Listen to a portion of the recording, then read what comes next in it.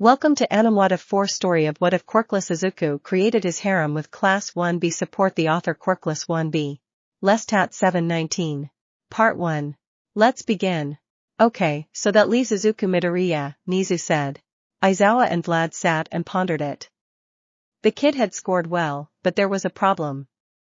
According to all tests, the kid was quirkless. But then there was that damn sword. The kid called it Quirk, the dark sword of shadows. He was brilliant and well-trained. His teacher had been listed as a man named Garrett Jacks. The kid had been arrested on one count of vigilantism when he was 12, but it had been dismissed by a judge who had a favorable opinion of the child. The former pro-hero umpire had killed the kid's parents, and according to the law, you had to have a quirk to commit the crime of vigilantism. The kid was dismissed on that technicality. The kid had been arrested for the crime 5 times prior, and in every case, he was cleared of the charges. Experts had come in and testified to the child's lack of quirk. Even a police officer who could detect the truth was brought in. The child did not have a quirk, and when questioned about the sword, he only said that an incredibly sad man in an alley had given it to him before he disappeared.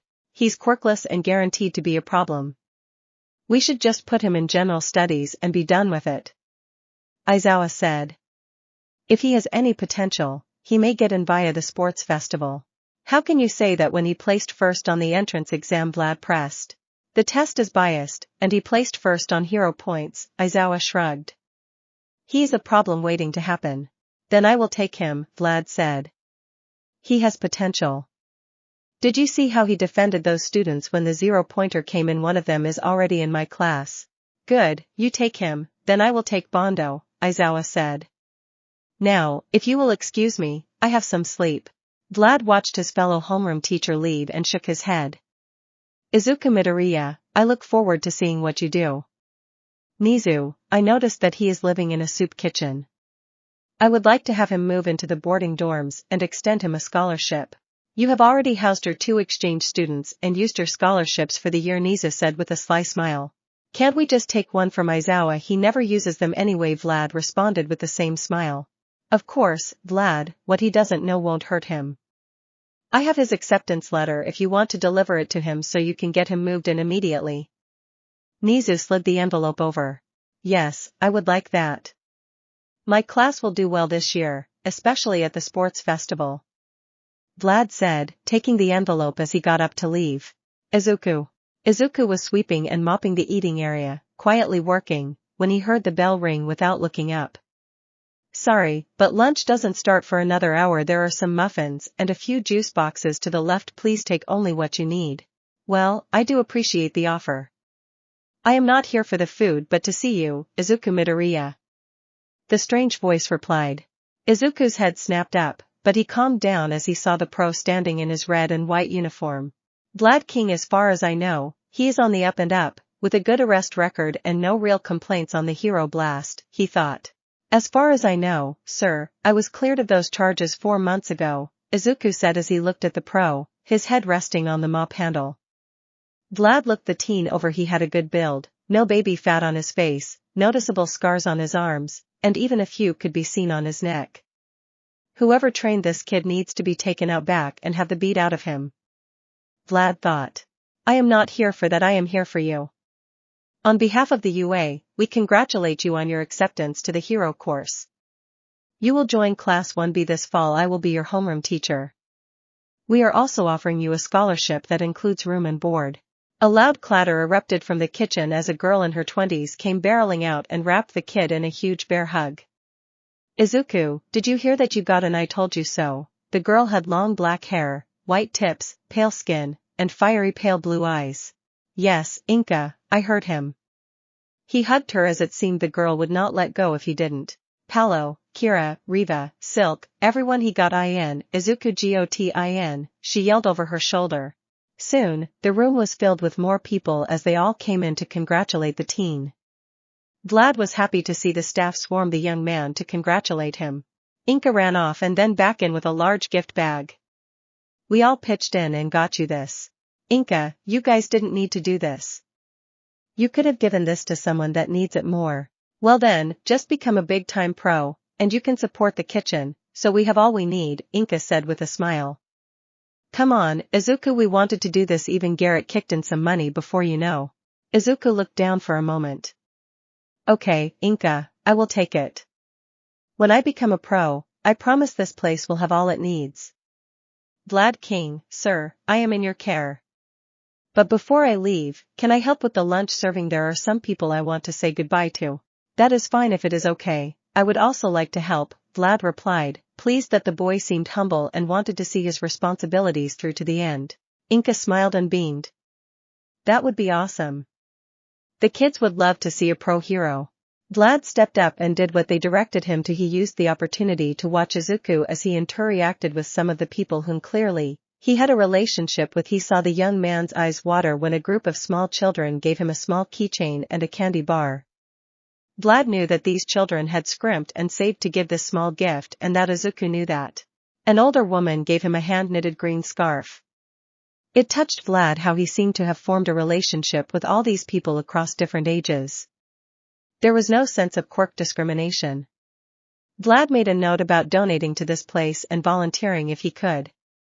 The kids seemed to get a huge amount of joy seeing him and taking pictures with them. Izuku took pictures with some people and the kids before taking a bunch with the staff. Vlad watched as Inka leaned her forehead to as she whispered something to him. I must not fear. Fear is the mind killer. Fear is a little death that brings total obliteration. I will face my fear. I will permit it to pass over me and through me. And when it has gone past, I will turn my inner eye to see its path. Where the fear has gone, there will be nothing. Only I will remain. She then handed him a nondescript black box with an opening on one side. If you ever question, take the test, and you will receive the answer. Izuku nodded and took the box. The girl hugged him tightly. I know you will make us proud, Izuku. She said as Izuku walked towards Vlad with a few duffel bags and that huge black sword across his back. I am ready, sir. He said with a tenor of determination. The neighbors. Izuku arrived in the UA and was taken to the security office to receive his student ID. He was informed that it would be his pass to access the building on campus, get past the gates, and access his room. He was shown to his room. He turned and saw Vlad hand him an envelope. Here is your bank card. Use it to get groceries, school supplies, and casual clothing. The paperwork will detail the rules you must follow for your scholarship and the cash distribution. If you can maintain higher marks in class, the reward is higher. Keep that in mind. You have 1 month before class starts if you are so inclined. There is online course material to access on that laptop. The laptop is the property of the UA, so its usage is monitored. I look forward to seeing you in class, Mr. Midoriya. With that, he turned and left. Izuku looked around before setting to unpack. It wasn't much, but he cherished what it was. He smiled as he pulled a photo. It was of a man and woman with green hair like him standing next to a man dressed in all black with a sword across his back. The man was medium height with a slim muscular build and dark tan skin with light hair. The couple was smiling, holding a newborn baby in their arms. Mom, Dad, Garrett, I made it in. I won't let you down. Izuku wasn't alone in the dorms as there were other students. None were on his floor or first years, so the conversations were more in passing than anything. With nothing else to do, he continued his training that had begun when he was 6. He looked over the course materials. One day, when he returned from a workout, he saw boxes in front of a few other doors. He was greeted rather enthusiastically by a blonde girl with blue eyes and 2 horns coming from her head. She was dressed in a pair of short blue denim jeans and a white tank top that showed off her incredible abs. She smiled and said, "Hello, Pony is name, I look forward to running with you." Her Japanese was broken, but Izuku smiled. "Hello Pony, my name is Izuku Midoriya," he responded in English. "Oh, thank God someone speaks English. I was so nervous about being unable to talk to anyone. I know we just met, but would you mind helping me with my Japanese, please?" The girl pleaded.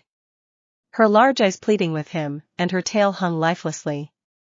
Izuku sighed. He couldn't say no when someone was asking for help, especially when it was something with which he could help. "Yes, I will help you, Pony. Just knock on my door after you unpack. and we can set up a time, he said, the girl's mood immediately picking up along with her boy language.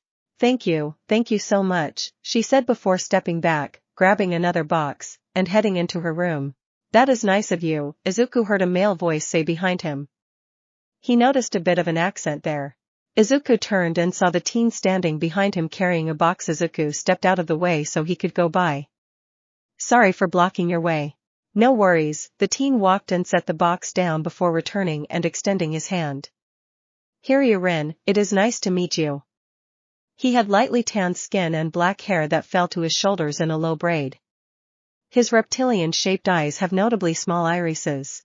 Izuku Midoriya, the two gave each other a firm handshake, and they both smiled.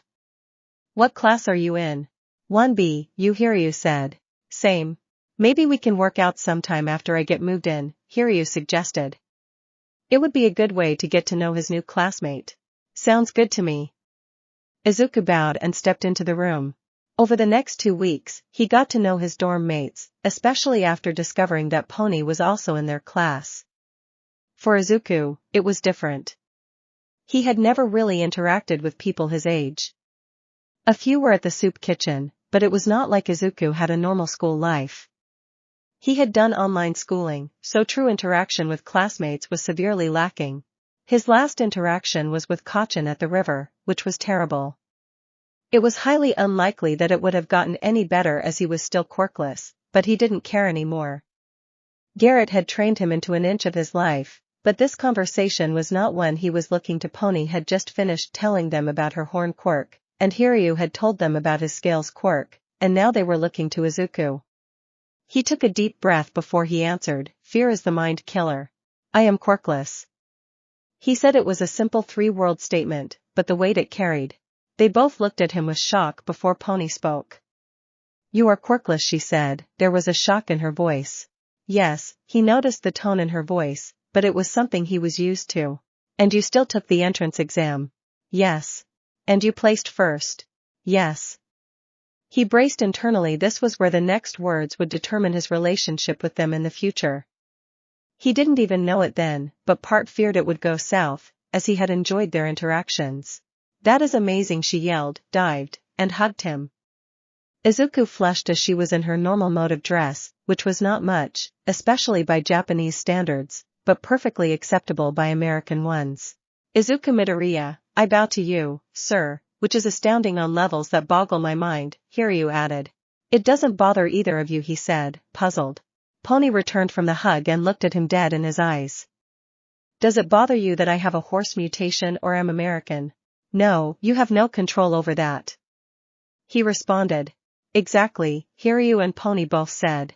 And if it bothers anyone else in our class, I will be sure to kick them right in the head. Pony said as she moved back to her chair. Same, you are an inspiration. Without a quirk, you have not only placed first in the entrance exam for the best hero school in Japan, but you are also here on scholarship. If that isn't motivation for people to get on your level and to not underestimate anyone, I honestly don't know what else someone needs. Hiryu said, his face full of conviction. But if you are quirkless, then what about that? Pony pointed to the sword in the corner. I know you may not believe me, but I came across this old man with a metal mask in an alley. I had seen him around and would bring him food now and then.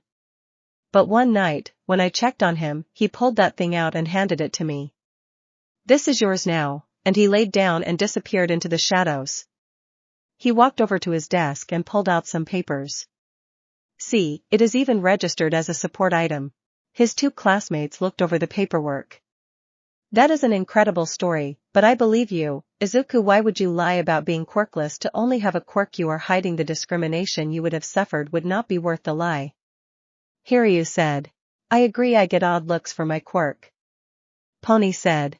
Thank you both. Now I hope the others in our class will agree to be as great as you 2 are, he said as dreams of a better tomorrow danced back in his mind. Day 1. The 3 dorm students easily made their way across campus, having located their classes in the days leading up to today. As they walked in, noticing the absence of a seating chart, Izuku and Pony took seats near the window, with Hiryu taking a seat next to Pony. They watched as their classmates filled the room.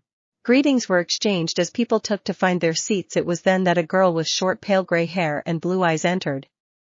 When her gaze fell on Izuku, she immediately walked over to the surprise of the girl with orange hair and a side ponytail and the girl with green hair and long, pointed teeth. "It is you. I had hoped that fate would seem to have us cross paths again," she said with a hint of joy. Izuku looked at her for a moment before recognition set in. "I remember you from the exam. I am glad to see you again. I am happy that you passed. Is this seat taken?" She pointed to the one next to him. "No, please sit," he smiled at the girl.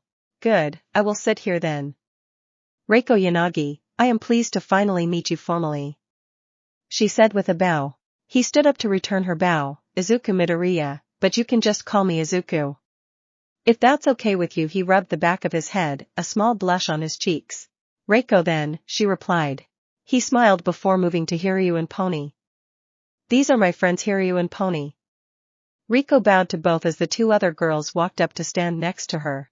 "These are my companions, Itsuka Kendo." The girl with orange hair stepped forward, extending her hand and greeting them all. "And this is Setsuna Tokage. I must forewarn you, she is a player of pranks." The girl with green hair stepped up with a large smile. "Rei, how can you say I will have to work harder now? Nice to meet you all. Please call me Set." Izuku had a large smile. It was too good to be true. It was going well, but of course, he knew at some point soon the real test would be when he told the class that he was quirkless. A blonde-haired teen offered his hand to the group as Kendo took a seat behind Rei, and Set sat behind Izuku.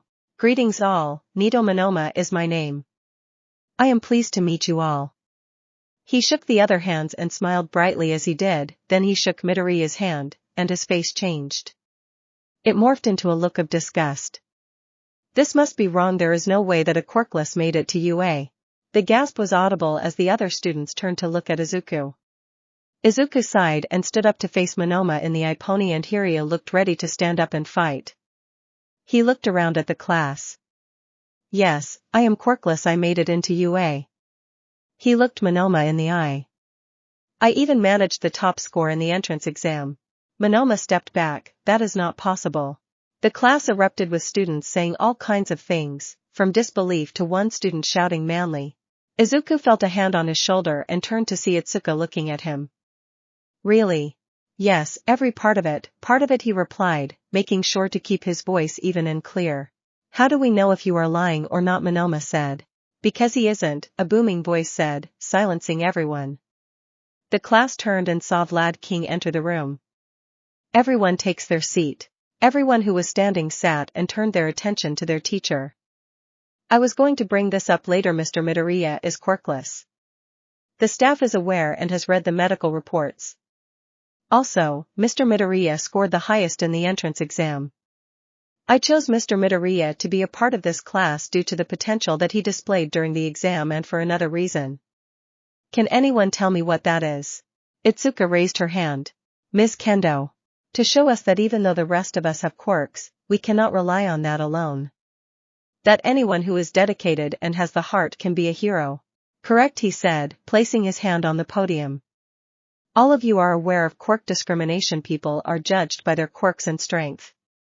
Mr. Monoma, what is your quirk?" "Copy, sir," he said confidently. "How often have you been told your quirk was villainous or useless?" "More than I care to admit," his confidence faltering. "Ms. Kendo, same question." "Big fist and all the time," she said, a small crack in her voice. "Mr. Idashir. Comic, and I was constantly teased." The boy with a speech bubble for a head replied. "Mr. Kamakiri, how often have you faced discrimination for your quirk?" "Nearly every day." He was tall with a praying mantis quirk. He had gotten worse and said to him that just a simple thing like his quirk was useless. "Ms. Tokage, you join us via recommendation." "What about you?" "My quirk allows me to detach body parts. The kids would take parts of me and lock them away," Set said, leaning forward. "I am sure that we can continue this and go through all of you. All of you have had to deal with being judged for something you had no control over. No one here got to choose their quirk or how it would manifest. Just like no one chooses to be born quirkless and deal with an even higher level of discrimination than all of you, you are all here because you decided for yourselves that you would be a hero." He scanned over the faces of his class before continuing. "You did all you could to join the UA and train to become a hero. To take on the most dangerous job in the country. Where if you are lucky if you get to retire, look at everyone here.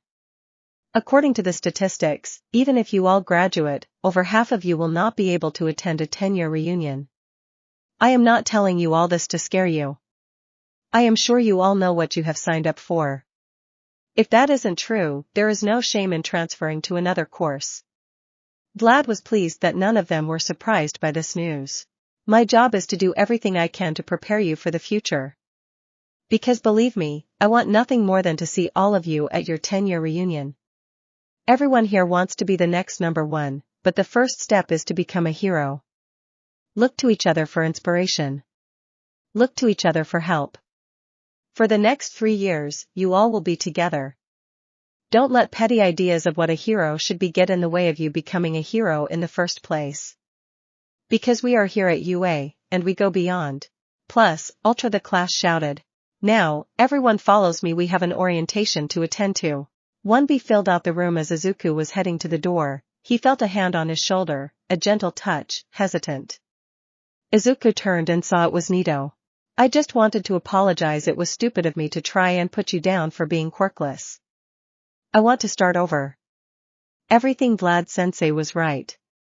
I know what it is like to have people BS because of my quirk. I can only imagine what you must have gone through. I was repeating the cycle. Nieto said with his head bowed. I would have given up on being a hero if I were you. He was ashamed of that truth. Okay, Izuku said. Just like that, Nito said in surprise. If you are lying, I will not accept a second apology if you tell the truth. I have someone to hang out and train with. Everyone gets a second chance. They left the room to see Pony, Hiryu, Itsuka, Setsuna, and Reiko standing there. Everything good? Itsuka asked, looking past Izuku to Nito. Izuku nodded as Nito quickly stepped forward. I was in, please forgive me. You were in, but as long as you realize and I am cool, Setsuna said. The rest nodded at the sentiment and followed off after the rest of their class. Itsuka fell into step next to Nito. You did a fast 180. Nito sighed, it was what sensei said, it reminded me of when I was growing up. Unless I can touch someone and copy their quirk, I am effectively quirkless. When I realized that not only was Midoriya quirkless, but he had made it, and it angered me. Not because he was quirkless, but because I know I would have given up on being a hero if I were him. He worked harder than me and was more determined, it made me pity myself and overreact. After sensei's speech, I felt like a total jackass, and it was either double down and make a lot of the class hate me or own it and see if I can fix it. Itsuka was surprised at the amount of self-reflection that Nito had expressed. Well then, Monoma, I forgive you as well. Just don't make me look foolish. I will do my best, Kendo. Class 1B sat through orientation and was dispatched to their guidance counselors. They were surprised to see that a class was missing and that it was their sister, Class 1A. After they made their way back to class, they saw gym uniforms sitting on their desks, and Vlad ordered them to get changed and make their way to the athletic field for a quirk assessment. Boys' locker room. After placing his belongings on the shelf, Izuku stood in front of his locker. He began to shrug off his uniform. It was when they had removed his shirt that a commotion broke out. Midoriya, what happened to you? Nieto shouted. The rest of the class and their yelling could be heard in the girls' locker room. It is causing them to pause and listen. All the boys were looking at Midoriya then, and his upper body was covered in scars, different sizes and lengths, down his arms and some even on his neck. His shoulder and back had burn marks then. When Midoriya didn't pause getting undressed when his pants were removed, they were just as bad. Midoriya stopped and looked down at his body, then shrugged. Most of them are from training, some are from fights. That is manly, as Tetsu said. Well, at least he isn't a, Toguru added under his breath. Hiryu, next to Izuku, is that why you always wear those compression shirts? No, I just like them. He responded as he started to put on his gym uniform. Dude, I don't know what world you are from, but here we don't call that training, that is ing abuse. A boy with black hair and eyes wearing a headband said. Aways is right, another one of his class chimed in, with dark brown hair and black eyes. We should let Vlad sensei know so charges can be filled. That would be hard to do, he is dead. Izuku said, zipping up his uniform. I understand your concerns, but we should hurry to the athletic field. Sensei is waiting. He closed his locker and walked out. Sen just sat there dumbfounded. Does he understand that is abuse? Who the hell cares, Toguru said, carefully slipping his head into his uniform to not tear it on his mantis quirk. If he is over, then you all should be too. Athletic field. Unfortunately, Izuku, who had hoped that the commotion would die down, only got worse when the girls came onto the field.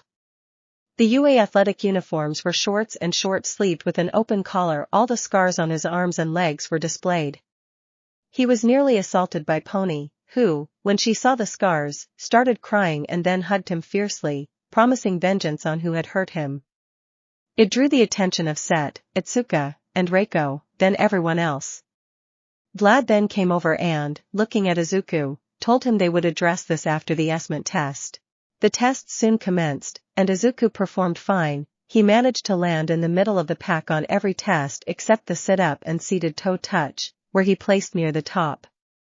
He would see Pony and Hiryu talking and then stop when he walked up. It was happening a lot. In the end, Setsuna topped the charts, and as they were dismissed, Izuku was told to change and meet Vlad in the nurse's office. Izuku was confused. He even stopped his group before they left the field. Did I do something wrong? I was mostly homeschooled, so would you let me know if I did? I was hoping we could all be friends. They all stopped. It was Reiko who stepped forward and hugged him quickly before stepping back. You have done nothing wrong, mighty warrior. You simply bear marks that have startled us as we shudder to think what things have done this to you. You are Pony's friend, and I do not like that someone has hurt my friend like this. Pony said, her large blue eyes wet with tears. Hiryu stepped forward.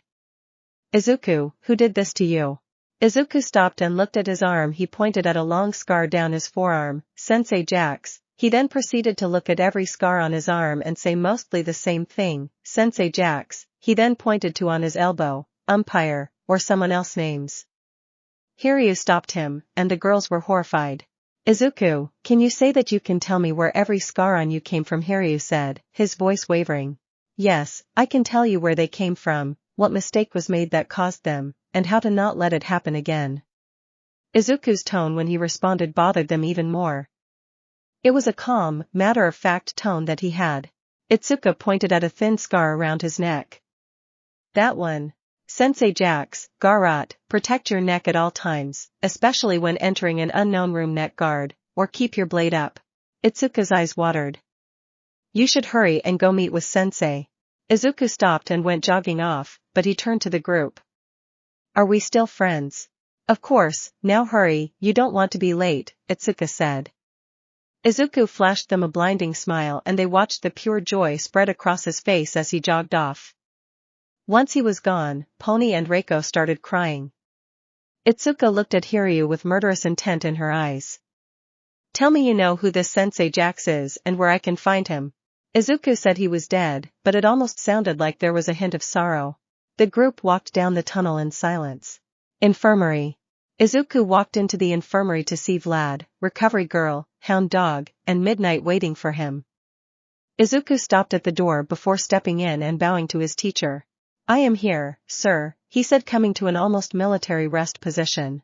Well, thank you for arriving promptly. Will you please strip down to your undergarments and take a seat on the bed? Vlad said, having noticed the way he came to a rest. Izuku started removing his clothes as he walked towards the bed with little care about the assembled group. Midoriya, would you like some privacy? Midnight said with a curious look. Izuku looked at her and said, why? And what if we had asked you to strip completely? Midnight pressed, with no sense of shame or modesty. Do you need me to? Izuku responded. He could hear a low growl from Hound Dog. Midnight looked sad in her eyes. No, Izuku, that's okay. As the faculty got a good look at the boy's body, their anger levels began to rise. Then he was standing there in his underwear and Midnight had to excuse herself for a moment. Recovery Girl told him to lie down as she began to go over every part of him. How many times have you had a broken bone? 26, cold simple responses. It bothered the faculty assembled. Who repaired the damage? She kept her questions direct and her tone clinical so she did not betray her anger. The Black Priest. When was the last time you saw him? Last year when my sensei died. Do you miss your sensei? She asked. Very much, Izuku answered. He couldn't see Hound Dog stiffen. Did your sensei give you all these scars? Most but not all, and we called them lessons. A lesson etched on my flesh lest I forget. Recovery Girl had to step away at that moment. Midnight, who had entered the room in time to hear the last comment, followed her. Vlad walked over to Izuku and took in all the scars on the boy. Why did your sensei teach you lessons this way? Vlad asked, his mind boggled at the amount of scars he was seeing. Because I'm quirkless, and society looks down on those with lesser quirks or those seen as criminal. If I choose to walk the path of a hero, I need to be ready for society to forsake me. The only thing that will not forsake me is my skill. In the end, which will be all I have. Izuku said, looking his teacher in the eyes. His voice was no longer cold but sincere, full of truth that told them how he saw things. Vlad just looked at the boy. There were truths in his words, but for them to have been carved into the flesh of one so young. How did your sensei die? The sound of sadness creeping into his voice bothered Vlad and Hound Dog. He was sick. The Black Priest took him away. Why do you miss him? Hound Dog asked. When my mother and father died, he took me in and gave me what I needed to be a hero. For a long time, no one believed in me. My mother and father told me to do something else, to find a new dream. I wouldn't be here without him. Izuku said, that same tone of mourning. How do you know that? Couldn't you have trained on your own? Hound Dog countered. Izuku looked the man dead in his eyes. Tell me of another quirkless hero, or tell me about the hero with the super minor quirk who came from an orphanage or the street to become a hero. This is UA. No person in my class or 1A made it here on luck or without some useful quirk. Even if they have a minor quirk, they must have someone train them. You cannot be stupid to tell me that people would be lining up to train a quirkless kid. There was no more sadness in his voice as they could hear the anger rising with every word he spoke. Most quirkless are dead by the age of 16. Those who do manage to live past that are 75% more likely to be a victim of violent crime. Of those, 80% go unsolved. For those that manage to live, the only hope is being married to another quirkless person and living in towns in the middle of nowhere. The only thing a quirkless person in this country is good for is ing and dying. The anger was turning to rage, as it spread to his eyes. Quirkless make up more than half the industry. Did you know that a bill was put before the Diet to allow the forced sterilization of quirkless people? I am doing this to show them that the quirkless of this country can be more than a body or a convenient gap. That we are people that should be treated with respect. Oh, by the way, how many quirkless people does this school employ? No offense to you, Mr. Hound Dog. Why do they have you here as a therapist? Does your quirk do anything to help with your occupation? Can you tell me that no quirkless therapist is not as qualified as you, that there isn't a quirkless person that could be a janitor? You are here because you have a quirk, and you qualify. That is rather insulting, Hound Dog said. That is true, but it doesn't make it any less true. The boy fired back. Ask the principal, ask him when you applied if there was a quirkless applicant who applied with you, and ask him why he chose you over her. Vlad opened his eyes wide at that statement, as did Hound Dog. Why would you make that claim? Ando Natsumi graduated with a higher GPA, scored higher in every statistical category, and had 6 years more experience, specializing in quirk counseling, grief counseling, and childhood development. You even cited one of her studies in your dissertation for your doctorate. Ando Natsumi quirkless, Hound Dog not quirkless. Izuku said, his voice full of anger. He looked at Vlad, the lady who gave me the green scarf. Despite all that, the only job she can get is at the local quirkless clinic. She eats at a soup kitchen. Izuku wiped the tears from the corners of his eyes. You can tell me that the reason for my scars is terrible, that they are evil, that it is many things, but they are the length that I will go through to make sure our voice is heard. Your entrance exam is biased. All it took was a quirkless kid with a sword and more determination than anyone else to get a win. All flash, no substance. He looked at Vlad. Why am I not in 1A every year? The top scorer in the entrance exam is placed in 1A. He didn't want you in his class. Did he recommend the General Studies Sports Festival route? He did. But you wanted me.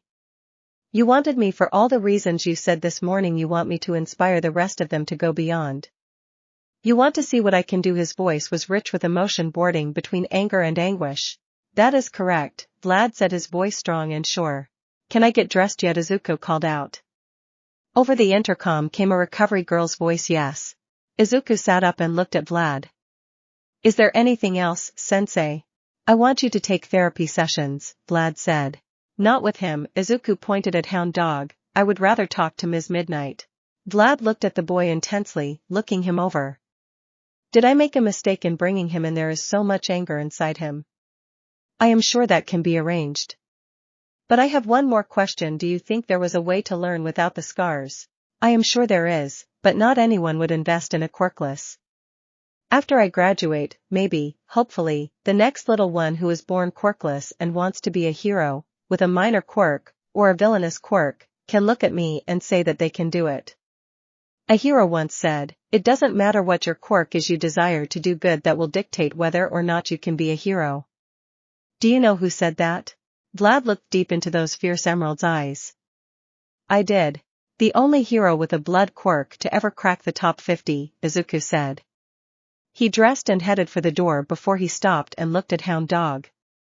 You are a great therapist and have done an amazing job. Good night. Izuku left, heading across campus to his room. Dorms. When Izuku made his way up the stairs, he saw Pony and Hiryu sitting outside his door with food and some drinks. Pony smiled as he walked up. Hiryu held up the food and drinks. Hungry? Izuku nodded his head. He opened the door and the trio walked in. Izuku set his belongings down, then Pony barreled into him and hugged him. Izuku, why are you hurt so bad? Look, man, if you don't want to talk about it, then we understand, but we are your friends, and when we see those marks, it worries us. The girls were also worried. If they didn't have to catch the train, they would be sitting here waiting as well. Izuku, who hugged Pony back, offered her a smile as she stepped back, and they sat down on the floor to eat. After they finished, Izuku slipped off his uniform top and draped it over the back of his desk chair. Sitting there shirtless, he took a deep breath. I know this may be hard to hear, but I don't regret these lessons upon my body. I know that people may be uncomfortable because of them, but I look at them as proof of my struggle. I know that I will get more of them and look at each new one the same way. I am a Quirkless teen in the hero course in the UA. He paused. I am not looking to become the #1 hero. I would be impressed if I ever broke 100. I need to graduate from this place and show people that anyone can be a hero if they are willing to put in the work and sacrifice. Please don't cry for me, Pony. I don't want any of you to cry for me. He took Pony's hand and squeezed it once. I want you to smile at me and laugh with me, and if you want to help me, then don't treat me any differently than you would any other hero student. Put your faith in me to have your back, and I will do the same for you. Izuku looked down at his hands. All I ever wanted besides to be a hero was to be treated like everyone else. To be treated as an equal and not as a lesser than. Hiryu extended his fist towards Izuku. Okay, Izuku, I will do that. Together with everyone else, we will graduate from this place. You have my back, and I will have yours. Pony smiled at him. I can smile for you, I promise. You protect Pony, and Pony protects you. After that, Izuku slipped on a long-sleeve compression shirt, and the trio talked to Izuku about movies, shows, music, and everything normal teenagers spoke about. Pony decided to share her love of American movies as they watched it on the laptop. Izuku smiled as his two friends fell asleep as the movie played. It was his first sleepover, and ignoring the fact that it was an impromptu one, he still decided to count it. Pony and Hiryu awoke in the middle of the night covered in individual blankets. They looked and found Izuku asleep, sitting on his bed, his head hanging to the side. Pony gently laid him on his side and covered him up. Izuku smiled in his sleep, and she could hear him say her name lightly. It caused the American to blush as they quietly left the room to head to their beds. The next day, Izuku had woken early after meeting up with his two dorm mates. They made their way across campus to eat in the cafeteria. They were sitting eating breakfast when a girl with purple hair and earphone jacks hanging from her ears came walking over with a tray of food. Hey, I know you, she said as the trio looked up at her. She was pointing at her with her jacks. You helped me out at the exam. Can I sit? Izuku stood up and motioned her to sit. Yes, I remember you as well. It was cool how you jammed your jacks into that robot and broke it. Izuku Midoriya, these are my friends Pony Tsunotori and Hiryu Rin. The girl gave the trio a bow before she sat down. Kyoko Jiro, it is nice to meet you all. What class are you in, Midoriya? 1B. You. 1A. That's nice. Hey, is your teacher any good? Ours is mean. We seem to be bothering him just by being here. He expelled the kid who came in last in our Quirk exam and threatened a few of us that we would take the same tests again in 2 weeks, and if we didn't show vast improvement, we were next. That doesn't seem very fair. We did those tests yesterday, too. Our teacher told us not to become complacent and to work harder for those that scored lower. He was going to send some diet and exercise plans so they can improve. Hiryu said. Dude, I know we are here to be heroes, but coming in on day 1, saying to get better, and not offering support is wrong. That's why I am here so early to get some exercise in. Izuku looked at Jiro and smiled at her. If you like, I can work out with you. Maybe show you some things you can do to improve your scores. Hyoka's eyes widened. You would do that, thank you, but I am not even in your class. It doesn't matter when we graduate, we are going to have to work together at some point, or are we going to be like, no, I can only work with people I went to class with? He said with a smile. Hyoka laughed. Yes, then, Midoriya, I will take all the help I can get. I don't want to get expelled. Hyoka was also surprised when the other two volunteered to work out with them. They all agreed to meet the next morning at 5 a.m. at one of the student gyms on campus. 1A. Hyoka walked over to Toru, Shiro, and Denki. Hey, guys, I found someone willing to help me work out in the mornings if you want to join. Toru immediately agreed while the boys gave half-hearted commitments. Who the hell is willing to help us? Denki asked. You remember me telling you about the guy I met at the entrance exam? I was hoping he got in, and he did. He's just in 1B, Hyoka said. Yeah, no way I am trusting that. I'm out, Denki said. Shiro echoed Denki's sentiment. Are you rejecting this just because they are from a different class? The boys nodded. She looked at Toru. Toru sighed. If you trust him, I will give him a chance. What time tomorrow? Hyoka smiled. 1B. The class quieted to a murmur when Izuku's group walked in. Izuku walked to the front of the class, looking down at his watch. He had a few minutes. Everybody, can I say something? He watched as the class quieted down. I know some of you are upset about what you all saw yesterday. I just want to address this so we can get it over and done with. He rolled up his sleeves, showing his scared arm. I don't regret any of these. Each proves how hard I am willing to work to be a hero. I am sure I will get more before that happens. All I want is for all of you to treat me like one of you. Trust me to watch your backs as I trust you to watch mine. I know they are ugly, and I apologize if they disturb you. But know that I will gladly get a new one if it means one of you is safe. Toguro clicked his tongue. You won't need to worry about that for me, Jack. Now sit down. Nito stood up. I hope it never comes to that, Midoriya, but I will also take one for you. Me too, then I could look at all the time and remember that manly moment I saved you, Tetsu said. It would be a badge of honor I would bear upon my body, not just for Midoriya but for any of you, Ibara said as she stood. Kinko jumped up, and her quiet voice, me too. Soon, the class was declaring that they would all defend each other. Izuku smiled as he made his way to his seat. Vlad stood outside listening to his class declare to protect each other and smiled. This year was interesting. He had hoped they would gel together but never expected it so soon. And he would have never thought it would be sparked by the quirkless hero from 1B. Yon, who expected that the second day in the UA to be action-packed, was wrong, well, at least until lunch came around, but more on that later. The morning for 1B was very normal. After homeroom it was all normal class stuff, math, Japanese literature, and English. The only difference for most everyone was that pro heroes taught it. For Izuku it was the fact that not only was it taught by pro heroes that there was no pause or skip buttons. He had spent most of his schooling online with recorded classes to do those things. He focused on the few parts on which he was unclear. Between his self-study and Inka's tutoring, he was well ahead on the material. It also helped that he had spent the time he had due to arriving early at the dorms going over the syllabus. Instead, he pulled out one of his journals and decided to work on his hero notes for the class. He was in the middle of working on his sketch of Reiko when the bell rang for lunch. He brought his attention back to the world around him. He saw Setsuna giving him the side eye. You were not even paying attention, were you? She said as he got up. Honestly, no. I paid attention to the parts that I needed a little clarity on. Oh, Mr. Smarty Pants, care to make a wager? Izuku smirked, his eyes lit up with a hint of mischief. What do you have in mind, madam? Be careful, Izuku. She got in on recommendation, Nieto said. Setsuna placed her hand on her hips and gave Izuku a teasing smile. I bet that I score higher than you on our first exams. And when you fail, he said, matching her smile. Then I have to honor one request from you, and when I win, you have to do the same. I think I can take that bet. Oh, you are so going down, my green-haired compatriot. Anyone else want in this action? She said with a Cheshire grin. To Setsuna's dismay, none of the other classmates wanted to join in. Come on, Itsuka, you can get your winnings back. No thank you, Set, I learned my lesson from last time, Itsuka said, not making eye contact with Set. What's that make you do? Pony asked. Itsuka blushed and started to walk out of the room. Nope, not talking about it. Of course, this was all anyone wanted to talk about then. Mayhem ensues. Izuku sat at the lunch table joined by Pony, Rei, Set, Itsuka, Hiryu, and Nito.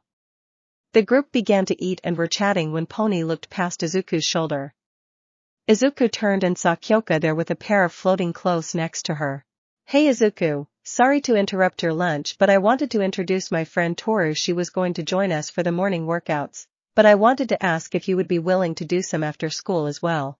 Sure, Kyoka, I can do that. I live in the campus dorms, so I don't have to catch a train. How about we meet at the gym near there? Sounds good, we will meet you there, Kyoko said with a smile. Thank you for taking the time to help us, Midoriya, we appreciate it, Toru added. We are all going to be pros, why shouldn't we help each other, he replied with a smile. The girls turned and walked away when he turned back to his group, except for Pony and Hiryu, who had questioning looks. Luckily Hiryu explained what had happened that morning and Izuku's offer. He added that Pony and he were going to join Izuku in the workouts. Izuku looked at the others extending the offer to join them. He stood up to return his lunch tray when he heard an explosion and felt a fist crash into his face. He tumbled to the ground. What the are you doing here, you quirkless piece? Of his friends jumped up at the sudden attack. Before them was this angry-looking ash blonde with spiky hair and sharp teeth. Rei went to move towards Izuku to check on him, only to get a blast to the chest, sending her toppling back. Stay the out of this while I kill this piece of. Izuku kicked up and swung the metal tray. A loud clunk of it impacting the blonde's head was heard. His attacker stumbled back as Izuku rushed in. The blonde threw a haymaker right, which Izuku ducked under. Grabbing the blonde's wrist, he tossed him over his shoulder, planting him face first.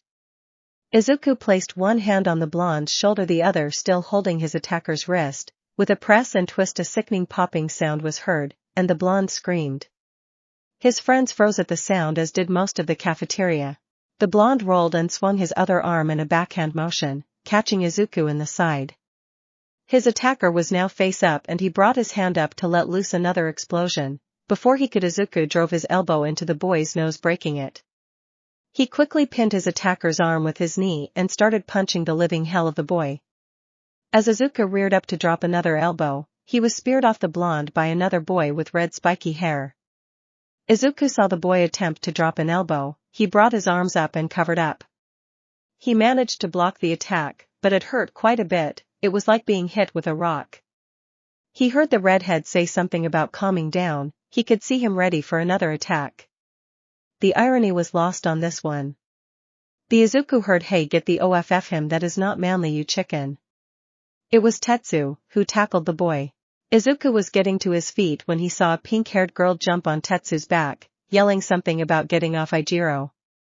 Itsuka reacted and yanked the girl off. The girl swung wildly at Itsuka. That was a major mistake. Itsuka ducked under the swing and drove a fist into the girl's gut. That was a major mistake.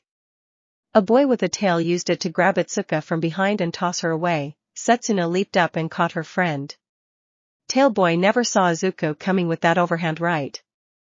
The boy was rocked back, and Izuku got hit in the back of his head by a boy with yellow hair with a black streak. Hiryu leaped over the table with a spin kick, crashing into that back, attacking. The pink girl got up and fired some sort of gray substance at Izuku. He ducked under, and he heard the hiss of acid as it hit the table.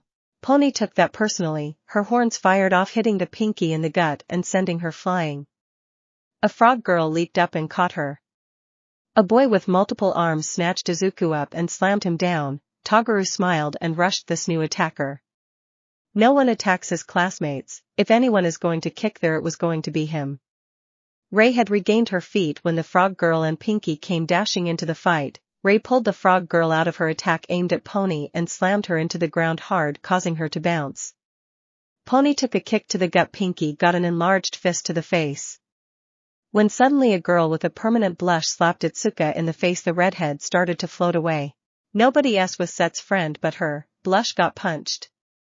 As more members of 1A dashed in, so did more members of 1B. A blue-haired boy that was shouting at everyone to stop. His error was he roughly grabbed Ray only for Izuku to deck him square in the face, breaking his glasses. Izuku ate an immensely powerful kick to the midsection that day. Katsuki began to regain consciousness only for Nito to grab another lunch tray and home run swing it off his face. Momo, Kyoka, and Toru were trying to pull people apart and calm them down. Ibara, Yui, and Manga were as well. Shoto simply sat in the corner eating his soba. Tailboy grabbed Izuku by the arm roughly, and Izuku spun into it, separating his shoulder in the process. Tailboy was stunned by the action, and he paid for it with a knee to the face, and a leg sweep. Suddenly a pink mist enveloped the room, and Class 1A and 1B suddenly felt sleepy. The boys were out like a light. Setsuna turned and saw Professor Midnight. "Hey, quit being A," she managed as she collapsed. Recovery Girl had seen quite a bit in her time in the UA. It had been many years since she had seen an all-out brawl in the cafeteria. Aizawa and Vlad were yelling at each other, blaming the other's class. As their students gained consciousness, Izuku sat up and shook his head. Happily his arm was already back in its socket. He looked around at someone who had separated them by class. They were still on the cafeteria floor, with Vlad, Mr. Aizawa, and Midnight standing in between them. President Mike and Hound Dog were at the door, and they were surrounded by Ectoplasm and his clones. He noticed Bakugo was missing. The rest of the students were waking up. He went over to check on Ray. She was fine it seemed, but she was wearing a hooded sweatshirt. When the girl peeked inside the sweatshirt, she simply said that she was going to have to get a new uniform. Vlad immediately asked Itsuka about what happened, and Aizawa was talking to the girl in a spiky black ponytail. Izuku walked over to each member of his class and shook their hands and thanked them for having his back. He even did this to Itsuka in front of Vlad. He looked over at the spiky redhead staring harshly at him. The redhead returned the stare. Vlad stood there and looked at his class. So, the Bakugo from 1A had attacked Izuku with his quirk unprovoked because Izuku was quirkless, and the boy knew that. Izuku beat him down and probably took it too far. When the Kirishima attacked Izuku, Tetsu attacked Kirishima, Ashido attacked Tetsu, Itsuka attacked Ashido, and it just spiraled from there. Only 3 from each class had abstained from attacking anyone. So, the vow he heard this morning was put into action. He did his best not to smile. Aizawa was rubbing his nose. He ordered his class back to their homeroom and to stay there until he dismissed them, except for Kirishima. Vlad did the same with 1B holding Izuku back. Vlad looked at Izuku. "Do you know what you did to Bakugo? Dislocated his shoulder, broke his nose, maybe a fractured jaw, black eyes, I know his forehead. I was about to do more when this attacked me from behind. Hey, you man, you didn't have to go that far. Did you not see that attack me and Ray when she just came to check on me, and did you not tackle me and try to elbow me in the head while telling me to calm down?" Aizawa gave Kirishima a critical look. "Your solution to calm the situation down was to tackle someone and attack them to get them to calm down, and language you too." Izuku muttered a "you" to Aizawa. Aizawa heard it and glared at him. Izuku didn't flinch and stared right back. "Mr. Midoriya," snapped Vlad. "Are you sorry for your actions?" "No sir, I am not. Bakugo attacked me unprovoked. He used his quirk on a classmate that was simply checking on my condition and said how he was, and I quote kill this piece of. I defended myself. I merely dislocated his arm, I didn't break it. Maybe the final elbow I was attempting might have been a bit much. After that I regret nothing. I was defending my class. It was 1A that decided to escalate the situation." "Well, if you hadn't provoked Bakugo," Kirishima said. "Sorry for breathing." "Or did you miss the part when he called me a quirkless piece of? You're quirkless." "Yeah, and I still kicked your bro's butt." "Enough Mr. Midoriya," Vlad said. Sorry sensei, my blood is up, may I return to my class while you review the tapes? You may. Kirishima returned to class for now, Aizawa said. The two boys walked back in silence with Midnight walking behind them. Kirishima glared into the back of Izuku's head as he walked past on his way to 1B. 1A. Ajiro walked back into class to see everyone else sitting at their desks in silence. He noticed that much of the class had bruising, some had black eyes. If there weren't any broken bones, then Recovery Girl had left them to heal on their own. Ajiro walked over to Mina. Hey, thanks for having my back. I always have your back, Ag, but I may have been a little overzealous. That big fist girl packs a mean punch. Nah, it was all their fault for taunting Bakugo. Why are you standing up for the guy? He calls you tie hair, Kyoka asked. And they didn't do anything. That dip attacked Midoriya all on his own. Look, he's a little abrasive, but I know he is a good guy. What has he done in the what full day we have been here to make you think that he left when Mineta got expelled? And straight said he hopes the rest of us extras get the same treatment. He is one of the strongest in the class. He is just trying to motivate in his way. For reals, dude, Denki said. Well, either way, man 1B. I can't wait to catch them in a rematch. Real brave for someone who hit him in the back of the head, Mizo said. What you say, octopus arms? You heard me, tie lightning. You want to go? Anytime, we can do it in training or name the place. Hey guys, don't fight, Toru pleaded, jumping up and down. Yes, it is bad enough that we engaged in fisticuffs in the middle of lunch like animals. My temper even got the best of me, Tenya said as he pulled out a spare set of glasses from his bag. Tenya is right, we need to all calm down, Momo said. We should be focusing on getting that from 1B back, Ajiro said. For what? Kyoka exclaimed.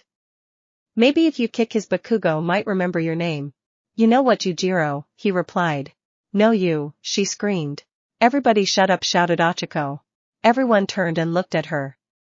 This is our fault, Bakugo attacked that guy for no reason, and Kirishima who tries to stop a fight by hitting someone and telling them to calm down, they retaliated when kept escalated it. I slapped the redhead for some reason when I was just trying to get her attention.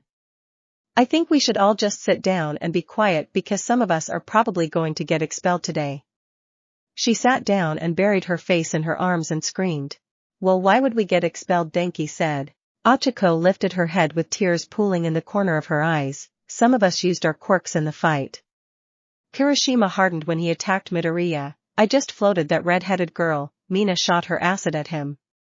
What am I going to tell my parents? She just buried her face in her arms again. The rest of the class began to run through the fight in their heads, seeing if they had used their quirks in the brawl themselves. 1B. Izuku walked in seeing everyone just sitting at their desks talking about the fight. Everyone had quieted down and was looking at him. He stopped at the front of the class and bowed. Thank you, everyone, for having my back. That's what friends do, we kick, Pony said with a smile. Who was that nozzle anyway? Toguru asked. Language Ibera said. It drew a chuckle from some of the others. Izuku sighed. My mom and his mom were friends back in the day. We used to play together when he found out I was quirkless and he started bullying me. After my parents died, he just kept at it, till my teacher switched me to homeschooling instead. Truthfully, I thought I might encounter him, but I did not expect that. Izuku made his way to his seat, but he heard Toguru say, well, at least you kicked his. Izuku walked over to Reiko. Hey Reiko, thank you for trying to check on me. I am sorry you got hurt on my behalf. No thanks are necessary, Izuku, as many others have said, it is what friends do. I know you would take a blow for me as well. Let it consider it repayment for your activities during the entrance exam then. We can do that, he smiled that blinding smile at her, before moving to his seat. Set, noticed a faint blush on Reiko's cheeks, a mischievous smile grew on the girl's face. Nezu's office. Well, that was an interesting lunch period, Nezu said as he took a sip of his tea. Mr. Bakugo will be released from the medical wing in about an hour after receiving treatment. We need to decide the punishment for all the parties involved. Bakugo should be expelled, Vlad said. He started the incident and attacked 2 students unprovoked with his quirk. The kid isn't the only one in the infirmary and you want to expel him. What about the student that put him there? Aizawa said. He defended himself, he may have gone a bit far, he should be given detention. I told you at the beginning that he would be trouble, we should just expel him. Bakugo should be put on detention and probation. One more incident, and then he should be demoted to general studies or expelled depending on the severity of the incident. So let me understand this: you are going to bat for a student that attacked other students unprovoked because one of them is quirkless. According to Midoriya's statement, he hadn't seen Bakugo in years and upon them meeting up he attacked him. Are you the quirkiest Aizawa or just dumb? What the hell did you say, Vlad? You heard me. What is your problem with Midoriya? The kid is going to get himself killed, Vlad. Our job is to prepare them to be heroes, do not coddle their dreams. So, you read a file, maybe do a quick estimate and then that's it, they are done. I am not sure if you are this stupid or just that lazy. How many others are on the block? 5. You sanctimonious piece of, I am a realist, it is a logical decision. No, it is not, you are pushing your fears after your friend's death onto your students. You expel them without even trying to teach them, and you justify it by saying you are saving them. You hide behind your stupid logical ruses and do nothing to improve them. Have you done anything to help the other 5 on the chopping block who in general studies have you already handpicked because they caught your eye? Don't sit there and lie to me, you want to teach those you deign to be worthy. You teach your way, Vlad, and I will do so my way. Gentlemen, as entertaining as this is, Mr. Bakugo, Nezu said with a smile as he took another sip of his tea. I am not his teacher, Vlad said. I have given my recommendation, Aizawa said. Well, then what of the other students? I believe all my students that participated in the brawl should be given 2 weeks of detention, any that used their quirk 1 month, and 40 hours of community service. Since my students used their quirks in retaliation for being assaulted by students from 1A, Vlad said. I stand by the decision for Bakugo, the others will be demoted to general studies and be suspended for 1 week, Aizawa said. No, Mr. Aizawa, I don't think so, this is after all the second day of the new year. This is what we are going to do. All students who participated in the brawl but did not use their quirk will be suspended for 2 days and serve 1 week of detention. 1B students who used their quirks will be suspended for 3 days and 2 weeks of detention. 1A students with quirk usage will be suspended for 5 days and 2 weeks detention. We will also have a meeting with the students and their parents before their return.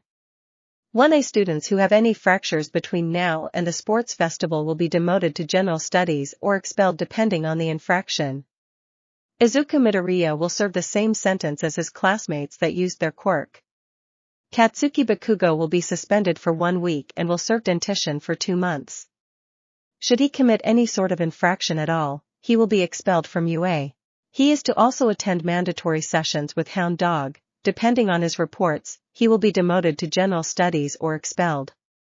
This is also contingent on whether Mr. Midoriya or Ms. Yanagi's parents decide to press charges or not. Now deliver the punishments, and Mr. Aizawa, I highly suggest you impress the precarious position Mr. Bakugo is in. Both of you are dismissed, I have lawyers and parents to talk to. The 2 homeroom teachers exited the room, saying nothing to each other. They headed to their classrooms. 1A. Aizawa walked into class and all his students immediately quieted down. He could hear Uraraka sniffling. Attention, Kirishima, Ashido, Ida, Uraraka, Ajiro, all 5 students stood up. You 5 are hereby suspended for 5 days and will serve 2 weeks detention when you return. Should you commit another infraction between now and the sports festival, you will be demoted to general studies if not suspended. Before you return to class there will be a mandatory parent-teacher conference. Grab your things and leave. The 5 students grabbed their things. Achiko was just thankful she wasn't expelled as were the others. Kirishima spoke up as he gathered his things. What of Bakugo and Midoriya, sir? I would worry about yourself, Kirishima. All the rest of you who participated in the fight are suspended for 2 days and will serve 1 week detention. Grab your things and leave. The rest of the combatants got up and walked out of the room, relieved that they weren't in as much trouble as the others but dreading having to go home and tell their parents what had happened. We were going to handle this tomorrow, but I have something to attend to. You remaining 4 decide who is going to be class officers. I don't care how, just have it figured out by the time I get back. Anyone who is suspended is not eligible. 1B. Vlad walked in and handed out his class's punishments to their credit. The students stood and took their punishments without batting an eye. Before you all leave, Vlad said, pausing the exodus. While I don't condone your quirk usage, I understand why you reacted the way you did. I want to say that what I am proud of is that you all stood up for your classmates. I am even more proud of the ones that tried to stop the fight in the chaos. Do not let this sour your relationship with 1A too badly. You will all be heroes in the field one day. Vlad turned his attention to his remaining 3 students. We are going to continue, but first I want you all to accompany me to the cafeteria for some ice cream. You guys deserve a reward for keeping your heads. The newly elected vice president of 1B walked along with her fellow class reps, President Momo, and Treasurer Toru. Kyoko Jiro had no desire to assume any leadership role, but today had proven it did not care what she wanted. It had started with hope, but it was turned to ash in her mouth when the brawl in lunch hall occurred except for the newly elected class reps, which was decided by Shoto simply walking out, leaving the 3 remaining students to fill the 3 roles. Kyoko had won the vice president seat via a best of 3 paper rock scissors contest with Toru. Well, the position was hers until Mr. Aizawa expelled her, at the very least. As the trio made their way outside, she was surprised to see one Izuku Midoriya sitting on a bench waiting. As he saw a group of 3 individuals walking out, he smiled warmly and approached them. Hi Kyoka, are you still interested in training? Kyoka was taken aback. She had thought for sure that after the bull that Bakugo had pulled, there was no way he would still want to train her too. He would most definitely be suspended. Aren't you suspended? She asked. I am, he said with a smirk. I live on campus, so they can't kick me off campus, and I read my suspension very carefully. There is nothing in there that says I can't work out. You still are willing to help. You didn't attack me or any of my classmates. Why wouldn't I if it's because you share a class with Bakugo? That isn't your fault. Why punish you for him being a nozzle? Then yes, if you are still willing to help me, I accept. She said with a smile. Me too, Toru added with a fist pump.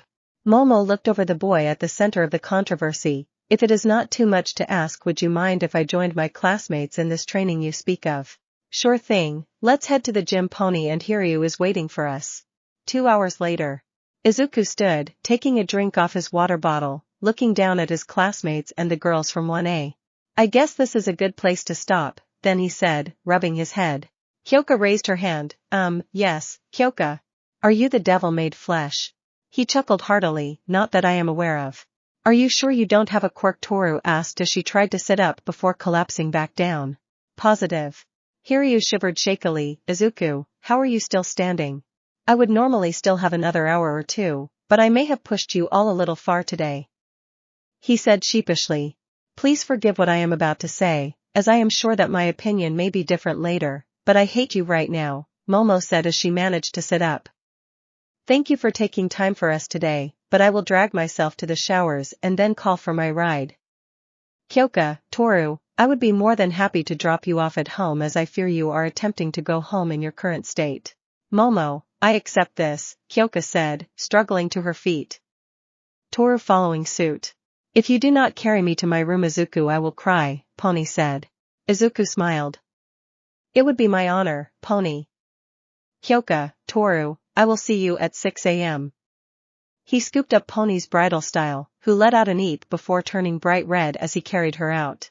As the girls of 1A watched the scene admiring the ease with which Izuku picked up his classmate, they looked at Hiryu. Thank you for not holding ill will towards us and taking your time to help train us, Momo said. Hiryu smiled. Izuku is my friend. If he still trusts you, that is good enough for me. See you guys later. He stumbled off. After being pushed to their limits by the boy from Class 1B, who effortlessly carried his classmate out of the gym, the girls of 1A headed to the locker rooms. They couldn't help but think about the strange boy and his incredible strength. Despite being quirkless, his determination had propelled him to another level. This realization inspired the girls to work even harder and strive towards reaching their potential. Pony. As Izuku held her, Pony's face turned bright red. She had joked about him taking her to her dorm, but as they walked, she began to have doubts. Despite her worries, she couldn't help but relish being in his arms, feeling his firm muscles beneath his compression shirt and enjoying his scent. However, she suddenly became self-conscious about her post-workout smell and feared he had noticed it too. Halfway there, she mustered the courage to ask, Izuku, do you mind if I ride on your back instead? I'm a bit embarrassed walking like this, and I'm sure I smell terrible. It's completely up to you, and I'm fine with either option. And please don't worry about your scent, you smell perfectly fine, he replied with a warm smile, meeting her gaze. He carefully helped her back onto her feet, then knelt before her so she could hug him from behind. I hope I don't smell too bad either, he chuckled. Pony was thankful for her new position to hide her face better. It is fine, Izuku. He carried her as promised to her door, setting her down gently. Pony had managed to regain her composure over the remainder of the trip. She rested her head against his shoulder, trying to ignore the feeling of his hand on her thighs and her heart pounding. Make sure you stretch out so your muscles don't cramp up. I will, thank you, Izuku, she replied as she opened the door and stepped across the threshold. Pony. She turned to meet his gaze, it was warm, and she noticed his eyes were slightly moist. I just wanted to express my gratitude for your actions in today's lunchroom. Meeting you, Hiryu, and the rest of the class has been a significant support source for someone who has struggled to make friends. I genuinely appreciate your kindness and willingness to have my back. Please know that I am here to reciprocate that support in any way possible. Thank you again. He bowed to her, his head low. As she touched his shoulder, Pony reassured him, you don't have to thank me. We're friends, and that's what friends do. As he looked up, a radiant smile spread across his face, momentarily erasing all the fatigue and soreness from the workout. Pony briefly embraced him and affirmed, I'll always be here for you. After backing away, she noticed a faint blush on his cheeks and bid him goodnight before slowly closing the door. Hearing his gentle reply of goodnight, she couldn't help but smile even more expansively. Morning. Izuku stood patiently outside the gym, waiting for anyone to join him. He was engrossed in a small notepad, trying to figure out if he could afford a cell phone with his stipend. He didn't have many expenses, and he didn't go out much, but he liked the idea of being able to text people. Monoma and Reiko had asked for his number earlier, which made him sad. While he wanted to become a hero, he also wanted to experience life. It seemed like he could afford a phone if he made the right choice, but he needed to figure out what kind to get. Hearing his name being called, he smiled as he saw Kyoka, Toru, and Momo walking up, a little sore still from what he could tell from their gait. He slipped his notepad into his back pocket and gave a friendly wave. What were you working on there? Kyoka asked as they got closer. I was seeing if I could afford a cell phone, he responded. I think I can, but I have no idea which one to buy. You never had a cell phone? Toru asked. I have never been able to afford one. My guardian wasn't financially stable and didn't believe in them. After his demise, I had to live in a shelter and couldn't afford one. However, now that I reside in the dorms and receive a stipend, I am considering getting one. Unbeknownst to him, Kyoka and Momo exchanged glances upon hearing his story. Momo stepped forward, I am sure that I can speak for my friends here. When I say that we wouldn't mind accompanying you to get one, we can offer our advice, say maybe this Friday. Thank you all. I would greatly appreciate it. Let's get to our workout. I promise to go easy on you three as you have class today.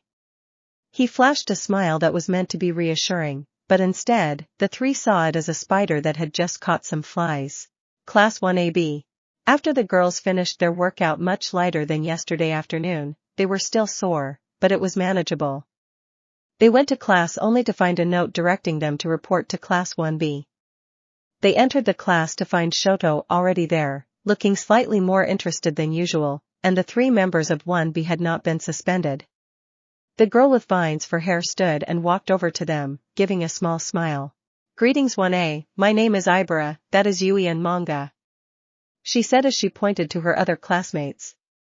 Welcome to our class. Momo smiled as it seemed the girl was doing her best to be welcoming after the brawl yesterday. Since these three were here, she could deduce that they had not participated in the fight. It is a pleasure to meet you, Ibara. I am Momo, and this is Kyoka and Toru. Thank you for having us. Kyoko supplied Sup and Toru with a cheerful hello.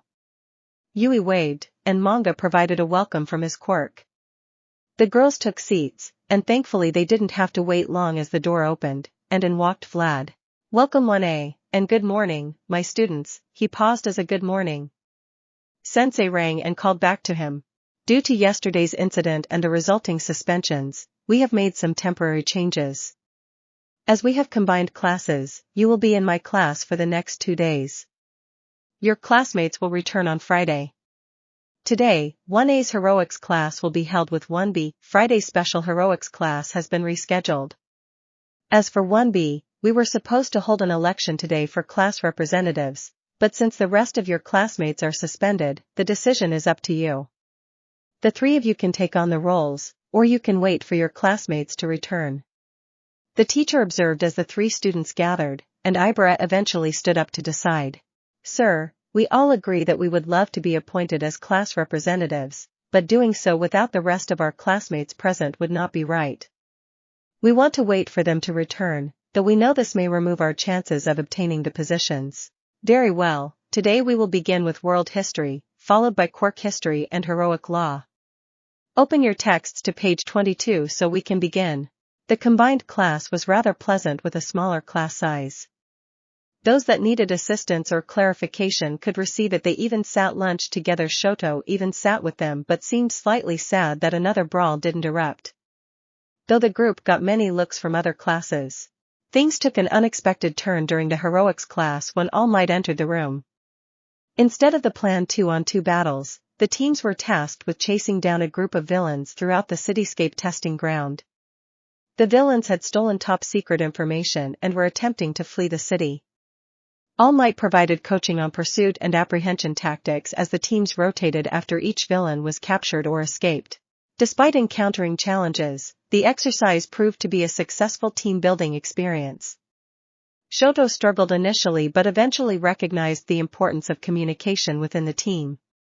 All Might's guidance and demonstration of his actions' consequences helped Shoto understand the importance of listening and working together. All Might was nearly at a loss when Toru took the top-secret info wrapped in plastic, hid it in her mouth, and escaped. Or when Momo bribed Manga and Kyoka to switch to her side and escort her to the exit.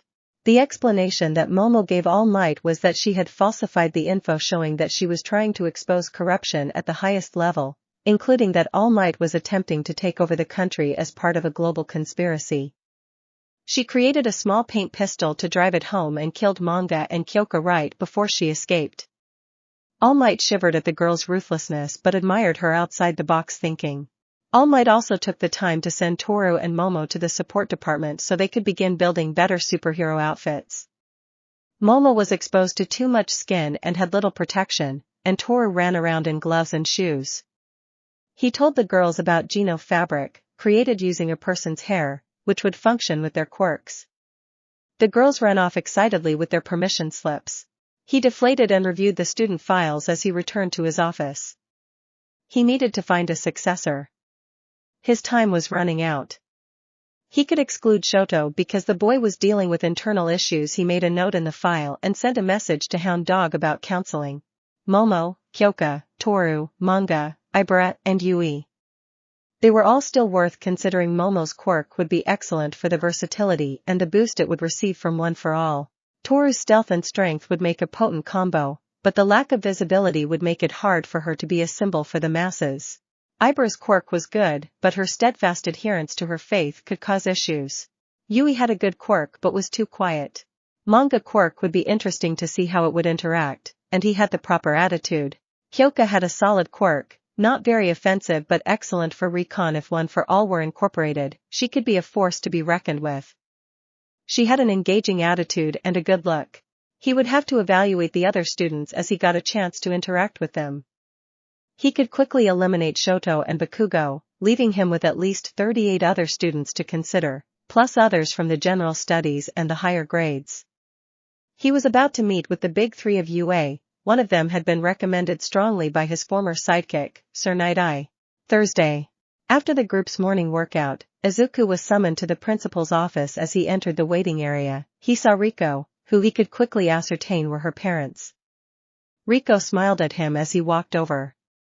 Her parents looked at him questioningly. He then bowed to them. "I am sorry that your daughter was hurt defending me," he said.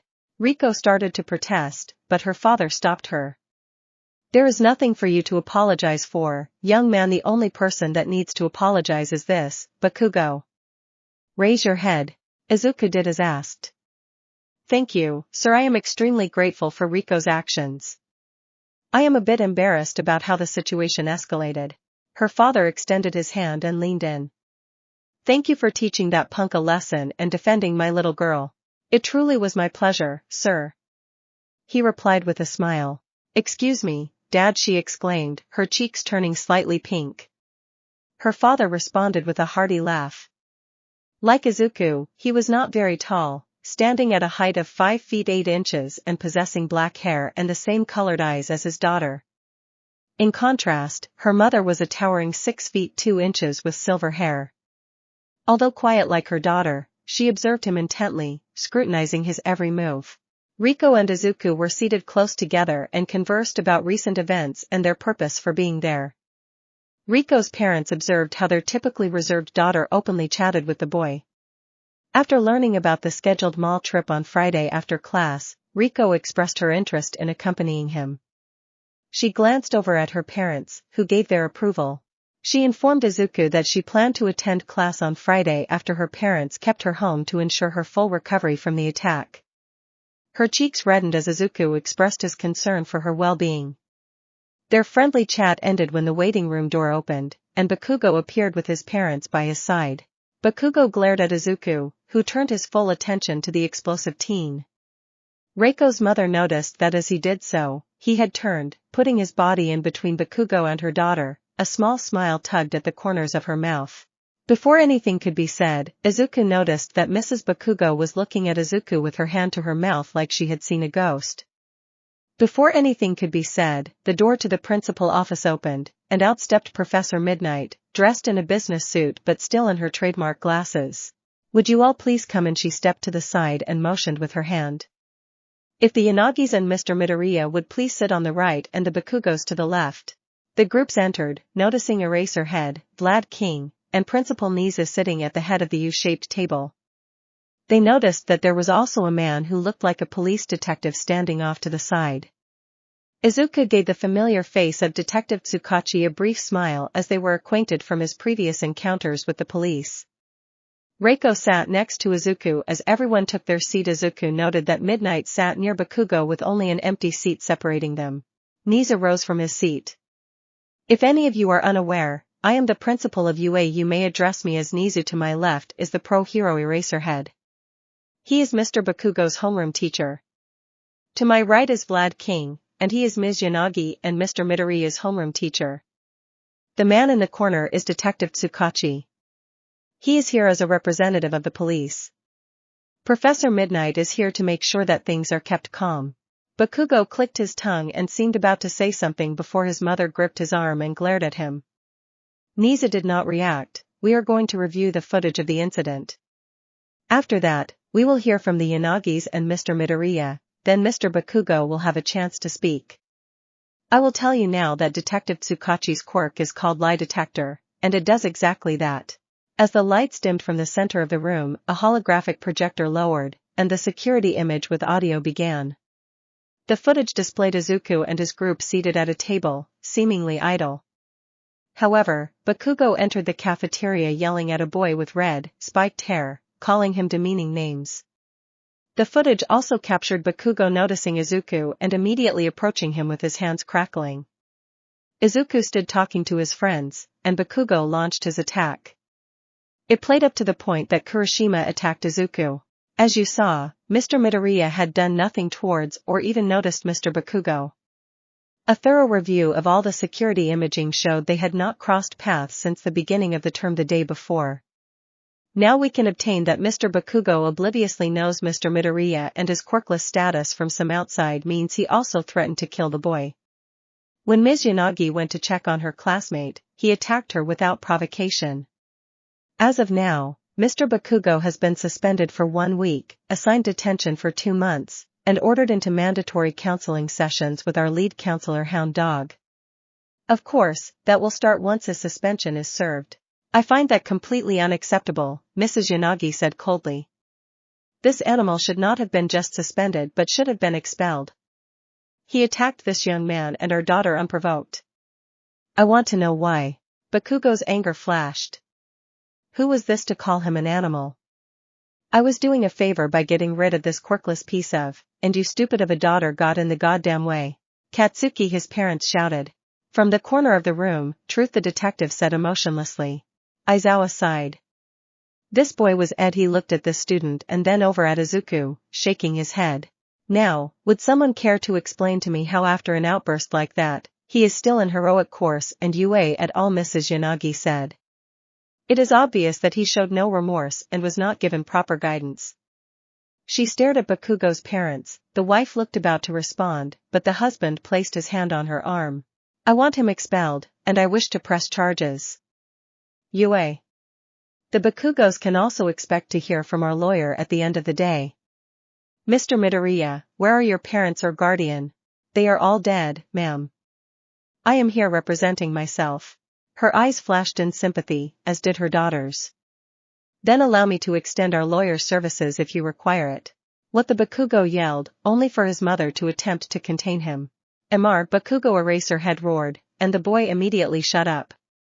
Do you understand what is going on here? Your tenure in this school is in danger. Any dream you have of being a hero is going up in smoke, and you are putting gasoline on the damn fire. If they press charges, your hero career could be over before you walk out the door.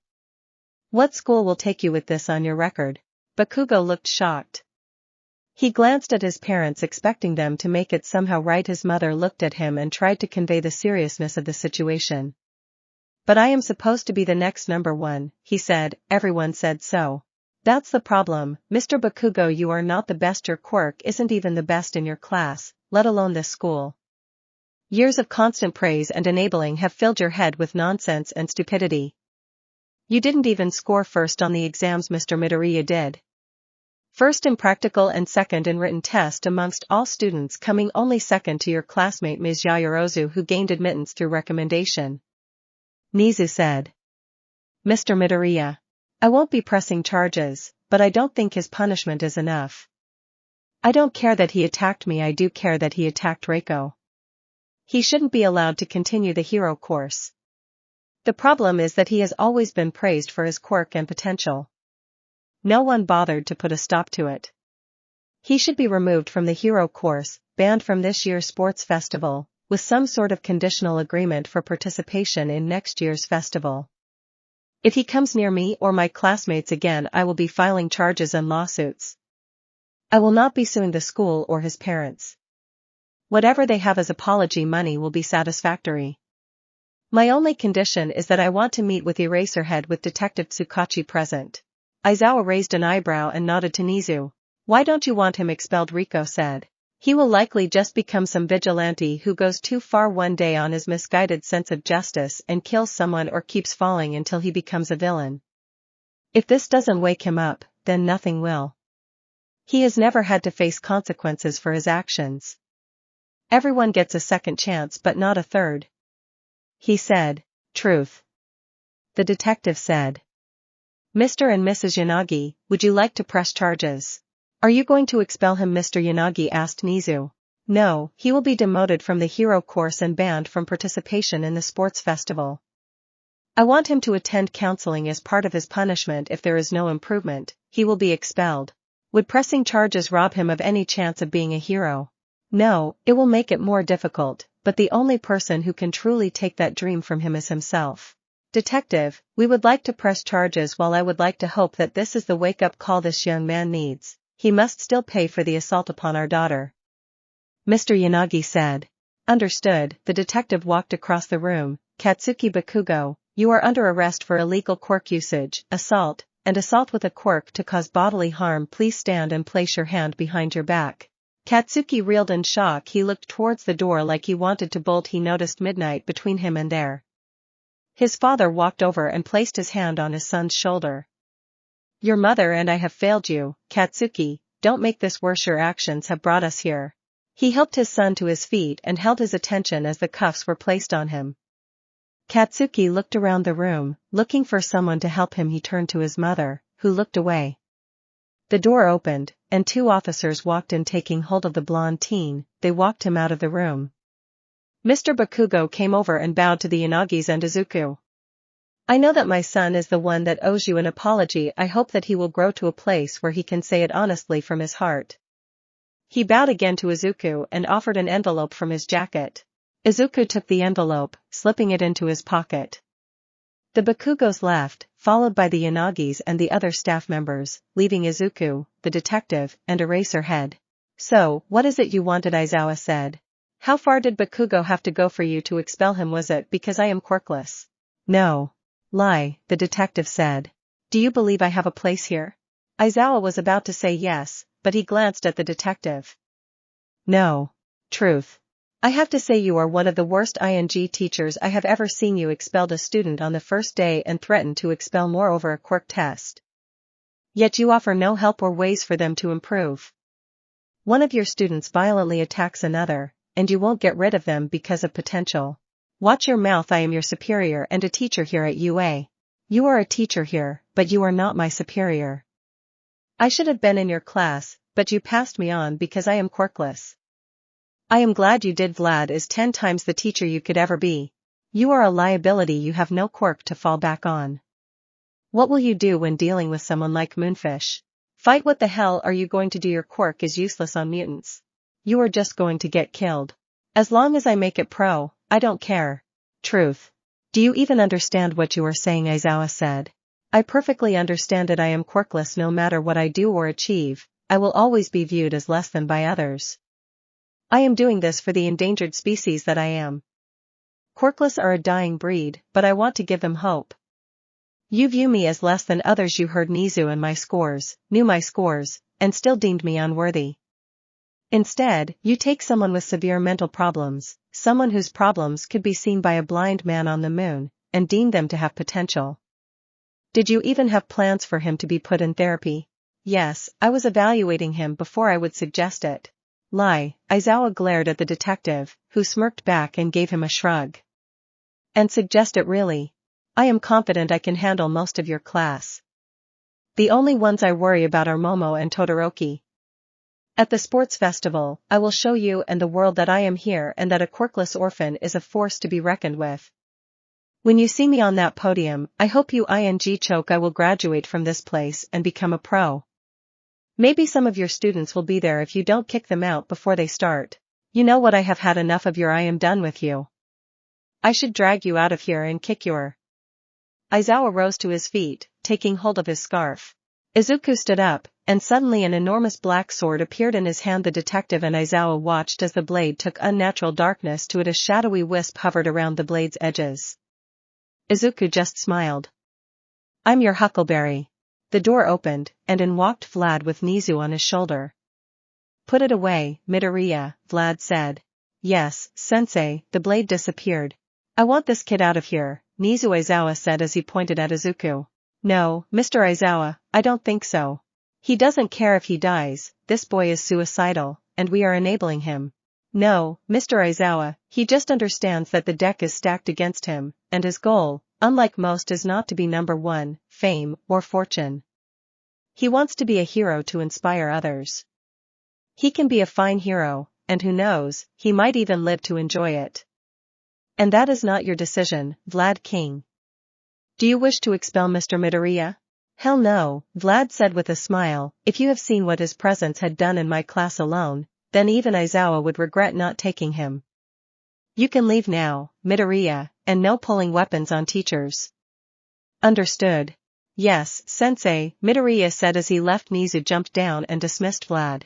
You should be careful of telling people they can't do something, Mr. Aizawa, Nezu said as he walked over to pour himself some tea. Someone once told me I would never be more than a disgusting freak destined to die in a lab.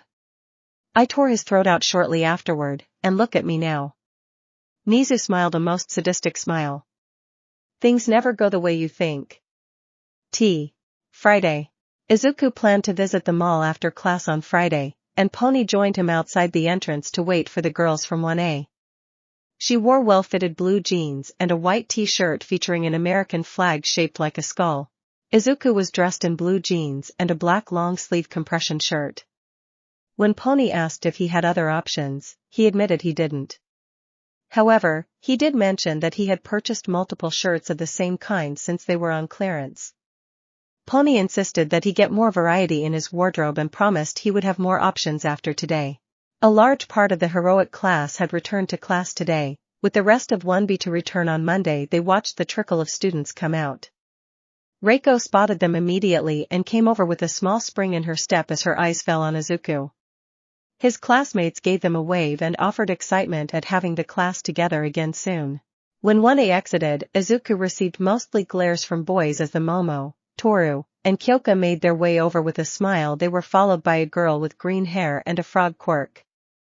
The girl walked over and bowed to the trio from 1B. I would like to apologize for my actions in the brawl Tuesday. My emotions got the better of me when I saw Mina get attacked. There is nothing to apologize for. I should apologize for slamming you into the table, Reiko said, returning the girl's bow. I hope this has not taken away any opportunity we may have of being friends. The other three bowed.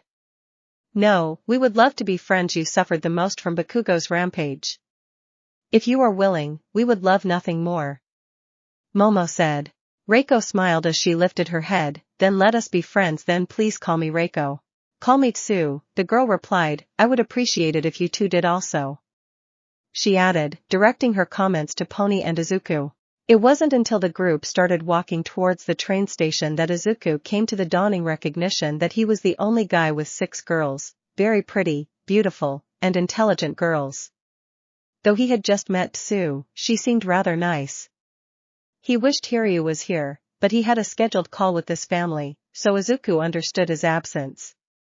He tried not to dwell on the group dynamic too much, but his brain became acutely aware as they crowded onto the train.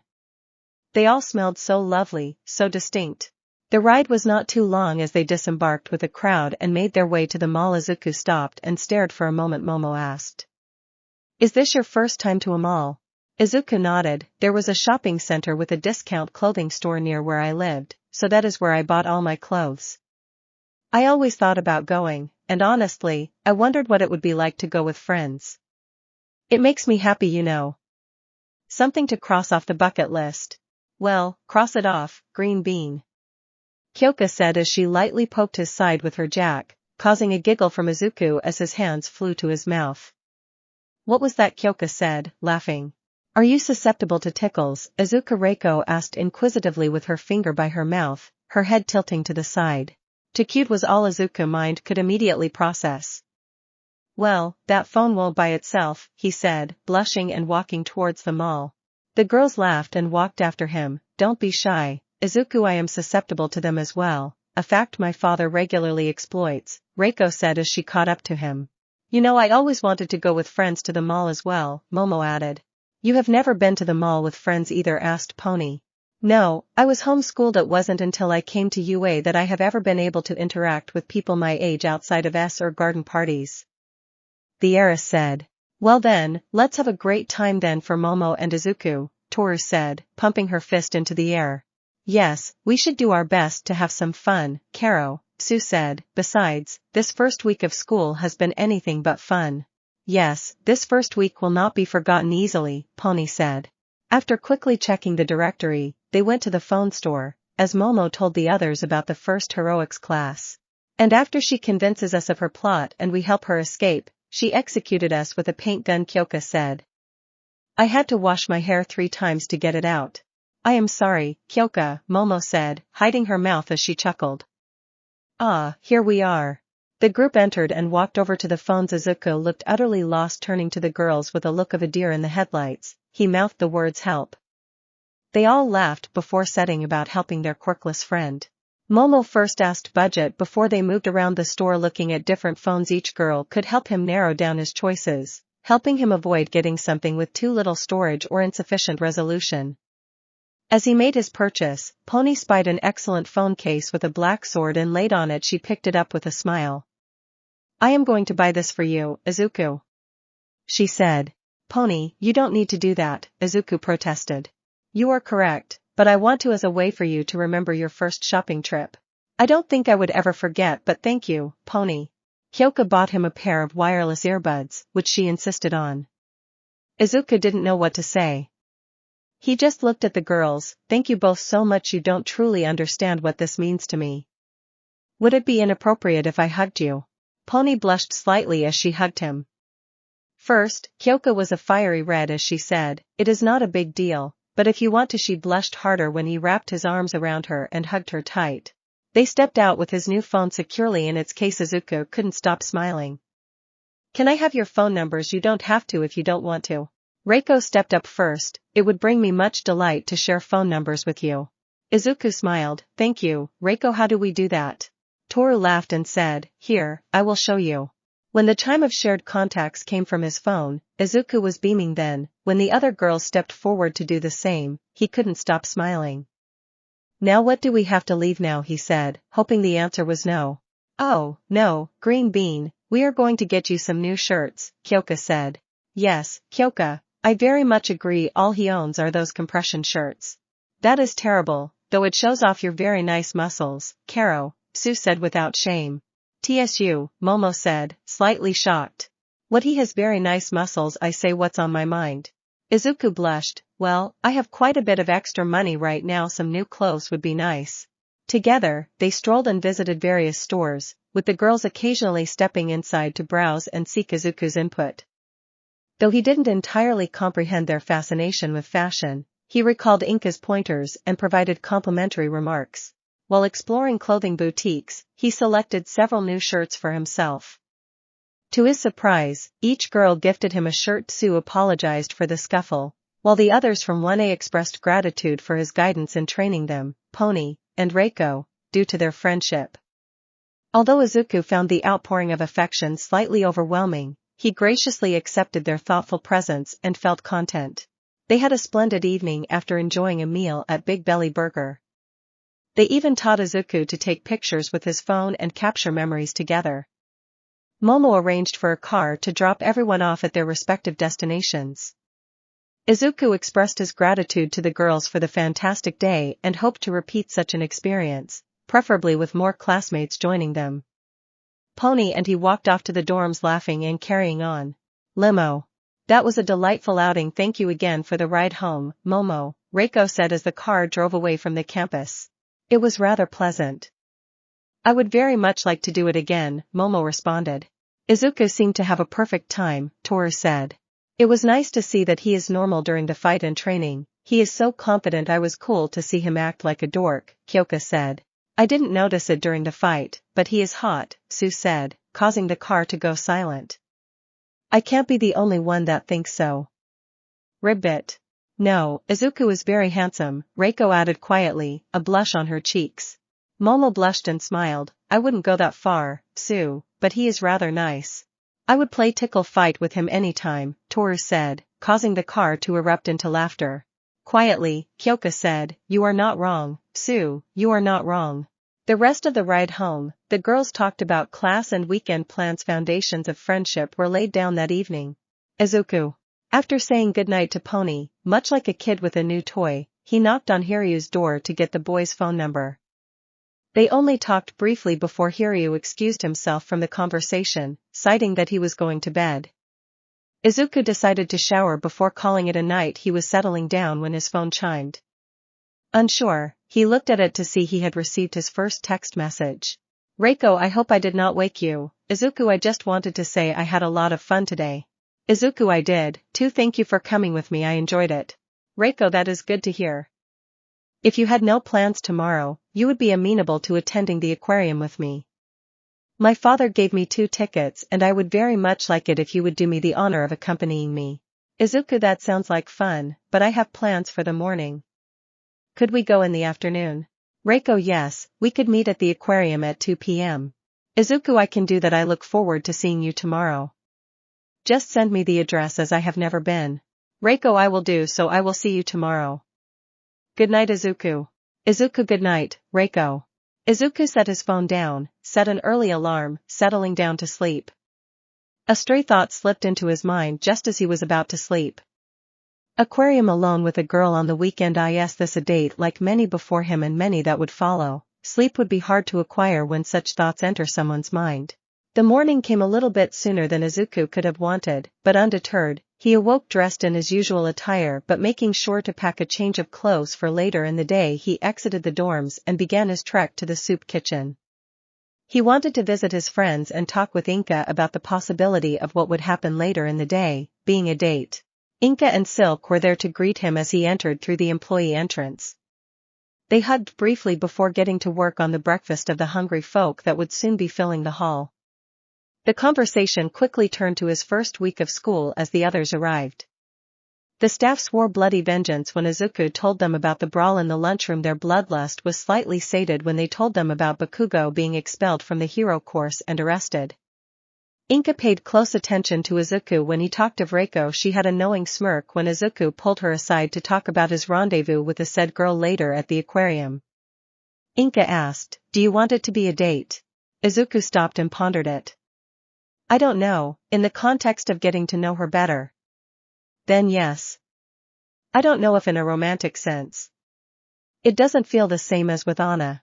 "That's good, and nothing ever will feel exactly like that again. If it does, then it isn't real. Also, it is perfectly okay for you not to know Izuku. Many lovely ladies surround you, and some are interested in you. They are probably trying to figure it out for themselves as well. Remember, the mystery of life isn't a problem to solve but a reality to experience. Enjoy the moment. How many moments are you guaranteed? Simply 2, birth and death, and we control neither. Then enjoy this one, my Izuku, but for the love of God, tell me you are not wearing that to this date," Inka said while motioning to his clothes. Izuku smiled. "No, I brought a change of clothes." Izuku enjoyed catching up with the other workers the rest of the morning, exchanging phone numbers, and taking pictures. He found that he enjoyed capturing memories, something he could revisit. When Ando came in, Izuku ran out to hug her and talk. She was excited to see him and hear about his first week. Not wanting to worry her, he gave her a sanitized version of events. The trained psychologist raised an eyebrow and stared him down till he gave most of the truth, leaving out his confrontation with Hound Dog and Mr. Aizawa. After the breakfast service ended and the staff cleaned up, Inka let him shower quickly and get ready for this date. She kissed his cheek after styling his hair and ensuring he was presentable. Advice. Silk stepped over to the boy. As soon as somebody falls in love, all the wits seem to dribble out the bottom of his head. Izuku laughed. "I will keep that in mind, Silk. Thanks, I guess." Izuku smiled and headed out the door, bound for the aquarium. Reiko Friday night. Reiko stepped out of the limo and entered her home. Her mother greeted her. The two women nodded to each other and immediately moved to the kitchen. Wordlessly they moved into a quick routine of preparing tea. Once the tea was brewing, Reiko quickly disappeared into her room, removing her uniform, and changing into an oversized shirt and shorts before returning to the kitchen as her mother set the cookies on the table and took her seat. Reiko took her seat. Both women were silent until tea was served. "How was your return to school?" her mother began.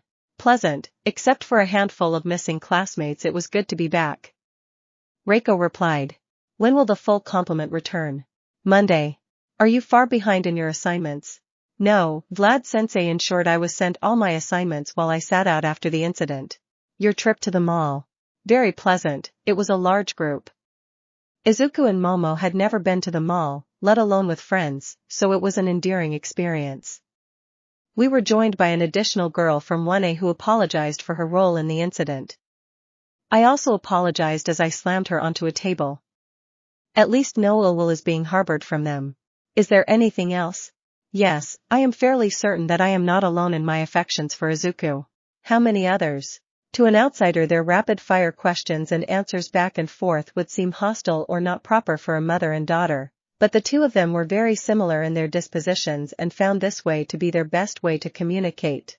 The new girl, Tsu is her name, quite openly complimented his muscles and called him hot. Toru agreed with the statement, and Momo stated that while finding him physically appealing, she would want to get to know him better.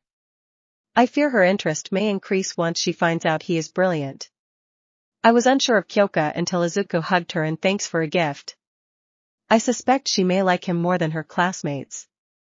I believe Pony is a fierce rival due to her proximity and friendly nature. He carried her from the gym to their dorms after they worked out. They were able to exchange friendly banter. Also, he has been teaching her Japanese for at least 2 weeks before starting school. How does this make you feel? Uncertain. Izuku made quite an impression during the practical exam. I find him most visually appealing, finding that not only did he make it into the heroic class but that he has done so while Quirkless raised him even higher in my mind. I understand the scars, they are troubling, but I feel I understand after reflection. He has managed to unite our class and offers to help others without motivation for personal gain. It is all rather inspiring with all that happened. I fear it can be a set of extraordinary circumstances fueling this crush. He appeared mysteriously at the exam to inflame your mind, only to disappear before you could find more. Upon starting class again, you find him appearing in your life, yet this time you find hardships and trials that he has faced to be there. He had a life of tragedy and discrimination, yet he made his way to the esteemed UA. The incident further reinforces the discrimination he has faced, increasing the fantasy. Exactly, mother, I am racked with unfamiliar thoughts. I am unfamiliar with these feelings. While there were a few boys I found attractive in school before, it was more of a passing fancy. After talking and learning more about them, it faded. Have you had a direct conversation with Izuku? Some, but not really. There were always others present, and we only had 1.5 days of class before the incident. Though he has a cell phone, the possibility of a conversation has increased. So, you have possible romantic rivals, but you are unsure you want to pursue Izuku romantically. That is correct. I am seeking counsel on how to proceed. Ask him out on a date. A date, but mother. A date is a way of getting to know someone better in an intimate setting. Once a physical attraction is established, a date is a way to see if a mental attraction can be established. Suppose you find something there that you wish to pursue further. 3 things will happen. You will find that you neither want to be friends nor pursue romantic involvement, which I find highly unlikely. 2. That the path of friendship is the best course. 3. That you are interested in more than a superficial manner and wish to pursue him romantically. That makes sense. But how do I go about that? I do not think I have built the confidence to ask him on a date. Then don't use the extra ticket excuse. He is a nice young man. He will accept first and may realize later the implications. Extra ticket. Oh, I have this extra ticket, and the person I would go with cancelled. Would you like to go with me? Her mother said in a fake sweet voice. Works almost every time. That is how I got your father to go on a date. Reiko raised an eyebrow. Where did you two go? Realizing she didn't know much about her parents' courtship, she had always thought that her father had relentlessly pursued her mother. We went to an aquarium, then I talked him into dinner, and at the end, I did a wall slam and claimed his lips for a minimum of 20 minutes, then went home. Mother, Reiko exclaimed, her face going red. I found your father attractive and was not about to let him go very easily. We may have a cool demeanor for the world, but our blood burns hotter than most. People will mistake our lack of emotion for a lack of passion. They are very wrong. I would like to take him to the aquarium. Good, then go tell him. Let him suggest a time, and I will buy the tickets. Reiko jumped off her seat and ran to her room. From the living room, a voice called out. Did you have to tell her about the wall slam? I did, and in fact, I want you in the room as soon as I am done buying these tickets for our daughter. Yes, dear. Date day. As Reiko got off the train, she felt a rush of butterflies in her stomach. She had been nervous all morning, especially about her choice of clothing. She sought her mother's advice and wore a navy blue blouse that complemented her pale skin and accentuated her waist, a black wide-brim hat, a simple silver chain, earrings, a black skirt, and matching heeled sandals. She hoped that her date would appreciate her outfit. During the journey, she indulged in daydreaming about what she wanted to happen on this date, but she knew she couldn't let her flights of fancy and hormones take over. Slamming a wall was out of the question. As she stepped off the mode of transportation, she felt hopeful that her expectations of him were accurate and that he would exceed them. She could feel her heart beating rapidly as she spotted him standing beneath the clock. He looked dashing in a fitted dark green button-down shirt, showcasing his toned physique with rolled sleeves revealing his muscled forearms. His black pants and shoes completed the look. Her cheeks reddened slightly as she noted that he had even styled his hair for their meeting, showing that he had put effort into it. He noticed her approaching, standing to greet her properly. She opened with the typical greeting of "Hello Izuku, I hope you were not waiting long." He replied with the standard, "No, I had only just arrived myself, Reiko. I must say that you look very pretty today." "Why, thank you, Izuku. I am pleased with your outfit as well. Shall we proceed to the aquarium?" "Of course," he responded, turning, and offering her his elbow shyly. Reiko took his arm and walked towards the aquarium. At first, the walk was silent, both did not know how to proceed, and Izuku remembered Inka's advice again. "Thank you for inviting me again, it was a nice surprise." Also, I get to cross another thing off my bucket list. Going to the aquarium with a friend. Izuku blushed some. Yes, let's go with that. Reiko smiled. I am glad I can do so for you. So, I take it this is your first time. Yes, always wanted to go, but you know, he said with a slight shrug. They walked arm in arm through the exhibits talking. Reiko would point out some things from previous visits that she had found fascinating.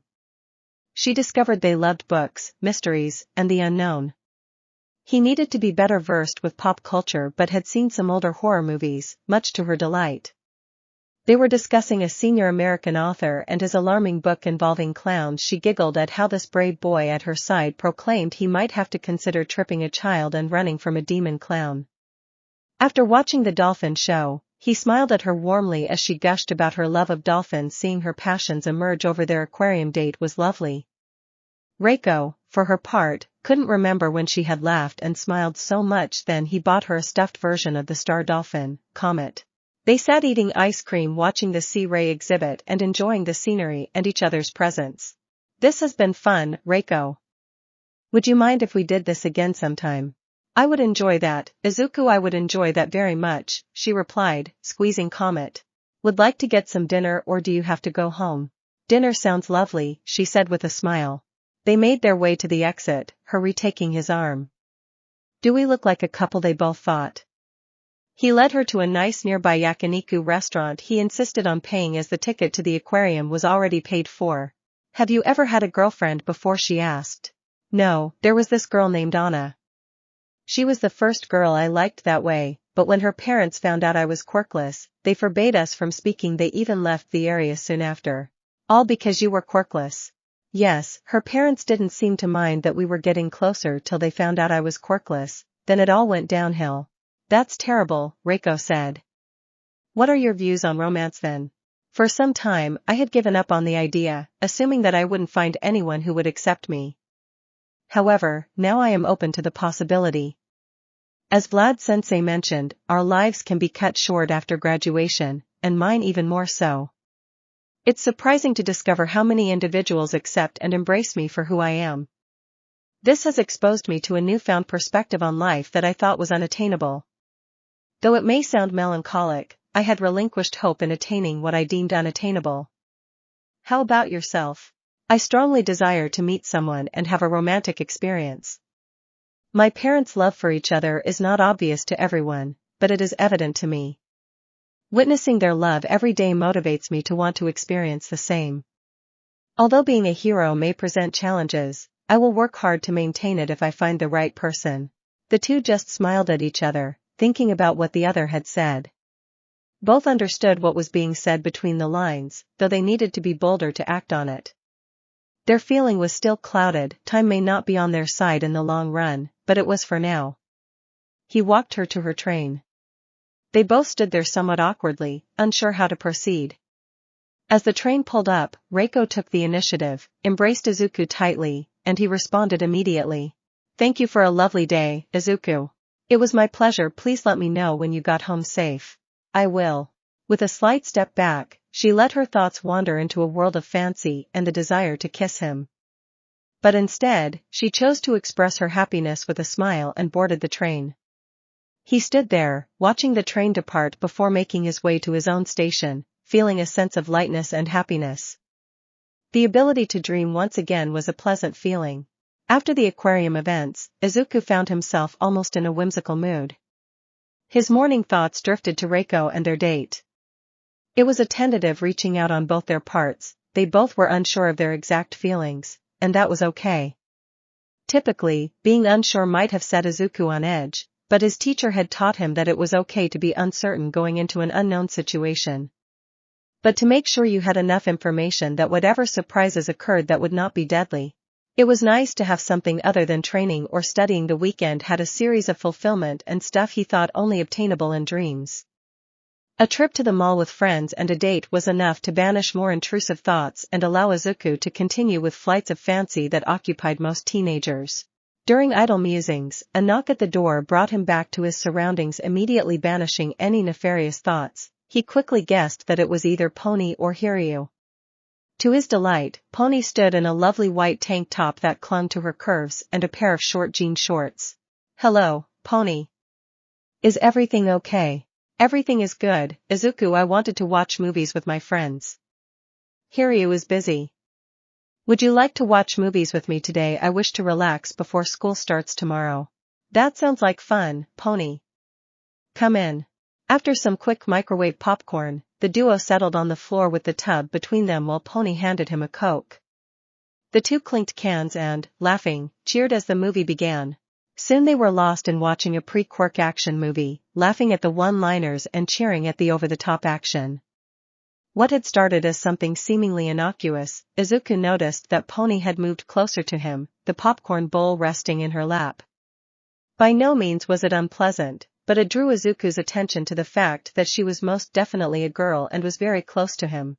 The real trouble was that every time he went to grab some popcorn or hazard a glance over, he was graced with a lovely view down the top of the American girl's tank top. He did his best not to look, but hormones are powerful and something no teenager could ever hope to master fully. Feeling a sense of relief and a sense of sadness as the movie ended, Izuku expected their snuggling to end when she got up and was bent over in front of him for what seemed like an inordinate amount of time. Izuku found himself actively ogling her backside along with her firm bare thighs. Blushing furiously, he tore his gaze away and looked over at the ground in an attempt to calm his beating heart and rampant blood flow. He was surprised but not disappointed when she returned to her previous position. When he looked over, he found her large blue eyes looking up at him, with a coy smile on her lips. He noticed that they had a shine. Was she wearing lipstick? Then the other side of his brain screamed at him that he was staring at her lips like a creep. Looking away, he managed, "Another movie?" "Yes, you know mind." "Of course not." As she faced the screen, a smile graced her lips. She couldn't help but notice his gaze lingering on her lips and chest. She had deliberately taken her time while changing the movie, and it seemed like her mother's advice from the previous night was paying off. It was time to move on to the next part of the plan, watching a horror movie. As the title screen came up on the screen, The Demon's Dance. Izuku froze slightly. He had heard something about this movie. It was the latest American horror masterpiece from Stephen Nolan. The American director has dominated cinema since his stunning debut, A Walk in the Rain. As the film started, the sun had begun setting, turning the room into shades of red and orange. Their attention though was commanded by the movie, and he didn't notice that Pony had grabbed his arm. Once he was aware, it was hard not to catch, especially when she squished into him, hiding her face. The softness pressed against him was short-circuiting his brain. He could see her peeking out only to let loose an eep before shutting her eyes tight as the movie ramped up. Izuku was becoming aware of the scent of wildflowers. Needless to say, it was intoxicating. Despite his best efforts to concentrate on the movie, Pony's actions were too distracting and caused him to constantly shift positions due to increased blood flow. When the film finally ended, he experienced relief and regret. As Pony glanced back at her, he held his arm tightly. He couldn't help but be captivated by her stunning blue eyes and could not look away. Despite his training, this was a situation that his mind and body had never prepared for or anticipated. He could only think of what Inka had told him about listening to his heart. His heart was screaming at him to kiss her. Unfortunately, his brain had checked itself into witness relocation and could not offer a counter-argument. When she closed her eyes and leaned slightly forward, her head tilted upward, all sense of reason or counter-arguments that may have existed died. They leaned towards each other, lightly and slowly, their lips mere millimeters apart, when there was a knock at the door, shattering the spell. He wondered if something could be a godsend and a curse as he got up to answer the door. Pony wanted to blast whoever was on the other side of the door, though she firmly expected it to be Hiryu due to the day and time. She was still right there. Silently she cursed whatever entity had disrupted her. Sure enough, it was Hiryu coming to visit with her chance stolen. She just settled into hanging out with them and letting the day pass. When she went to leave, she lingered, allowing Hiryu to exit his room, leaving them alone again. "Izuku Midoriya," she said. He turned to answer, only for her to lean up and seize her moment, refusing to allow it to be stolen again. When she felt him melt into her, she knew she had made the right decision, and stepping back, she smiled. "I do not care what others will say, but know that I have an attraction to you." With that, she turned and walked down the hall to her room. His heart was pounding, and the smell of wildflowers lingered. Confusion was the game's name for the rest of the night. He had kissed Pony, he was sure of that. He had gone on a date with Reiko and had wanted to kiss her afterward as correctly, but he had failed to act. He grabbed his hair in frustration and turned to the internet for answers. He would regret that decision like many before and after. Monday morning. Izuku rose early and went to the gym to meet Kyoka, Toru, and Momo. Curiously, he noticed that Kyoka was wearing light makeup, which he had never seen her do before. Her lips were a shade of purple with matching eyeshadow that played with her hair color. She seemed to be blushing today while Momo whispered things in her ear. His brain was not ready for this sudden awakening of women and their forms, it just wasn't. He also had to question when they emerged in new workout clothes that seemed to scream that they were, in fact, girls. Momo and Toru had decided to focus on muscle building, which had them concentrating on the machines, leaving him and Kyoka to work on exercises and techniques to increase her quirk test results. Why this necessitated him standing near her for some form of adjustment would have never bothered him, but after this weekend, he found it was doing just that. The casual way she moved, or the curves of her frame, was enough to make him explode. The occasional blush he would catch on her cheeks caused his own to rise. The looks and giggles he would hear from the workout equipment would not help either. As they were wrapping things up, Kyoka stopped him. Izuku, I just wanted to say thank you, and I know it might be silly, but if you ever wanted to learn how to play an instrument or something, I would happily teach you. You can play. Yeah, I love music. For a while, I was going to be a musician before I decided to be a hero, but I still love music. I know that you are pretty smart and stuff, so I can't help you study, but I wanted to find a way to thank you and maybe teach you something in return, you know. She said all this while absently twirling a jack around her finger. To destroy is easier than to create, Izuku said. All my life, I have been taught that I think it would be nice to learn something I can use to create. Is that a quote? The first part, yes, Ivan Klima. He said, I would like you to teach me how to play an instrument. Could you teach me the guitar? Her smile almost exploded. Yeah, I am pretty good with a guitar. It was one of the first things I learned to play. Maybe you want to come to my house this weekend, and we can get started. That sounds amazing, he responded with his smile. Great, she said, jumping back, I will text you my address, and we can set up a time, she called as she turned and bolted for the locker room. Izuku just smiled and went to get ready for class. 1B. The class was whole again as the last of their suspended classmates filled in the smiles of the rest.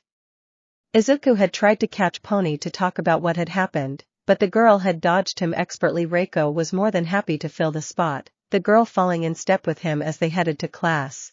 It was a comfortable feeling for Izuku to see everyone together again. As he was telling Setsuna of his trip to the mall, the girl was upset that she wasn't invited, making him promise that he would do so next time. But when she found out he now had a cell phone, it was all forgiven as long as he shared his number with her so they could text. It was fun as others came over to share their numbers with him. As his contact list grew, he walked over to Toguro as he was the last person in class for whom Izuku did not have his contact information. Toguro glared at Izuku for a second before he shared his contact information. Don't bother me with stupid, I just want your number to remind you who number one is.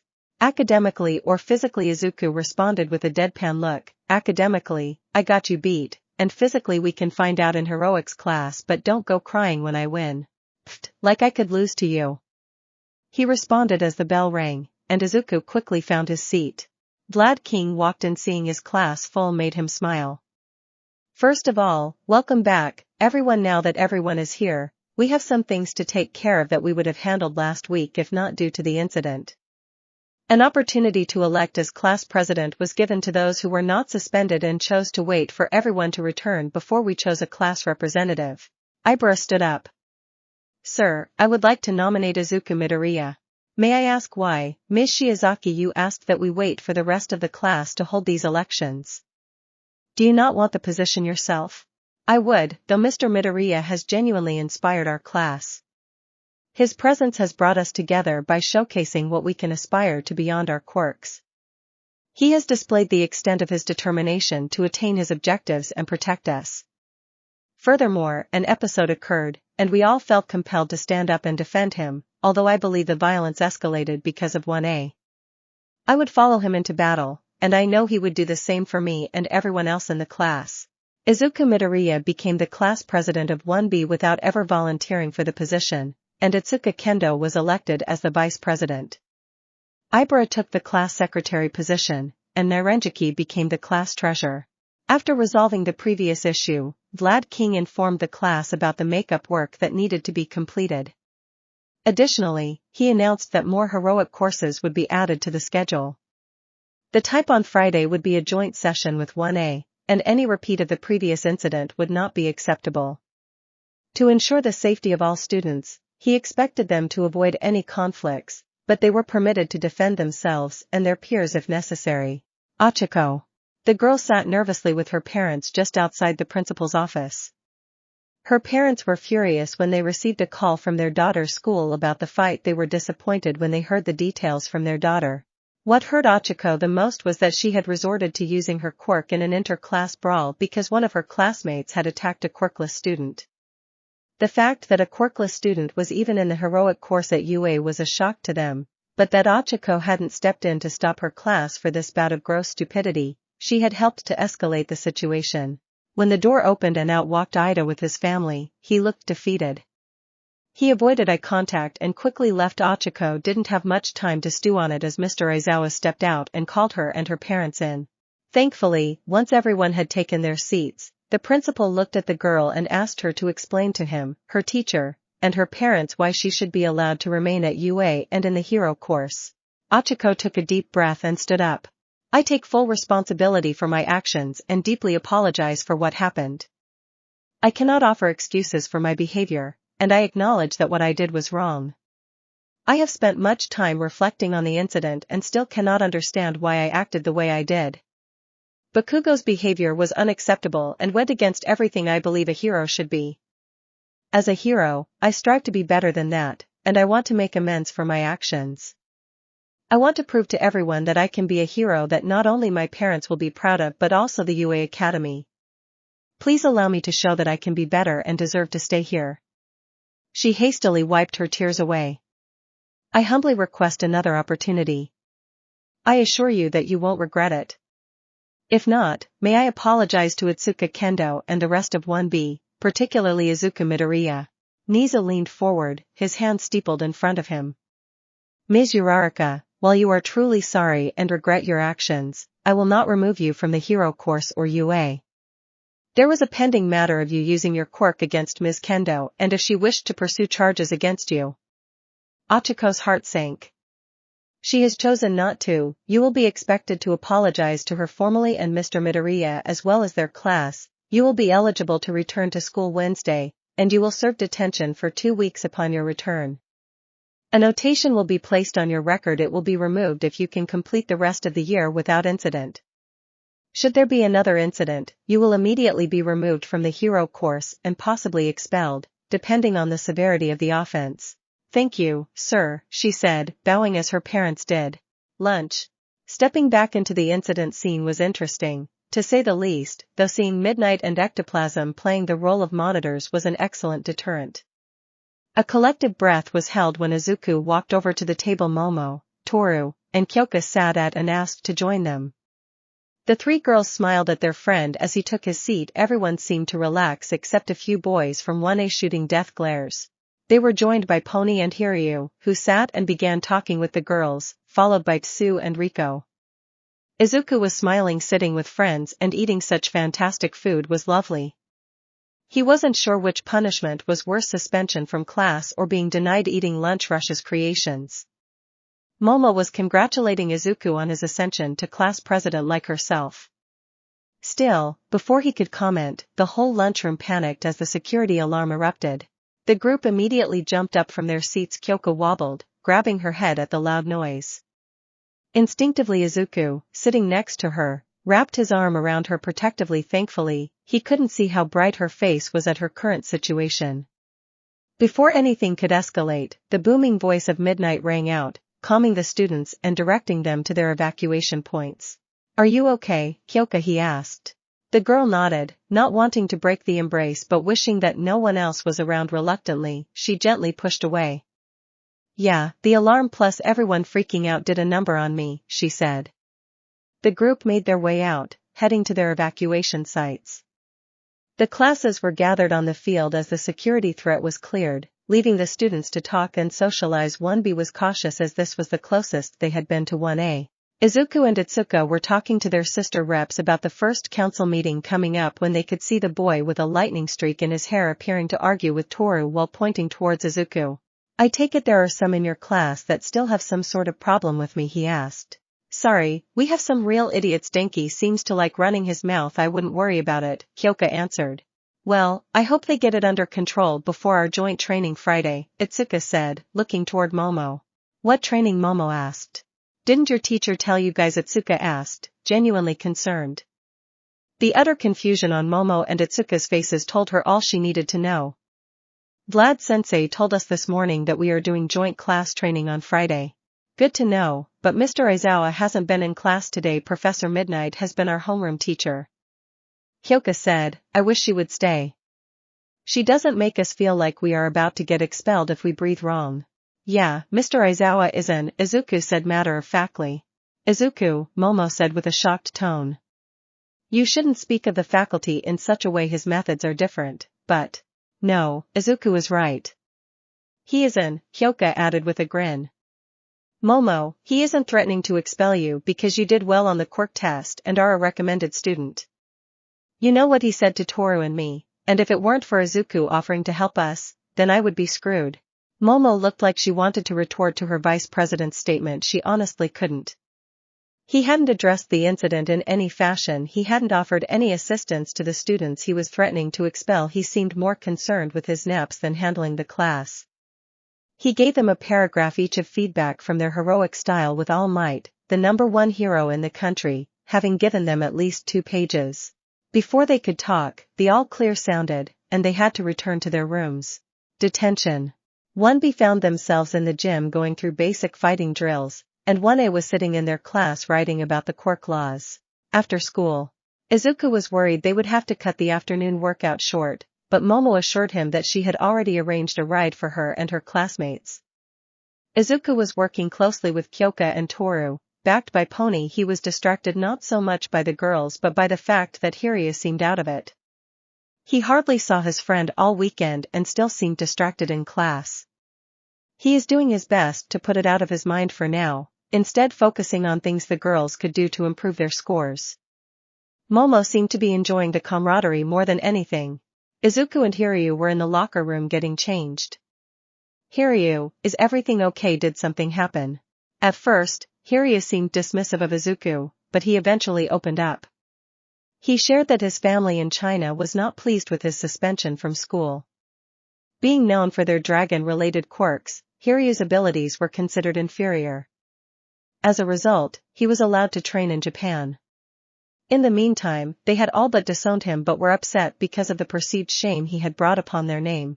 The situation took aback Izuku. Throughout his life, he had been mocked for not having a quirk. He had witnessed others being mistreated for having weaker quirks, but Hiryu's quirk was neither inadequate nor non-existent.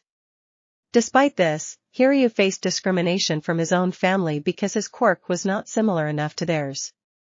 His friend was suffering for actions he had taken while protecting him. Discipline from the school was one thing, but he had never considered the backlash his friends or classmates would receive from their families. As he didn't have a family, he didn't believe it. I wish I knew what to say, Hiryu, to think they would toss you aside because your quirk doesn't measure up to their standard and not see it for how awesome it is, Izuku said. It made me question many things, to be honest. It hurt, it still hurts, but that is part of the reason I am here. To show them how great of a hero I can be, and when I do, and they ask me to come back, I will tell them no. I want to become my own man, my own hero. It was just having to listen to their lectures and talk about not what happened or why I did what I did but how this could reflect on the family name in China. Hiryu said, fire returning to his voice. I will jump into that fight again if given a chance, Izuku, and I will jump in the next one. You are a friend. Not because of my family name but because of me. I will always cherish that. Sorry if my mood made you worry. It's fine, you have a lot going on. Thank you for sharing with me. I promise that together with the others, we will change everything. Izuku said, matching Hiryu's fire. The two boys laughed and fist bumped before finishing changing. When they came out, Pony looked at them and smiled. Feeling better, Hiryu, she said. Yes, I am. Thank you, Pony. With that, the group split, with 1A heading to the gates and 1B heading to their on-campus dorms. The 1B trio decided to eat and study together to work on getting caught up for the classes they missed. With Hiryu there, it kept any uneasy tension from the kiss the night before when they left Izuku's room. He wondered if she would stay behind again. He was grappling with wanting her too, but wanting to understand what was happening. She had told him she was attracted to him. He found her quite pretty and physically attractive as well. She answered part of the question as she exited before Hiryu told Izuku goodnight as he went to the room. Hiryu followed only a short time after, leaving Izuku alone. His phone lit up a few moments later, and it was Reiko texting about a homework question. The conversation seemed relatively short before it had turned into them just talking about different things. He was amazed at how fast she could type her responses and was still getting used to the digital keyboard. They didn't talk long, but it was pleasant. When the conversation ended, he decided to listen to music as he studied some more, plugging in Kyoka's headphones. Before he drifted to sleep, he briefly considered if going to a girl's house to learn guitar was some date. Nah. Ajiro Kurishima. Mina had just exited the room crying. She told him she wasn't expelled before her parents, who looked furious, escorted her out the door. Ajiro sat there with his mother and father, waiting for their turn. Ajiro had been annoyed since the incident. No one had heard from Bakugo, as no one could get his number. He didn't have anyone's number besides Mina, but that was because they went to middle school together. He had heard from Mina, who had Toru's number, about the class elections, the other people talking some. It was when he heard that apparently Momo, Toru, and Kyoka had not only had lunch with that mother or Izuku today, but they had also gone to the mall with that loser on Friday. Then to top off the sandwich, he found out they were working out with that even after the whole lunchroom fight. The more he thought about it, the more annoyed he became. The whole class didn't care that Bakugo had been goaded into the fight and was being made to look like the bad guy. And the fact that somehow the one responsible for it all was back in class hitting on the girls in his class was making him fume. But it would all be okay. He would get back into class, Bakugo would serve his suspension, and then it would all be gravy. Izuku Midoriya, he would get him sooner or later, especially after the heat died. Ajiro parents were at him even after he explained they didn't understand. Why couldn't they figure it out? They were supposed to be wise, his mother a doctor, and his father an engineer. Yet here they were madder at him than the injustice that had been done. They had even grounded him for 3 months. Doing his best not to let his anger and frustration show, though failing miserably, he and his parents were invited into the office where the principal and his home teacher sat waiting. After offering tea, they sat down while the incident was played, including audio from the start of the fight to shortly after he interfered. Like a man should, he thought. His other immediate thought was that they had to have edited the video in some fashion. There was something that Punk had to do to off Bakugo like that. Was there a previous interaction between Mr. Bakugo or Mr. Midoriya? His father asked. None on school grounds, and as Mr. Midoriya has been living in the dorms since his admittance, we can say that there was no interaction between the two in a minimum of a month and a half. Also, according to testimony from Mr. Bakugo and Mr. Midoriya, they had not crossed paths since they were 6 years old. The president responded. Now, as you can see here, he continued rewinding the holo projection and zooming in on Ajiro. You can see that your son activated his quirk before entering the fight and struck Mr. Midoriya while asking him to calm down. Not the most tactically sound course of action to de-escalate a fight. Is it true that Mr. Midoriya is quirkless? His mother asked. Yes, ma'am, he is, but he scored the highest on the entry exam despite that. Isn't that right, Mr. Aizawa? That is correct. The man answered. Has anyone else been expelled? His mother inquired. Not yet, Mr. Aizawa said, looking at the emotions on Ajiro's face. Mr. Bakugo has been removed from the hero course and is facing legal ramifications due to his actions. Mr. Midoriya has agreed not to press charges against your son and informed you that he will not pursue legal action, citing that whatever you deem fit for an apology will satisfy him. The problem I see in front of us is that your son feels that he was in the right and that his actions were just. I would completely agree if he had stepped in, not assaulted Mr. Midoriya, and pulled him back. But his actions caused a cascading effect that led to many bad decisions being made by students on their second day. Now Mr. Kurashima, would you care to say anything? Ajiro was hot-headed and not the sharpest tool in the shed, but he understood his predicament. His teacher had just told him that Bakugo was out of the hero course and facing legal trouble according to the principal. There was a possibility that while nothing had happened recently, obviously Midoriya had done something to Bakugo in the past, causing the blood feud. While his mind began to create wild speculations to justify Bakugo's actions and that this event made Bakugo so prickly. If he didn't say the right thing, he would be kicked out of the hero course and never get the chance to expose that for the piece of he was and get Bakugo back into the hero course. Flights of fantasy are genuinely a wonderful thing. The mental gymnastics being performed to justify his actions would have won a gold medal if such a thing was possible. Seeing everything before me, I can see that I handled the situation wrong. I acted before I thought and should have made a different call. While Bakugo should not have attacked that girl, the reaction of Midoriya and his level of violence spurred me to act hastily and without forethought. I am at your mercy to allow me to continue here at UA and in the hero course. Please give me another chance to correct the wrongs that day. Mr. Kurashima, very well put, Nezu said, leaning forward in his seat. We will grant your wish. You will serve your 2 weeks of detention upon your return tomorrow. Should there be any incident with Mr. Midoriya, you will be expelled. You are to deliver a full apology to Mr. Midoriya by the end of day tomorrow. Yes, sir, he responded.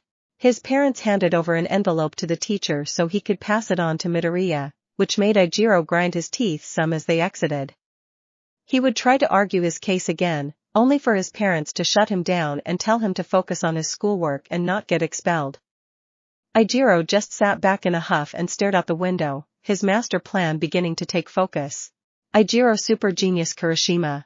Hatch your master plan now. Surely you can see that the path to victory is forever close to you. Should you surrender, I shall grant thee mercy and record your valiant battles in the annals of history as those who almost defeated me. Izuku looked at his hand and into the confident eyes of his opponent, his actual opponent. Set, Pony, and Itsuka were not a threat. They were no longer an obstacle on his path to victory. They had too many cards left. It was down to him, and Reiko, her declaration of Uno, had laid the pressure at his feet. He knew he was the only one that could hold off the fierce warrior in her pursuit of victory. With a sly smile that made his opponent's lip tremble, wild card draw 4 color green. You fiend, how could you? Easily, my dear, Uno. Of course, they both lost as Itsuka went on a run, leaving the 2 stoic combatants hanging their heads in defeat while Itsuka smiled. There is nothing better than snatching victory from those who are so confident in their victory. The group shared a laugh as the rest of the tables finished their rounds in the Class 1B tournament to crown the Grand Uno Championship. Detention was an exciting affair. In the end, Kanoko stood victorious, holding her plastic trophy over her fallen opponents. It's always the quiet ones, Set commented. And the Spanish Inquisition, Izuku added. No one expects the Spanish Inquisition. Reiko and Pony added, looking at each other in surprise. Which immediately sparked the two talking furiously about the brilliance of Monty Python. The 2 girls shifted their attention to Izuku as he filled out a form that Vlad Sensei had brought. What you go there, Greenie Set said, peering over his shoulder. Her voice temptively whispered in his ear. He stiffened slightly and blushed, which was a victory for Set. I am filling out a club form. You're joining a club? Reiko asked, her focus now totally on what Izuku was doing. Trying to start one, he replied. I want it to be a culture club where students gather to share movies, music, and books. Then we talk about it and share out thoughts. That sounds like fun, Set said. I was expecting you to do some sort of fight club. The first rule of Fight Club, Izuku said in a mock-serious tone. To everyone's surprise, it was Kanoko who responded. You do not talk about Fight Club. Everyone was in shock. The Grand Uno champion shrugged and smiled. What, my grandpa loves that movie. Izuku laughed, yeah, which is my plan for a club. I need to get some initial signatures and find a teacher to be our advisor. But you're right, Set. I did look into a combat club, but I have spent my whole life fighting and learning to fight. It's not as if the school will keep teaching us, and recently, I have been exposed to a whole different part of life, and I want to try to enjoy it as much as I can. So, you're creating a club, she replied. Exactly, if any of you are interested, let me know, he said with a smile. Pony and Reiko blushed as if he was talking about them. Little did they know he was. Reiko immediately floated a pen over to herself and signed up, followed by Pony. Set sat there thinking about it and also decided to sign her name. She looked over at Itsuka. What, you must admit that sounds like fun except for the reading part. I get to hang out and call it club activities. You going to sign up? I don't know. I will think about it. It does sound like something fun to look forward to after the crap sandwich of the first week, and who knows how the rest of it will go. After class, as the workout group was stretching and loosening up, Izuku mentioned the club to his friends from 1A. Kyoka practically yelled yes, much to her embarrassment. Toru thought it sounded like fun, and even Momo said she would consider it. Today Kyoka and Toru were working with Izuku on the quirk tests. Because their quirks didn't naturally give them an advantage in most trials, they focused on technique and tests. Momo and Pony were working on their hand-to-hand combat under the watchful eye of Hiryu, who was walking them through some of his family's martial arts techniques. The entire group decided to end the exercise with a run, which was definitely in Pony's favor. They agreed that they would focus all their remaining sessions and just the quirk assessment testing to improve the girls' score. Toru and Kyoka were nervous but found hope in seeing that they had already improved. Kyoka was finding it hard to concentrate as the proximity was proving distracting. Izuku was struggling, having to be pressed up close to both girls to adjust forms. The next day when class started, Vlad Sensei called the course to attention before he turned to the door and called for someone to enter. The class watched as the girl who had attacked Tetsu and thrown acid at Midoriya entered, followed by the girl who smacked Itsuka. The second girl stepped forward and bowed deeply. I am Achiko Uraraka, and I want to apologize to the entire class for my actions in the lunchroom, especially to you, Itsuka Kendo. I had no right to smack you. I don't even know why I did it. I was embarrassed and humiliated for my actions during that day.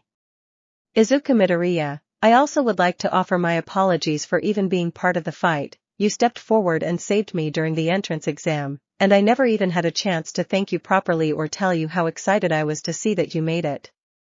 I humbly ask for everyone's forgiveness and the opportunity to show you the type of person I am and the hero I hope to be one day. The pink girl stepped forward, fighting back tears, and bowed profoundly. I am Mina Ishido, and I am just an idiot. I should have stopped Ajiro from doing anything after the fight started. Instead, I jumped on Testatisu's back like an idiot and fired off my acid at you, Izuku Midoriya. I reacted instead of acting properly and how a student at UA should. I have no words to justify my actions. All I can do is beg for your forgiveness. She sank to her knees and bowed her head to the ground. The class turned and looked at the affected students. Itsuka got up first, followed by Tetsu. Itsuka walked over to Achiko. I forgive you, we all could have handled that day better, me included. I don't know you, but as a class member has said before, everyone deserves a second chance but not a third. Tetsu walked over and knelt before Mina. Hey, it's okay, I am guessing that dude is your friend, and you were just reacting. I get it. But try to see what's happening before jumping in next time. Your friend was in the wrong in a big way. You seem like a good person. Do better, alright. Mina looked at him gratefully as she wiped a stray tear, Achiko doing the same to Itsuka. They both stepped aside and up walked Izuku. Stand up, please, he said to Mina, who almost reluctantly did so. Achiko, you have nothing to seek forgiveness from me for, Itsuka forgave you, and that is who needed to do it. I want to get to know you better, and I hope we can put all this behind us and maybe be friends. I am glad you also made it, and I wish our reunion would have been under different circumstances. Achiko managed a smile and nodded her head. I would like that too. Mina, you threw acid at me that melted a table. Do you even realize the damage you could have caused had I not ducked out of the way? I don't know you either, but Toru speaks highly about you, and I can see the contrition on your face and the emotion in your words. I will give you a second chance. I am so sorry, Midoriya, I promise you won't regret it. She said. The two offered their apologies to the class again as they made their exit. Next in walked Ajiro. He stood at the front of the class and bowed, sorry for escalating an incident that should not have grown to the proportions that it did. I was dumb and not thinking. I ask for your forgiveness and the opportunity to put right what went wrong that day and to ensure we can all work together to better our future as pro-heroes. Sorry for attacking you, Midoriya. Izuku looked at Ajiro and could see the false sincerity. He didn't apologize for his role, and Izuku was sure that Ajiro still supported Bakugo's actions. With a shrug, Izuku responded, that works for me. As much as he wanted to put the whole thing behind him, he knew it wasn't over yet. With those out of the way, they continued with their day. Izuku devoured his lunch before stepping away to try and meet with a few teachers about sponsoring the new club he was looking to form. It was on his way that he bumped into Ida, who asked if they could meet after detention. Izuku sensed not malicious intent, agreed to head to the faculty area. Thankfully he managed to find Midnight, who had been his counselor since the incident in the infirmary, being to avoid an encounter with Aizawa as the man was asleep was in both parties' interests. Professor Midnight sat, listened to his proposal, and looked over his application, a slight grin on her face. UA had some clubs, but most students didn't look for them. They mainly consisted of future leaders and other such things, or clubs that solely seemed to focus on quirks. On the other hand, this one focused on culture and experiencing new things with other students. In her opinion, everyone has a passion or something they had a fandom for, and sharing those with others wasn't done enough. Midnight was pleasantly surprised that Izuku was attempting to form the club, as his attention had been focused on fighting and surviving due to their conversations. But something had changed after what had been described to her as a friend's trip to the mall. She would make sure to ask more in their next session. I will be your group's advisor, she said, looking at the hopeful teen. Everything must also be submitted to me, and I will provide things for the group to look at and read. All groups must do some school service and will also have to host and run a booth during the culture festival and submit something for the festival. I will file this and notify you when I have a room assignment. She took the papers and sent Izuku on his way. It was the class after lunch that had them all excited. It was their heroics, and it was their first class with All Might. After hearing from Ibra and Manga about their missed lesson, all the other students were excited to get into it. True to form, the number one hero entered with a booming voice and dressed to impress in his Silver Age costume, revealing the metal cases that held their hero costumes and calling for them to get to the training ground Delta. The class did their best to contain their excitement as they grabbed the cases and headed off. With the course already aware and having dealt with the issue of Izuku's scars, it wasn't such an ordeal this time, and they were able to get changed quickly. Izuku dressed with a slight melancholic look in his eyes. The costume resembled an ensemble that his master once had. Izuku stood in black armored and reinforced pants, a matching titanium weave compression shirt, and a dark green leather armored vest. The cloak was a matching dark green with a hood. The cover was armored and reinforced to protect it from fire, bullets, knives, and other bladed weapons. He left the respirator hanging around his neck, securing a staff of what appeared to be black walnut with a twisted knob at one end and a sharpened blade at the other. Izuku felt his hand linger on his former master's favorite weapon. A few hidden blades and some not so secret, then he outstretched his hand, and the black sword appeared securing it. He made his way out of the locker room. All other costumes canon.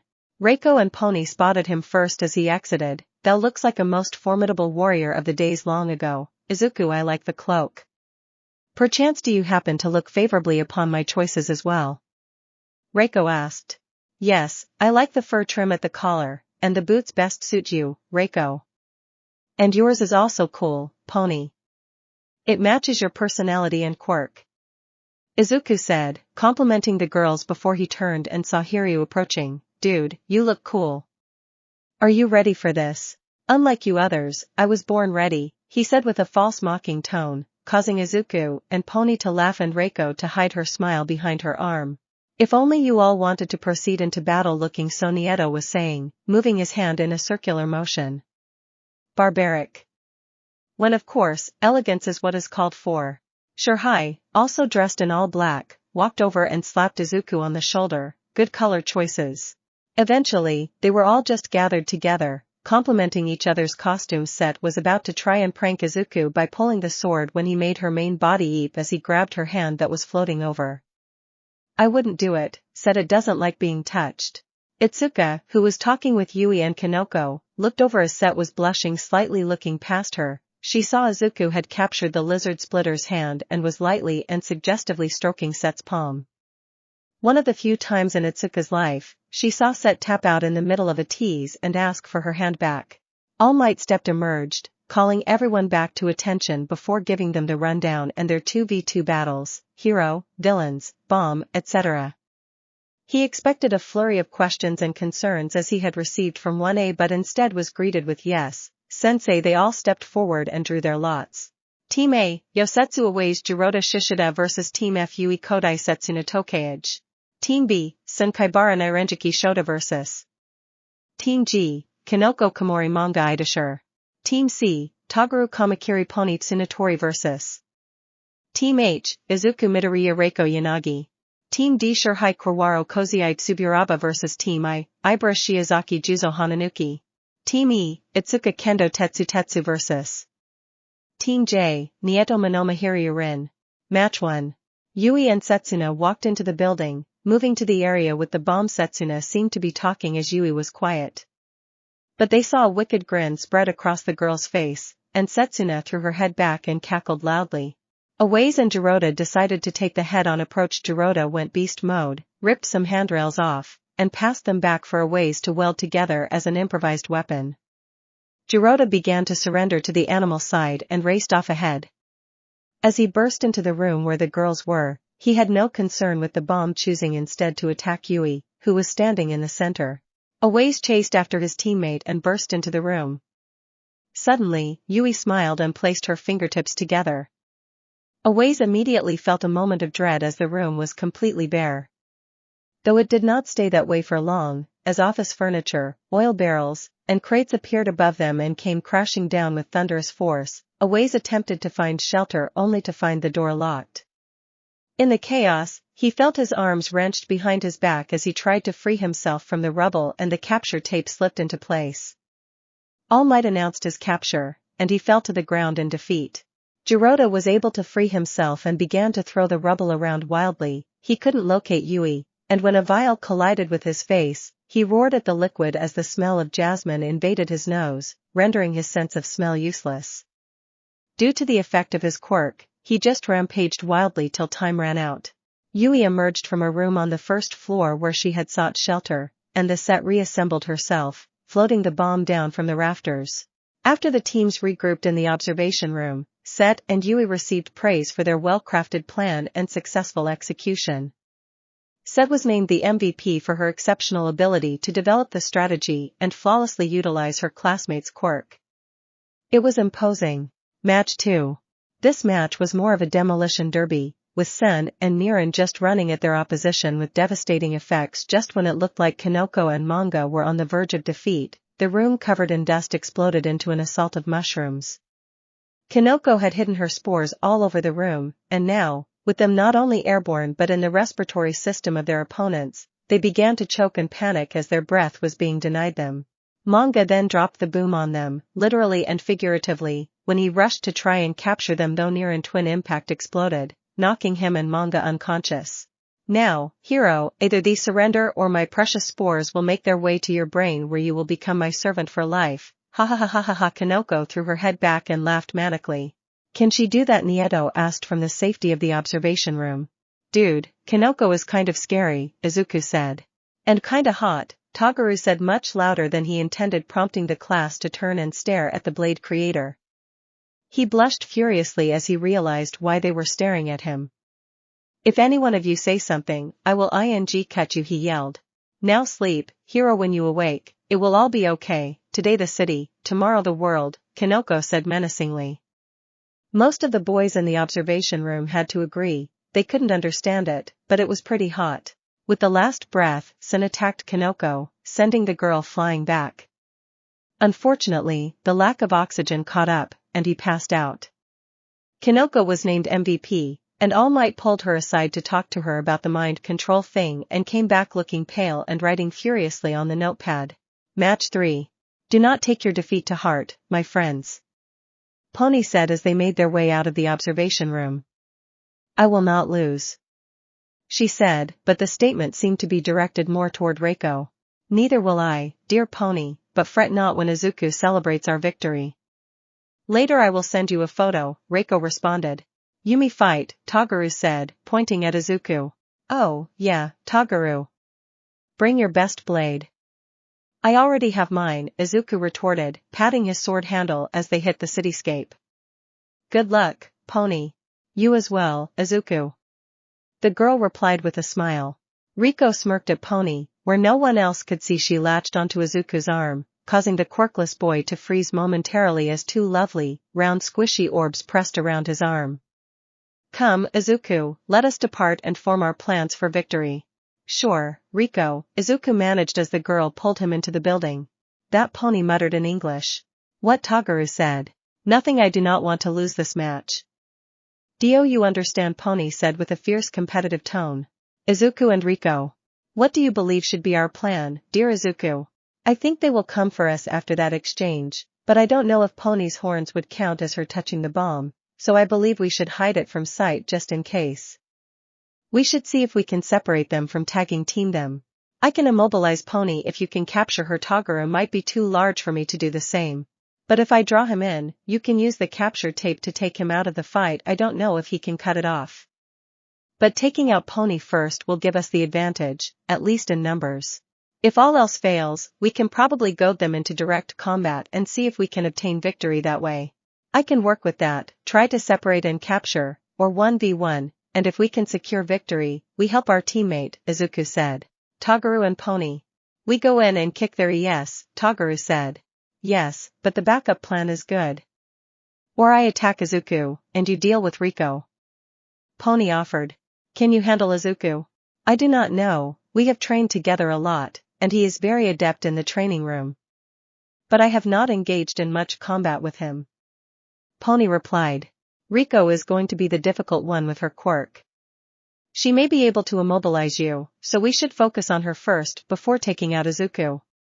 I can beat him, so we don't have to worry, he said confidently. When the buzzer sounded, Toguru made their entrance, being careful to avoid ambush. Reiko and Izuku would launch range attacks from around corners, thanks to Reiko's quirk.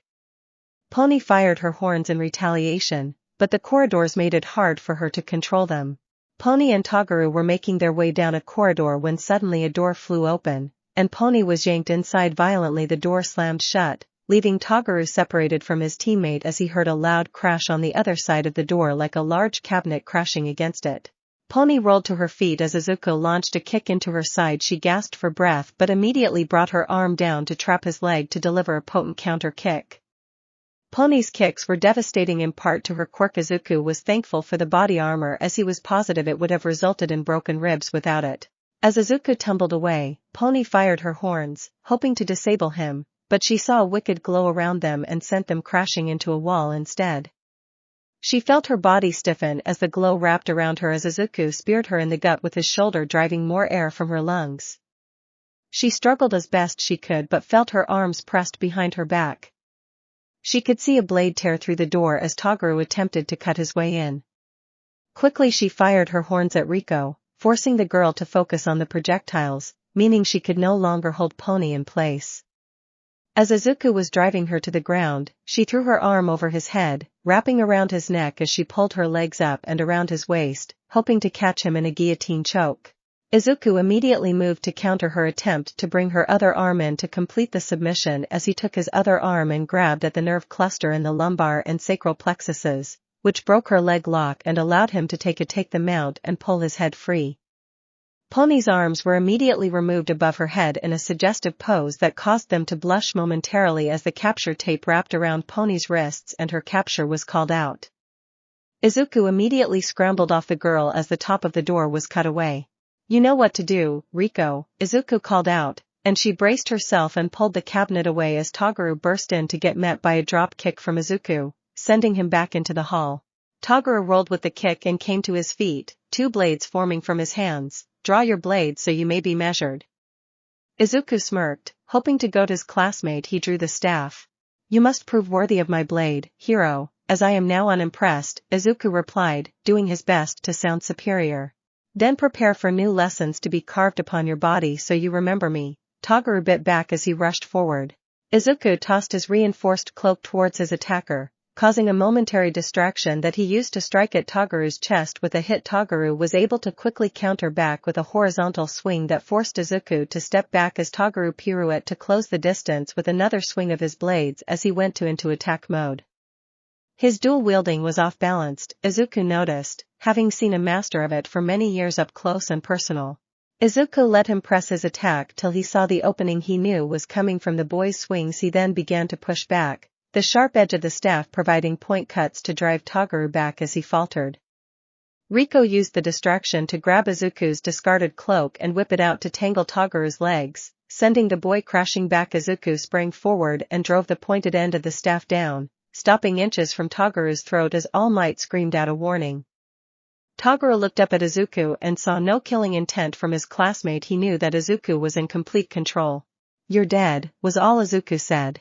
"I yield," Toguro spat out. Izuku pulled the staff back and offered his hand. Toguro reluctantly took it as he got to his feet. "You weren't pressed, were you?" "A little, but I could tell you were off balance while dual wielding and knew you would give me an opening and what I had to do to force that. Once we got you onto the defensive, you had forgotten about Reiko, and that was the plan," Izuku said. "My teacher was an expert at that technique, dual wielding. If you like, I can give you some pointers with your quirk. I can only imagine how great you could be at it." "Nice pirouette, BTW. Dance class, my mom made me," he said as Pony and Reiko rejoined them in the hallway. "Don't feel too bad. I had to learn some ET." The girls stopped and giggled. "What it requires incredible balance, and that is hard."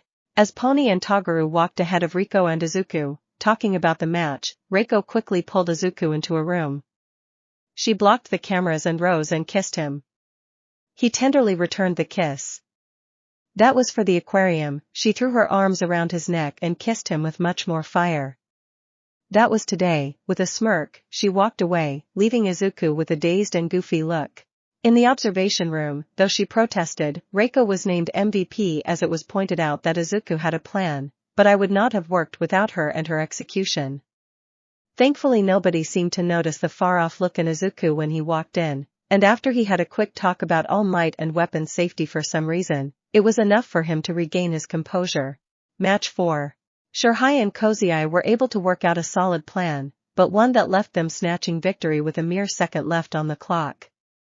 Kozai would knock out lights to give Shirhai more areas to move, but Ibra's Vince and Juzo softening became a slog in every aspect of the word. Shirhai desperately struggled against Ibra's vines. Her ability to have them attack from so many angles really had him on the ropes, but he was also able at times to drive her back due to being immobile while attacking, and the other two were a game of cat and mouse. In the end, Kozai managed to lay a fingertip on the bomb to give his team the win. Kozai was MVP for securing the win, as both teams had flawlessly put their plans into motion. Match 5. Hiryu would harass and force Itsuka and Tetsu to take cover and methodically make their way through the building. When Tetsu finally rushed forward, Nito stepped forward and touched the ground, trapping him in the ground with Juzo's quirk. For Itsuka, it was when his hair turned into vines and the assault from Hiryu that was her undoing. When Hiryu slapped the capture tape on her, she hung her head in defeat. "That was some bull, Nito. How did you copy their quirks?" Itsuka said. "I asked. All Might allowed it. As I was a villain in this scenario, I would have come in prepared for what heroes I would know that would be in the area due to patrol routes, etc. I don't care." "Can you get me unstuck now?" yelled Tetsu. Nieto was MVP. Detention. For Class 1B's detention, they reviewed the footage with their teacher from the combat training as he gave them pointers and tips. Class 1A had to draft a report on the significance of Raven's Law and its application in the modern world. Izuku and Ida. Izuku met the speedster of Class 1A in a private room as the classes emptied from detention. Ida bowed. "I apologize for kicking you and for not having a better handle on those of my class that not only attacked you but those who escalated the brawl to levels it should have never risen to. Honestly, Ida, you have no reason to apologize. There was no way you could have known that Bakugo was going to attack another student, despite his sunny disposition randomly. And I did punch you first." "Yes, But I would have reacted the same way you did due to the information you had due to the actions of my class. I find it not only admirable that you are in the hero course as a quirkless student, you also placed first in the entrance exam. I was there and acted terribly to you, and you showed me that there was more to the exam with your actions to save Uraraka. You reminded me and showed me what it means to be a hero. I wanted to find you and thank you for that. So, if you would allow me now, thank you. There is no need to thank me, Ida. If you genuinely want to thank me, let us ensure our two classes' joint training goes off without conflict. Yes, let us do that. I would like to get to know you better, Izuku. You seem to be interesting. You seem rather nice yourself, Ida, and you pack a mean kick. Ida forced an envelope into his hand, and as his family insisted, Izuku tried to protest, but he could see this was important to Ida, so he just put it into his pocket as they exited the room. Hey, you wouldn't be related to Ingenium by any chance, would you? Izuku asked. A huge smile broke out on Ida's face. He is my brother. I am very proud of him. 1B stood across from 1A, the air thick with mistrust. Izuku stepped forward, as did Momo. I was thinking maybe we could have one member of each class sit next to another. It may not be the best idea, but we must break the tension somehow. So should we just call people out randomly or see if someone volunteers? Itsuka said, Achiko, would you care to sit with me? The gravity girl took a deep breath. If that's okay, I would like to get to know you better. The two boarded the bus, soon Sue and Reiko, followed by Pony and Kyoka. The girls of each class soon followed, pairing up. Izuku smiled as the process was taking place. Glad to see the girls aren't holding a grudge, he said with a smile at Momo. We girls are more mature, naturally, Momo said with a dramatic hair flip and giggle. Well, someone has to be. Your class costumes all look pretty cool. I like yours too, Momo. Yes, it is kind of new. My other was a little more revealing due to the nature of my quirk, but after my first class with All Might, he directed me and Toru to the lab where we were able to get fitted for Geno fabric, she said, pointing to the addition of well-armored legging and white tank top. A whole new costume is being constructed, but that takes time. They looked back at the class and saw just the boys, so they assigned them together to get them on the bus. Due to mismatched numbers, Izuku took the solo seat near his friends from both classes as the bus rumbled off to their joint training exercise. The girls were the first to fall into any real conversation, while some of the boys who weren't part of the stupid conspiracies theory started talking with their 1B brothers about how classes were treating them when the topic of dentition was brought up. That seemed to bring all the classes together, as 1A had spent their time writing reports and 1B had done some training and even played some games. The story of the legendary Uno tournament brought out laughs and cheers at the retelling. Soon the conversation shifted to their hero outfits and standard school stuff. When they stepped off, it seemed that most of the tension was gone between the classes, with the hostility still focused on Izuku, which he didn't mind. Before them, they all paused as they took in the sight of the massive facility before them, the USJ, Unforeseen Simulation Joint. The imposing structure loomed before them. Such an enormous facility built on campus just added to the reminder that they were at the top hero school in the nation and possibly the world. Kyoka walked over and shoulder bumped him. Don't sweat it, Izuku. Are we still on for tomorrow? She said, twirling a jack around her finger. Yeah, I am looking forward to it. Honestly, I am pretty excited. I like your hero outfit, Kyoka. It fits your vibe. He said, not noticing her blush. Cool, so am I, she replied. Yours is pretty dope as well. It seems to suit you. While her blush went unnoticed, it did not but some of her classmates, or Reiko and Pony. Dude, what the is Jiro getting all chummy with that? A bag for Denki said. Yeah, doesn't he have his own classmates to hit on? He has been flirty with Toru and Momo. Didn't Sue go to the mall with him? Look, boys, just calm down, Ajiro said, walking up behind them. Trust me, he is going to get his, and then Bakubro will be back with us. Yeah, well, don't wait too long. Eiji, Achiko, and Ida are talking to that now, Shiro said, pointing to enlarging group around Izuku. Achiko blushed as she explained the mishap with her costume design but broke into a smile as she received reassurance that it looked good on her. Any further conversation was cut short when the doors opened, and their homeroom teachers and the renowned rescue hero 13 stepped out. Achiko lit up like a Christmas tree as she started gushing around her group about the rescue hero. 13 stepped forward, welcoming them to the USJ, and explained that today's exercise's premise was teamwork and quirk control. They learned to use their quirks to aid rescue operations even if they felt ill-suited. She drove this point home when she demonstrated her quirk black gap and a pile of rubble nearby, which did its job perfectly. Eraserhead stepped forward next. I don't want any funny business today or any repeat of the cafeteria from a week ago. Any shenanigans will result in strict and immediate disciplinary actions. Look, children, I understand that there are hard feelings and lingering misunderstandings. I will not stand here and tell you that you all need to be friends or even need to like each other. But you do need to work together and put aside those differences for the greater good. Not only will you be called upon to put your lives in each other's hands, but there will be innocent civilians whose lives are in your hands. I promise you right now that should you let such things as harsh feelings between you lead to their preventable death, I will do everything I can to see you stripped of your licenses and punished to the fullest extent of the law if possible. You all came here to be heroes, each with your motivation and beliefs, but at the core of all, it is protecting the innocent people of our world. Do not let the dreams that have carried you this far be tarnished because you don't like someone's quirk or lack thereof. Be better, be heroes. Yes, Sensei, 1B responded, and so did a few members of 1A. Hyoka leaned towards Izuku. Does he normally speak like that? He does, Izuku said with admiration. First day Nito freaked some when he found out I didn't have a quirk. Vlad Sensei came in and laid some hard truths on us, and we could squash it quickly and move on. I am glad he is my homeroom teacher rather than the alternative. No, I feel like I am ready to take on anything right now, she responded. That was our teacher's normal speech, don't mess up, or I will expel you. You know we haven't had a single basic combat course yet, the only kind we have had is what we did with you. That seems terrible on so many levels, Izuku responded, smirking at her. But you already knew how to throw a pretty good punch, it must come with the attitude. Hyoka instinctively punched him in the shoulder. Damn right, don't make me give you a fresh one, she said, turning away to hide her smile. Good punch, but I like your smile even better, he said, following the group, leaving Hyoka sputtering and turning red. Toru laughed, placing a hand on her friend's shoulders, guiding her after the group. He won that round. Entering the massive doors, students commented on the interior and all the training zones around them.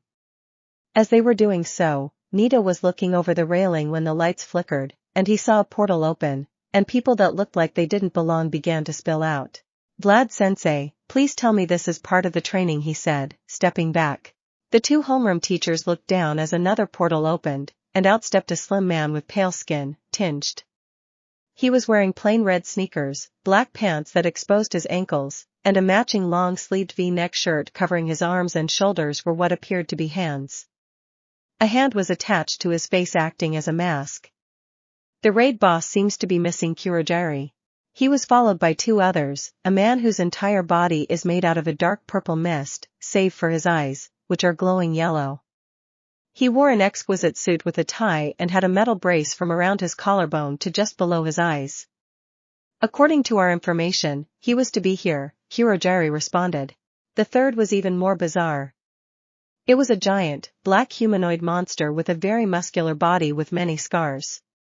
His brain is exposed on the top of his head while his large eyes surround it. He has a beak-like mouth with an array of sharp teeth. It only wore beige pants and metal knee pads designed to emulate skulls. His feet and torso are left bare. Greetings, Trash, I am Shigaraki, the leader of the League of Villains, and we are here today to kill All Might and bring about change in this world where quirks are deemed villainous or unuseful. Seeing how he has not shown up for our little revolution, we will have to make do with all of you, the man with the hands called out in a raspy voice. It seems we need to summon him to his death party. May your wails, cries, and the silence from your death ascend to the sky and summon the symbol of peace. Worry not. Your end will serve the greater good, kill them all. No, it is not. 13 Get the kids out of here, he called. 1B, follow 13 now. Yes, Sensei, his class responded. He could see from the looks on their face that they wanted to go against his orders. He saw Tagaru, Izuku, Jirota, and even Yui hesitate for a second. Yayorozu, Jiro, get the class out of here, Eraserhead shouted. Sensei, there are too many of them for you to fight with your quirk, Ajiro called out. Yeah, Sensei, let us fight. We aren't scared like the others, Denki joined in. No hero is just a one-trick pony, Kirishima, now get with the others, or you are expelled, Eraserhead said as he leaped over the railing, followed by Vlad King. The combined class moved towards the exit, the madman's words still lingering in their brains. These villains had not only come to kill All Might but them as well. Many understood that life and death would be part of their world once they graduated, but not in the second week of school. As they were following 13 toward the exit, suddenly, they were surrounded by the dark mist that had heralded the arrival of their attackers. The one known as Kurogiri emerged like a horror movie monster from a portal. You should not run after all, the young master has gone through great trouble to prepare such delights for all of you. Now be scattered like the dust in the wind and know that your deaths will bring about a better tomorrow. He said as the mist began to flow from his hand. No, you don't, villain, 13 called out, her hand, shooting out the caps on her fingers that controlled her powerful quirk, opening and unleashing it at the villain. Little did she know she was playing right into the villain's trap as a second portal opened behind the hero, redirecting her quirk back at her. 13 screamed as the back of her suit was torn open, flesh ripped from her body, and she fell to her knees. Ajiro leaped forward with a wild haymaker as Toguro came in from the other side, attempting to stab at the mist villain. Their blows passed harmlessly through Kurogiri. So anxious to die, let me accommodate you foolish children, he said, a portal swallowing the two boys. Reiko grabbed 13 Momo, we need medical supplies. Ibra, see if you can restrain him. There has to be a body somewhere under there, Izuku called out. The girls sprang into action as Sun moved forward, activating his quirk and stripping the mist away, hoping to reveal the body of their target. He has a heartbeat, Kyoko called out. Let us see if he withstand my awesome twinkling, Yuga called out as his naval laser fired. Kurogiri was far from done using the portal to redirect the shot at Sen, forcing the boy and a few others to duck. Then portals appeared under many of their feet, causing them to fall in, and they pulled away from their classmates. Ruin zone. Ajiro fell above the ruins. Reaching out, he hardened his hand, attempting to slow his descent by digging into the wall above the alley. As he neared the ground, he released the wall, shifting to his legs to absorb some of the impact. Quickly he scanned the area when the sound of metal on brick drew his attention. Around the corner, rushing over to investigate, he saw Toguro pushing off the wall and dive-bombing what appeared to be a villain dressed in rags. It was then that Ajiro saw this thing emerge from a dumpster. As it did, he saw the metal from the can stick to the creature like some makeshift armor. The mouse locked eyes with Ajiro and bellowed something, but it was garbled like trying to talk with a mouth of wet peanut butter, but words were not necessary as it charged at the boy. Its massive hand crashed in a thunderous arc, hoping to crush Ajiro in one smash.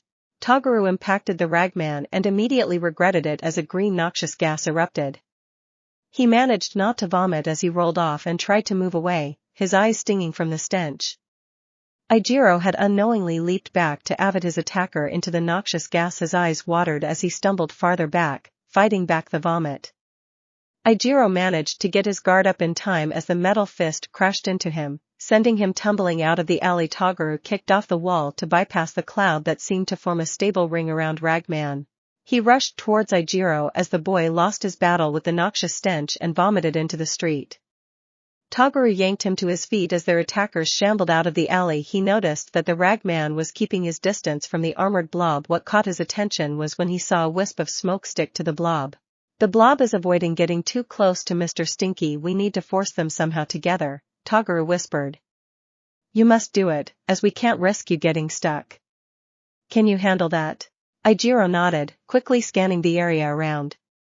He noticed some broken pieces of wood. It wouldn't keep him entirely out of the cloud, but it would at least add some distance. Grabbing a decent-sized rock, he hurled it, forcing the fog to dodge out of the way as Toguro rushed in the opposite direction to pull the blob's attention to him. Shipwreck zone. Tetsu grunted as the shark villain's mouth came collapsing around his midsection as it was attempting to swallow his feet first. Thankfully, he had seen him coming and activated his quirk, steel waiting for the last possible second. The clank surprised his attacker but didn't stop him from trying to bite through. Tetsu knew he couldn't stay like this for long, and he had to free himself and make it to the surface, his lungs already crying out for air. He grit his teeth and reaches out, finding the villain's eyes viciously, he dug his fingers into the black orbs even underwater. He could hear the thing scream. It released him and yanked away, leaving one of its eyes behind on Tetsu's hand with no time to contemplate it. He released his quirk and kicked his way to the surface. As he broke the surface, he looked around frantically, where he saw the large boat floating in the middle of the zone. He then saw Hiryu, whose hand was inside another villain's mouth. Hiryu screamed as the rows of sharp teeth collapsed around his arm, piercing his scales like his other cohorts. This small group of 3 villains had swarmed Hiryu when he splashed down. Their diminutive stature of 3 feet 4 inches had frozen his initial reaction to attack, believing them to be children. But his hesitation ceased when their faces distorted with murderous intent and bore rows of razor-sharp teeth. They seemed to have some piranha quirk as they came at him. His scales had afforded him some protection, but their needle-like teeth had found their way through, having dealt with the other 2, forcing one to retreat and the other possibly dead. He was left with what he thought to be the leader. It had dodged his most recent attack with its much more agile state of the fight occurring in the water, leading them to the current state. As the villain shook its head from side to side, attempting to saw off the limb, Hiryu focused and fired his scales with everything he had. Hiryu suppressed his emotion as he saw some of the scales emerge from the back of the thing's head. Its jaw went slack as he pried the thing off him. A shout from behind. He saw Tetsu point toward the boat, and the 2 began to swim as fast as they could. Suddenly a green-haired girl appeared at the railing. The 2 boys recognized her as the Tsu for Class 1A. She dived off the edge as the Denki appeared behind her, yelling to be careful.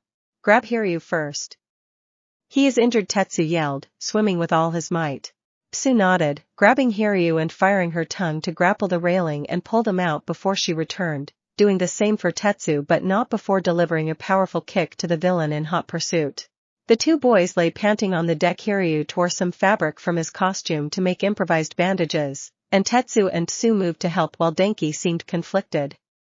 Tsu noticed after making sure the boys had everything in hand. She walked over and roughly yanked his arm, pulling him off to the side. What the hell is your problem? She hissed. Nothing. I wasn't expecting to see 1B, he replied. Are you kidding me, Karo? She said, her eyes widening in shock. You hesitated to help someone because of some stupid grudge. Either get your head out of your or expect to be reported to staff.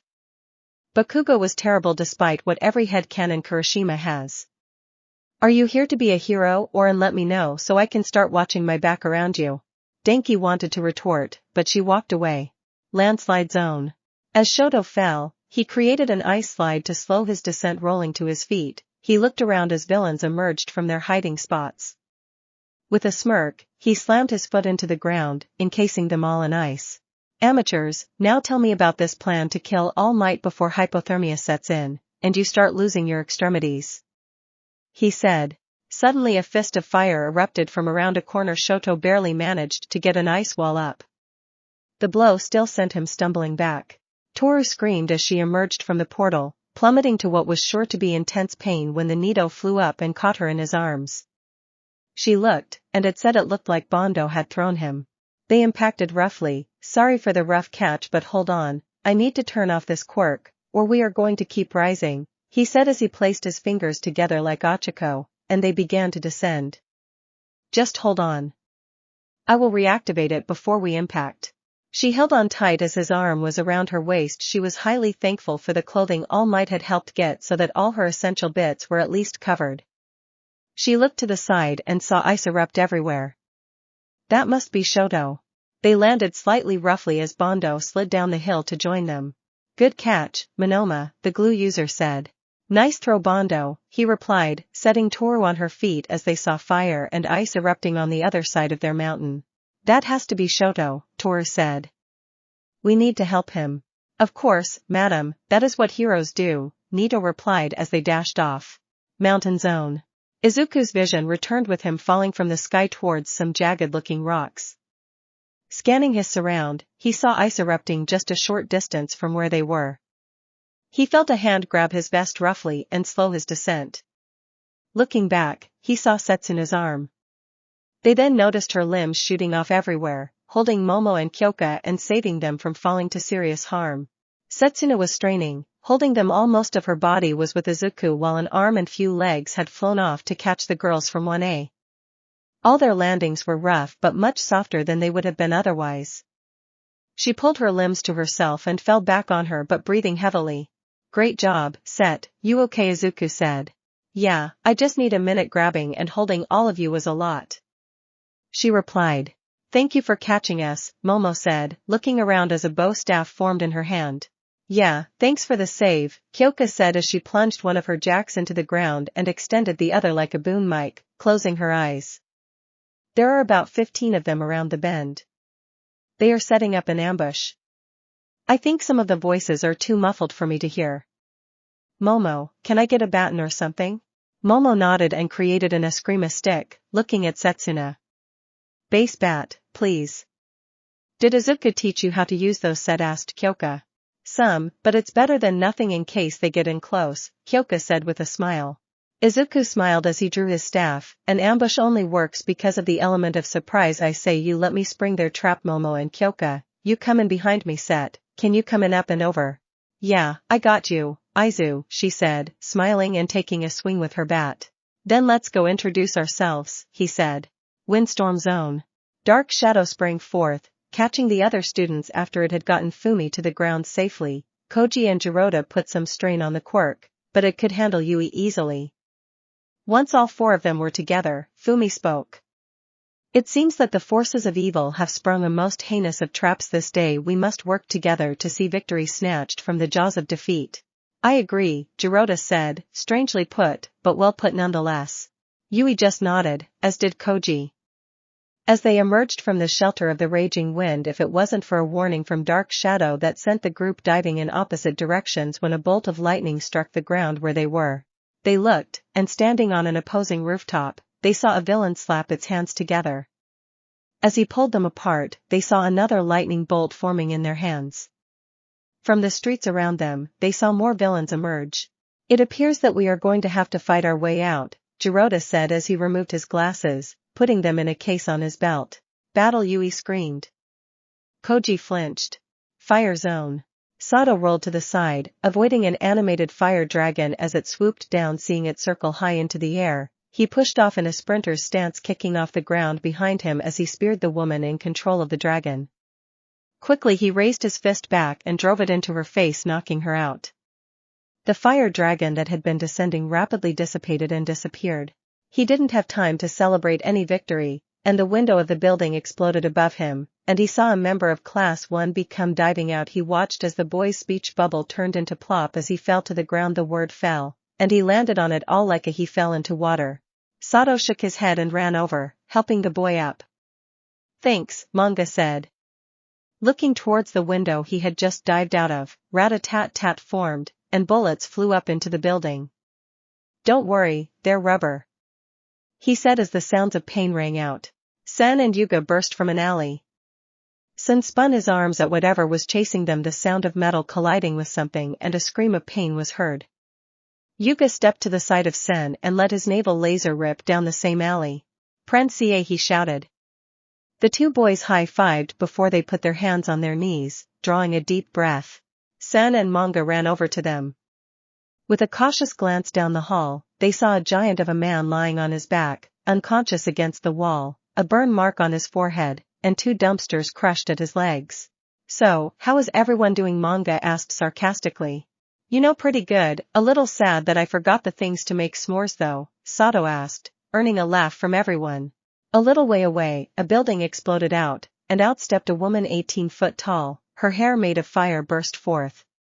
Enough games, time to die, baby heroes. Runson yelled as the boys bolted down another alley. Forest zone. Ibra vines whipped out and yanked Mina back as her acid splashed onto the moss villain's face. Mina spun and fired behind Ibra as a villain with deer antlers came charging, forcing him to change course. Thank you for the save, Ibra called out, her vines forming a wall as arrows flew deeper into the forest. Same to you, we need to get moving. They are surrounding us, and our luck will run out. Mina called back. Suddenly crashing through the trees into the clearing with them came Mizo, 2 of his hand digging into the eye sockets of a man with a bear quirk and the other 4 fighting desperately to keep the bear's jaws from closing on his stomach. Ibra spun to assist her vines, grabbing the thing's arm and wrenching them back with a sickening crack. Mina flung acid at the deer man and Mr. Moss attempting to keep them back. Out of the corner of her eye, she saw another volley of arrows come raining down. "Look out," she screamed. She shut her eyes as none of them were in a position to dodge. "I got you guys," a voice rang out from the south as Kozai burst out, letting out a massive breath that knocked the arrows off course. The four stood back to back as the villains regained their footing. "Together," Ibara said fiercely. The other three nodded. "Underground."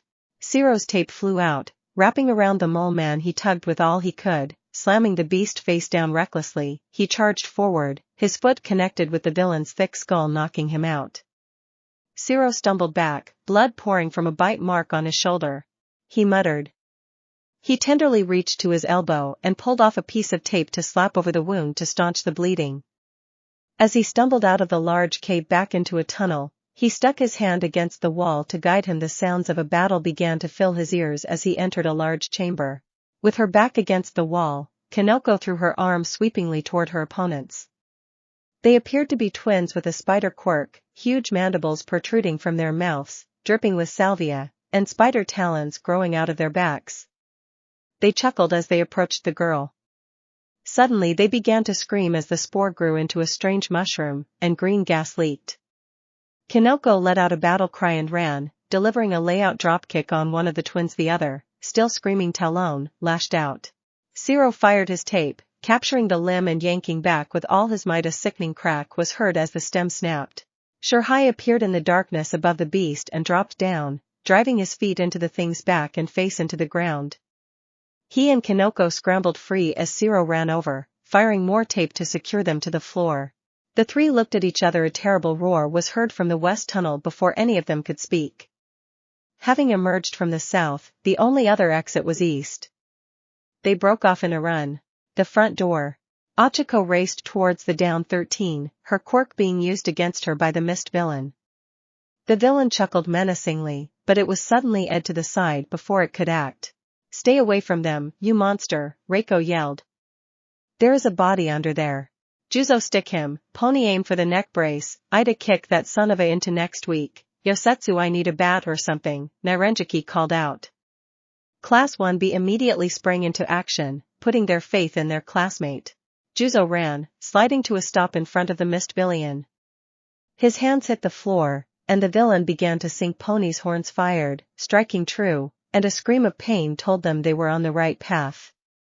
Ida sprang forward and kicked the villain on the left side, sending him toppling. Its hand shoots out to stop in and becomes trapped in the floor like its feet. Yoshida handed over a makeshift bat to Nairenjiki. "Uraraka, negate me," he yelled as he ran by her. She reached out, managing to slap his arm. He leaped into the air, raising the pipe above his head. "Release it," he yelled. Achiko pressed her fingertips together, allowing gravity to reassert itself, and he came crashing down with a thunderous overhead swing. A terrible clang was heard as it collided with the mist villain's neck brace, driving the villain to the ground. "Juzo, release." Yosetsu willed this, Niran yelled, leaping off the mist villain. Juzo released his, softening the ground, hardening around the villain as Yosetsu ran forward and welded the neck brace to the floor. "Ida and Pony, kick that till he stops moving," he yelled. He ran over to Achiko, pulling some bandages from a pouch. "Use this to stop the bleeding." "That was amazing," Achiko said, applying the bandages. "Thanks. Now we need to figure a way out past those doors." "I can get past them," Juzo said. "Softening should work so we can pry them open, and then Speedy can get help." "While I would love to leave my companions behind, I see the logic in sending me," Tenya said. "Why are we talking about it? Let's do this," Yosetsu yelled as they raced to the doors. Ruin zone. The blob whirled and threw a dangerous sweeping backhand with the speed that betrayed the thing's mass. Toguro rolled a blade forming from his elbow. It bit deeply into the mass, and he heard what he thought was a roar. Maybe it was a scream, as the blade hit something solid momentarily before slicing through. As the appendage fell to the ground, a sickening splash sound was heard as everything around it just liquefied, revealing a severed hand, cut just above the wrist, blood flowing and seeping from it. "It has bones underneath. There is a skeleton beneath." Toguro whirled to face the blob, a wicked smirk played across his face. "That means there is a head somewhere in there. I wonder if you can function without it." Ajiro bobbed and weaved, took a deep breath as he dashed in, coming to a sliding stop in the noxious cloud and swinging his makeshift bat with all his might. He was rewarded with a satisfying thunk and a grunt as the ragman tumbled away. Taking another breath, he pressed his advantage and swung for the ragman's head, but the villain was able to duck under, grabbing Ajiro around his waist before taking his back. "Can't hold your breath forever, little boy," his sickly voice dripped out. "Let me in. Elsewhere ruined zone." Ajiro yelled as he leaped over Izuku with a spin, his tail crashing down on some villain with boar tusks. The villain's head slammed into the ground, a tusk shattered, but he didn't move as he was out like a light. Izuku whirled, enlarging her hand and grabbing a girl with centrifugal fire rings dancing around her. Izuku grunted at the pain as she tossed the girl upwards into the ceiling. The girl grunted in pain as she impacted as gravity pulled her back. Izuku leaped into the air, and with an enlarged palm, volley spiking her into the ground. A follow-up kick to the head knocked the villain out. Ajiro whirled around at the sound of the wall crashing inward as a short man, about 4 feet 6 inches but built like a ing house, bulldozed into the room. Unlike other villains they had encountered, this one appeared to be wearing an actual costume of sorts. His skin was a blue-black that had a metallic shine to it, his head was flat and tapered back into a point into his muscular neck. Gold cargo pants attached to matching suspenders that had various pouches attached. Izuku turned and threw a hard straight toward the new arrival. The villain ducked its head, and a metallic clang echoed from the impact as Izuku howled in pain. Before she could grab her hand, the villain speared her out the side of the building. Ajiro went to chase after them when a sudden kick landed on the back of his leg, followed by an elbow back to his head, sending him crashing down. Thankfully, though painful, it didn't knock him out. He rolled and got to his feet. Standing before him was a very pretty woman with honey brown hair and golden eyes. She wore white skin-tight pants with gold boots, gloves, and a tight tank top. "Now, darling, you get to dance with me," she purred. Ajiro performed a kip-up and immediately attacked. She slid past or under his attacks, moving just out of reach. She then countered him with stinging quick hits that sent him stumbling back. "TSK, TSK," she said. "Surely you can do better than that." Shipwreck zone. Denki saw Hiryu getting to his feet. He stumbled a little as the silver-haired boy held him steady. "Thank you for the save, Azui," Hiryu said. "Hiryu and Tetsu," he said, gesturing between them. "You can call me Tsu," she said, "that's Denki over there." She turned and looked at him, glaring at him. "We need to figure a way out of here. Those villains aren't going to stay in the water forever." "I agree, but fighting them in the water seems akin to suicide. They are more agile than us," Hiryu said, touching his bandages. "I can't use my quirk except for defense if they come to bite me," Tetsu said. "Turning to metal makes me heavy so I sink well, but that is about it. All they have to do is drag me down and wait." "Some help," Denki muttered. "I'm sorry, I hadn't heard your quirk yet," Hiryu said, trying to keep his voice friendly. "Electricity, I can fry all of them," Denki said. "Well, that's useful. Fry them up, and we can all swim to shore," Tetsu smiled. "If I produce too big of a charge, then my brain short-circuits. If I produce too small of a charge, then when I am in the water, if I have to again, I will probably fry all of us," Denki said, feeling annoyed he couldn't just be the hero and rub it in their faces. "Tsu, how far can you jump?" Hiryu asked. "I might be able to make it to shore unencumbered," she said curiously before she snapped her fingers. "Denki fries them. I snatch him out, get him and Tetsu to shore, and come back for you." "Exactly," Hiryu said. "If anything is still moving after Denki shocks them to hell, I should be able to defend myself till you return for me. What do you say? You want to destroy all the villains for us?" "I think I would," Denki said, smiling. The last thing the villains in the lake saw was a blonde-haired boy leaping off the edge, laughing manically. Landslide zone. Shoto stumbled to the side, confident his ice had done the job. He noticed, just past his ice, that the other ice was more white than his with a darker blue tinge. He saw the burst of light from behind it as the rampaging beast made of fire exploded, sending him diving to the side. As he scrambled to his feet, a girl burst through the gap, her arm encased in ice. Her eyes were a majestic blue that matched her braided hair. He brought up an ice wall to deflect the blow, but while his attention was diverted, a flaming fist hit him from the side, sending him crashing into the rocks behind him. His vision blurred as he saw a boy who looked just like the girl but with red eyes and hair. They were twins. Poor little ice user, prepare to die, the boy sneered. Shoto slammed his fist into the ground, sending a wave of spikes at him. The girl spun in front of her sibling, arms spread out to take the blow. Shoto tried to pull the spikes back and watched in horror as they crashed into the girl. Shoto heard their impact, but instead of seeing blood fly, he saw the girl standing there, but her whole body seemed made of white ice with a blue tinge. Shoto watched as she burst forward, tackling him to the ground. It was like being hit by a solid brick. The air was forced out of his body as he collided with the rocks again, then spider webbing. She reared to drive an elbow into his head when a metal body came rocketing from the hill, tackling her into the dirt. Shiva, the boy, yelled as a rock floated up behind him and crashed into the back of his head, diving him to the ground. Shoto saw him around awkwardly and claw at his neck like he was being choked. Toru had a rear choke locked in tight, trying to put the boy to sleep when suddenly she screamed as he erupted into flames. She kicked him off of him and scrambled away as she felt her skin blistering all over her body.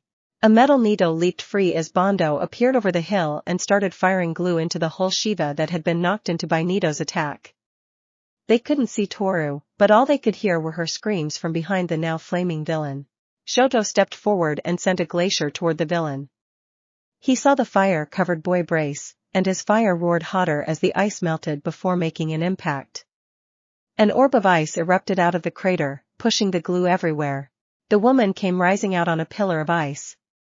Shoto felt his fireside flare some before he pushed it back. No, he would win with only his mother's fire and show them all. Nieto ran, grabbed Shoto's hand quickly, and then froze briefly. You have two quirks. You have fire and ice. Why are you using only one? What? Bondo yelled. I will prove I am the best with only my ice. Shoto spat back. That is the dumbest thing I have ever heard, and I share a class with a quirkless kid. Remember that, Nieto said. Fine, you take Fire Boy while I deal with Ice Girl. Once he takes out the Fire Boy, get him secure. We need to find Toru. You got it, Nito, Bondo said. Think you can push us through those flames? He told Shoto. I will show you, he growled back. He stomped his foot, and huge glacier erupted underneath the flames, knocking to fire the villain back. Shiva spun and tried to move toward her brother, only for a firewall to erupt before her. She whirled and saw Nito smiling, his right side flaming while an ice formed on his left hand. Better worry about yourself. Mountain Zone. The first villain leaped from the cover as Izuku came into view with some of the others following suit. He was intercepted, but a bludgeoning blow from Izuku's staff crashed into the villain's ribcage. He crashed off to the side as he looked up, two earphone jacks plunged into his ears, and the deafening sound erupted, knocking him out and shattering his eardrums. Another villain, whose arms were morphed into swords, met the pointy end of Izuku's staff, and he used the villain's momentum to carry him overhead and crash behind him. Momo quickly jammed her staff into the back of the villain's head, bouncing it off the ground and him into unconsciousness. One of the villains aimed by making their hand into a finger gun shape, but before he could fire, a metal bat crashed into the back of his head, plunging him into darkness. No cheap shots from you, Set cried out. Izuku spun back to the next opponent only to have to dodge to the side as the blade came crashing down. The girl who swung it smiled as she reversed her grip and ripped back up, forcing Izuku to dodge again. Her next attack when, for his gut, he could deflect it before he drove the sharp part of the staff into the woman's foot, pinning her to the ground. She screamed as his fist found her face in a quick combination, knocking her out. Momo spun past Izuku, bringing a leaping strike crashing down upon a man with a serpent head that was about to strike with lightning speed. She came in with a side strike to the villain's rib cage, then his knee, driving him down. She stepped in and brought the staff up. A sickening crack was heard as it crashed clean under the villain's chin, sending him sprawling backward. Another villain let off a war cry as they came jumping from a high vantage point. They reared their fist back as this black and yellow energy began to form around their hand and arm. Suddenly, a hand grabbed them by the collar and edged backward, causing them to crash head first into the rocks.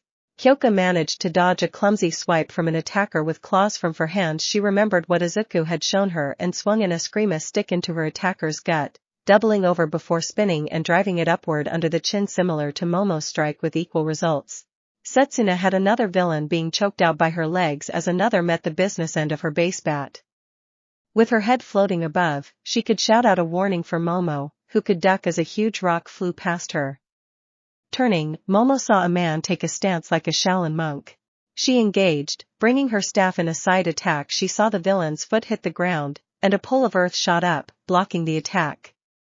Momo spun to keep the attack up, and another bar emerged, blocking the next attack. Before Momo could redirect, one shot out at an angle, catching her in the gut, knocking the wind out of her, and driving her to a knee. Another pole came springing for her head. As she brought her arm up, a metal buckler shield appeared, deflecting it. Kyoko plugged her jacks into her boot speakers and unleashed her heat beat at the villain, disrupting his control and causing the poles to crumble. She cut the attack as Izuku raced past her, driving his knee into the man's face and quickly hitting the villain in the temple, knocking them out. Izuku barely had time to react as a man with a bullhead came and speared him, one of its horns managing to piece his armor. Kyoko called his name as the knife flew out from behind the cover and lodged in her shoulder blade. Momo deflected another flying knife and pulled Kyoko to cover behind a boulder. A warning shout from Set allowed Momo to spin and deflect the blade again. Momo watched as the blade tumbled, righted itself, and came back at her.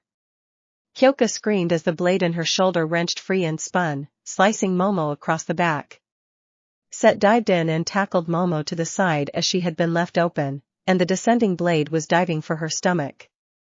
Instead, it found Set's floating hand. Set bite back a cry of pain as she wrestled with the knife, pushing up the blade till she could grab it by the hilt. Izuku grabbed the bull by the horn and yanked it to the side, crashing it into the ground. He felt the beast's jaws clamp down on his leg. He screamed as a blade found its way to his hand and plunged into the monster's eye.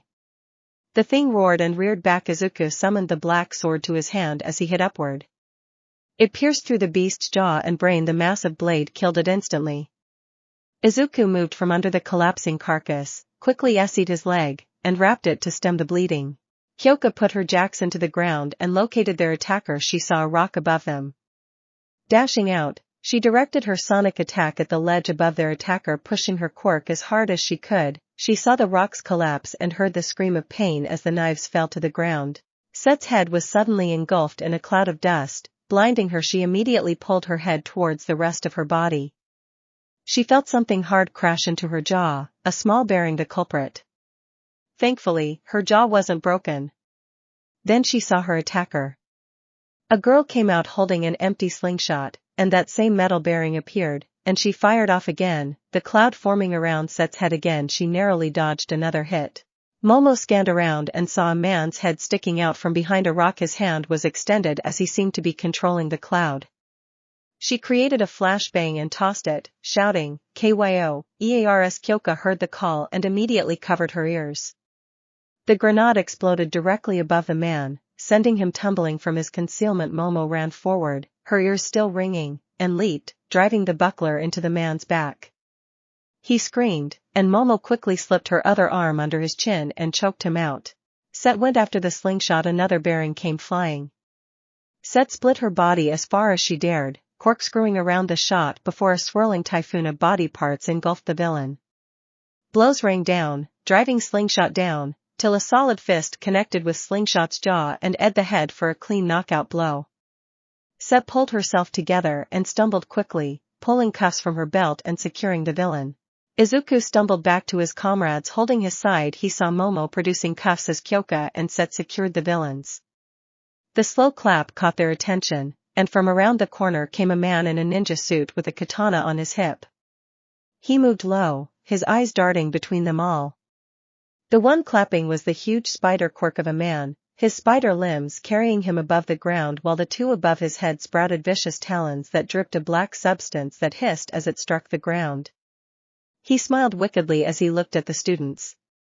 "Now, children, let's play a game. How long till you beg for death? Windstorm zone." Yui ran forward as a pair of cackling villains ran at her. Reaching into her belt, she threw some small items. The laughing duo ignored the toys being flung at them. At the last second, Yui activated her quirk, and 55-gallon metal drums crashed into them. Yui grinned wickedly as reaching into another pouch to police nightsticks came to life in her hands. With a savage laugh and uncanny aim, she descended on her attackers, quickly becoming the victims as she broke one's jaw before jabbing them in the throat, cutting off their scream, and the third strike crashed into the side of the villain's head, sending them down in a crumpled heap. The second managed to get to their feet and turned to flee. "Don't run," Yui called out as she hurled one of her weapons, sending them down in a heap. She pounced with the nightstick across her forearm, driving it into the villain's spine. He screamed as she spun like a cat and the nightstick was across the man's throat. She reared back, choking the villain into unconsciousness. The boys were stunned, as were some of the villains, and they heard her tell the villain to laugh for me. "Come on, laugh." A broad man with animal tattoos all over his body charged out at Yui. Jirota roared and speared the man out of his shoes. A snake tattoo suddenly sprang to life, wrapping around Jirota. The beast user screamed, trying to grab the snake when it suddenly stopped attacking him and struck out and bit another villain that was coming up at Jirota's back with these jagged metal spikes sticking out of his forearms. Koji smiled as the snake struck the backstabber again and again. Jirota turned back to the tattooed man and started slamming his head off the ground till he stopped moving. He looked up, roaring at the other villains, and charged into their midst. Fumi ran out, and Dark Shadow roared to life, lancing towards the lightning wielder.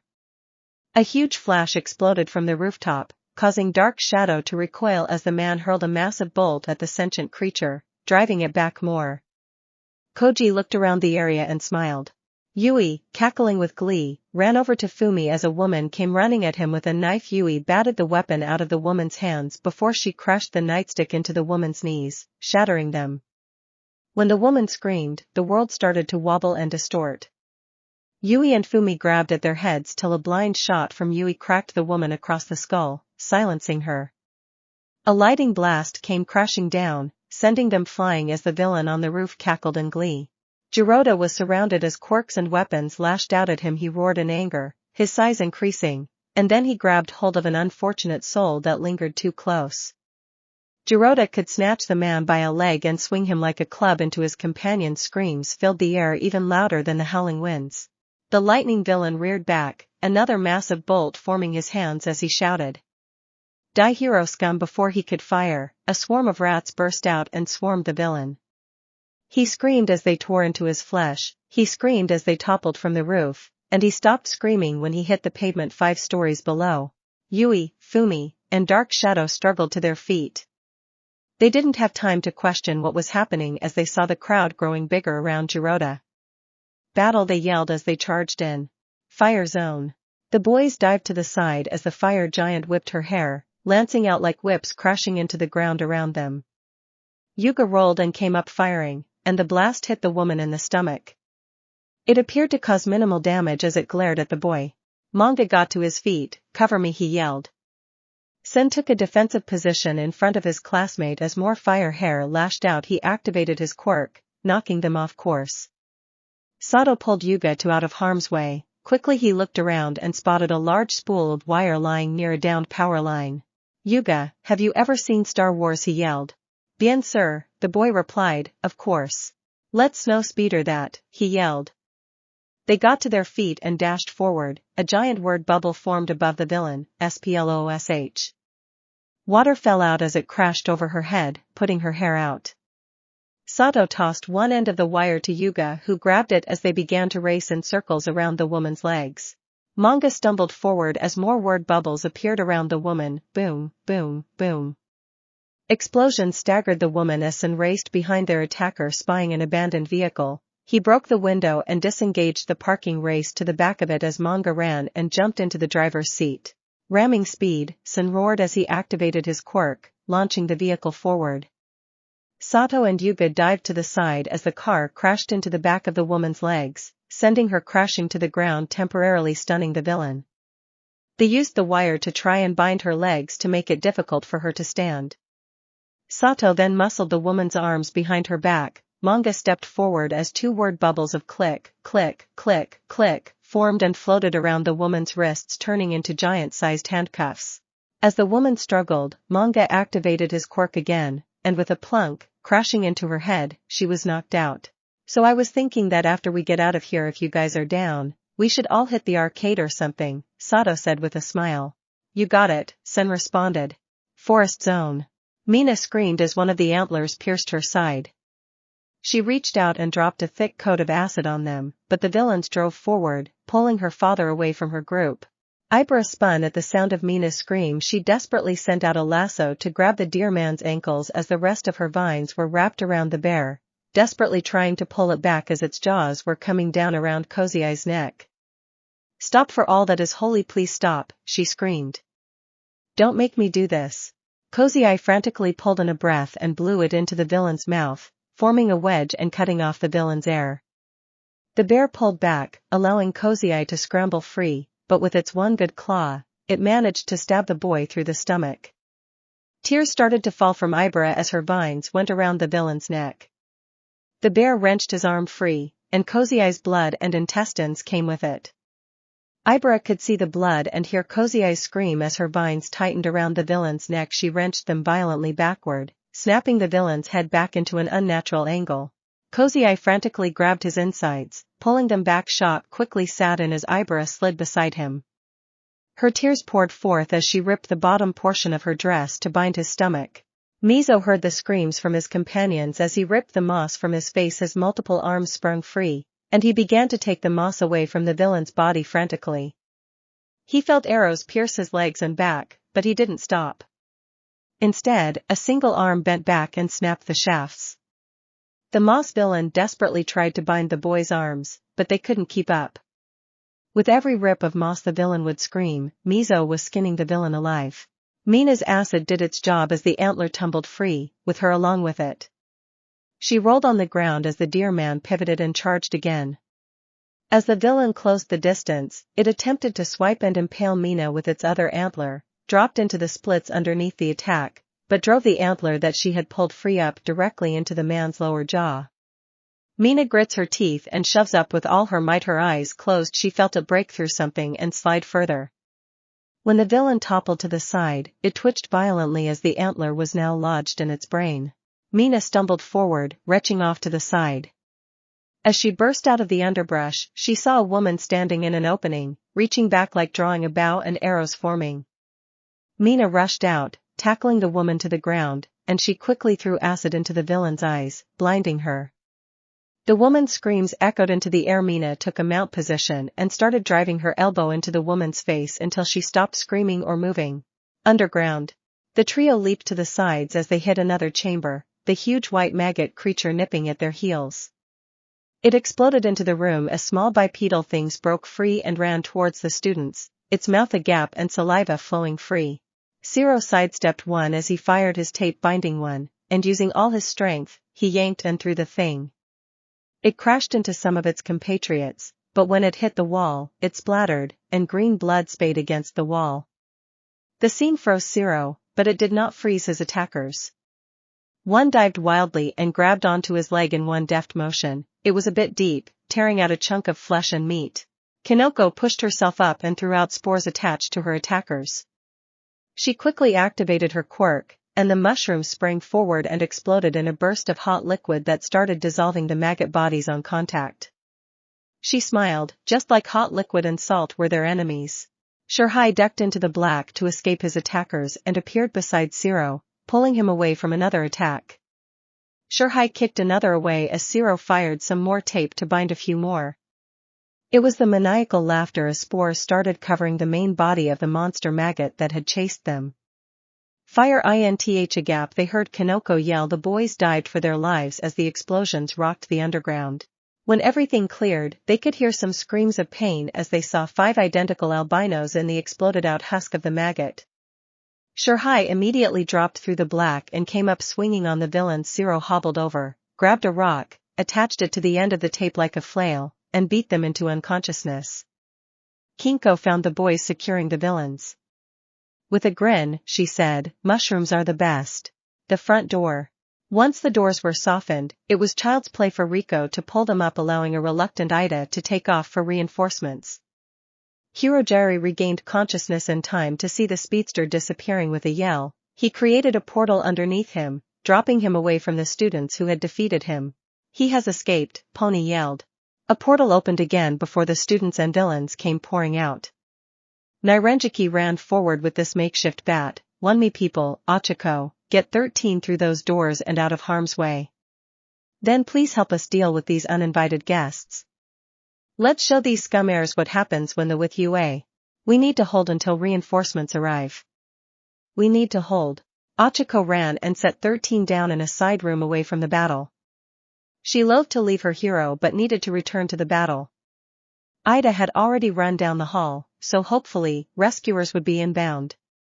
She spotted a duffel bag labeled emergency. She opened it and saw medical supplies and a red box containing a flare gun.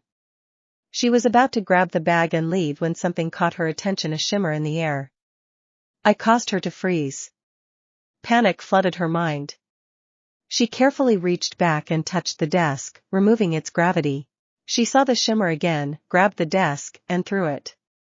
When she heard it collide with something, she immediately pounced. She knew it wasn't Toru because she didn't leave a shimmer or anything to announce her presence. She could grab a hold of some limb, but it felt rough and scaly under her. It writhed in her grasp, trying to break free.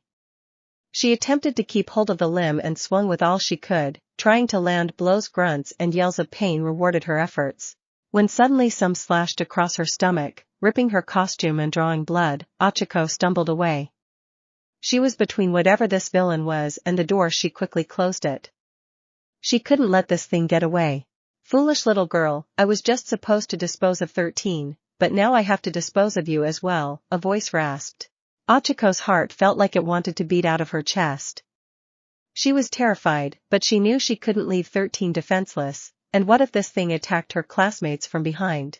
"You are welcome to try," she spat back. It may have been false bravado, but she wasn't about to sacrifice others to save her own life. She saw the shimmer, but it moved too fast for her to react. Something smacked her hard in the gut, driving all the wind from her as she collided with the wall. Her eyes teared as she saw the shimmer scamper past her and head towards 13 desperately. Achiko leaped towards where she guessed the thing was.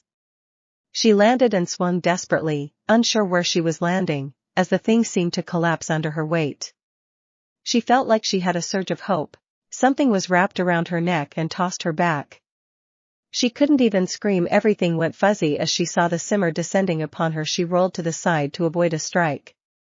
She twisted and threw a kick. It felt like it landed, but she couldn't know the damage. As she scrambled to her feet, she felt something rake her leg, drawing blood.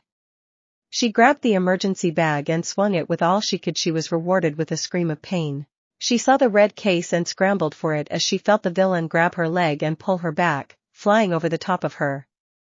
She reached and grabbed what she guessed was the tail. Activating her quirk, she yanked back and threw the villain.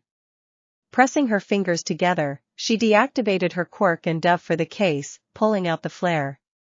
She loaded the flare gun and rolled onto her back. The villain's camouflage had dropped. They had what appeared to be some lizard quirk. It gave them the appearance of a gecko. One of their eyes was damaged, and they barely seemed to see out of it. Blood dripped from its mouth. Its mouth opened as it flew through the air, revealing rows of sharp needle-like teeth. She fired. As it entered the mouth of the villain, it ignited. The muffled and guttural scream would haunt her nightmares. The villain got to their feet, clawing at their own throat, ripping flesh and scale to get the thing out. Unthinkingly, they ran into the walls, thrashing wildly until they were rolling on the ground.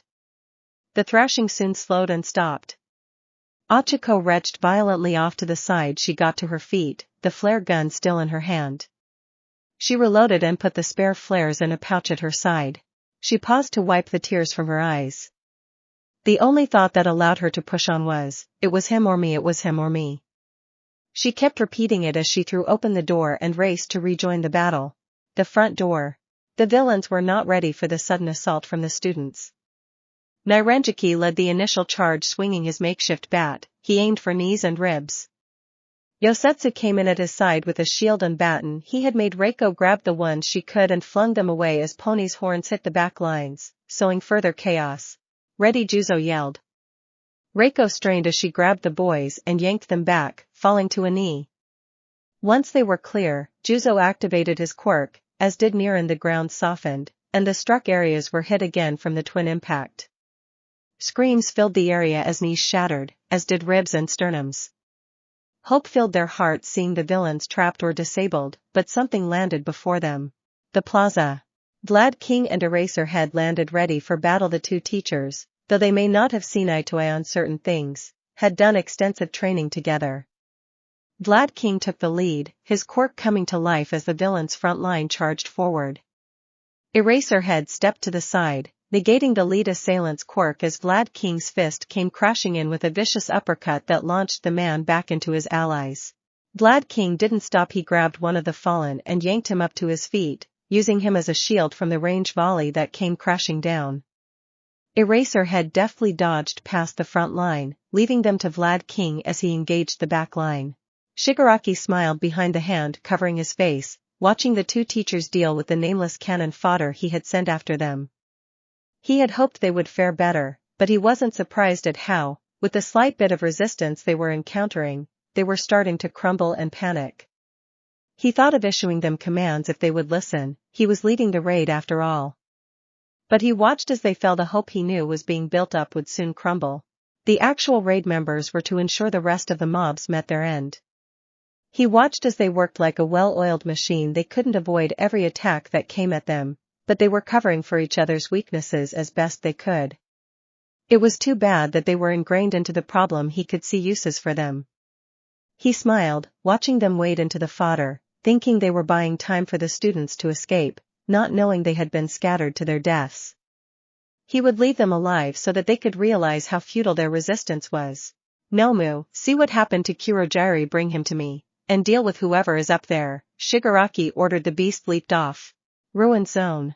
Ajiro struggled to get the rag man off his back, but the man had a vice-like grip. Ajiro activated his quirk, focusing on his neck, head, and back. He made sure he had a secure hold of the ragman's legs and leaped up, going back. The ragman gasped in pain as his body was sandwiched between the pavement and a hardened Ajiro. He released his grip, allowing Ajiro to reverse position. Unfortunately, he inhaled some of the gas. He held back the bile that began to collect in his throat as he shifted the hardening from his back to his elbow and dropped it down as hard as he could, bouncing the ragman's head off the concrete with a sickening crack. The villain's body went limp as he scrambled off and out of the cloud. Once clear, all he could do was vomit the acid in his stomach. It burned his throat and esophagus as it escaped.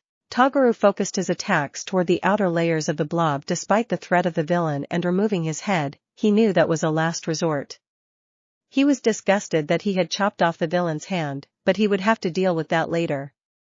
There was a theory that he needed to figure out, and he was able to test it quickly with a precision that came from a lifetime of wielding blades. He could cut off small layers from the villain. When the villain didn't react, he summarized that at least by doing so, he wasn't skinning him. But that brought up a new problem. How would he win without immediately resorting to lethal tactics? He knew there was a body under there that he could cut, but he couldn't shift to the flat of his blade for his attacks as they wouldn't penetrate the outer layers. He was going to have to play a dangerous game. Cut but not cut through.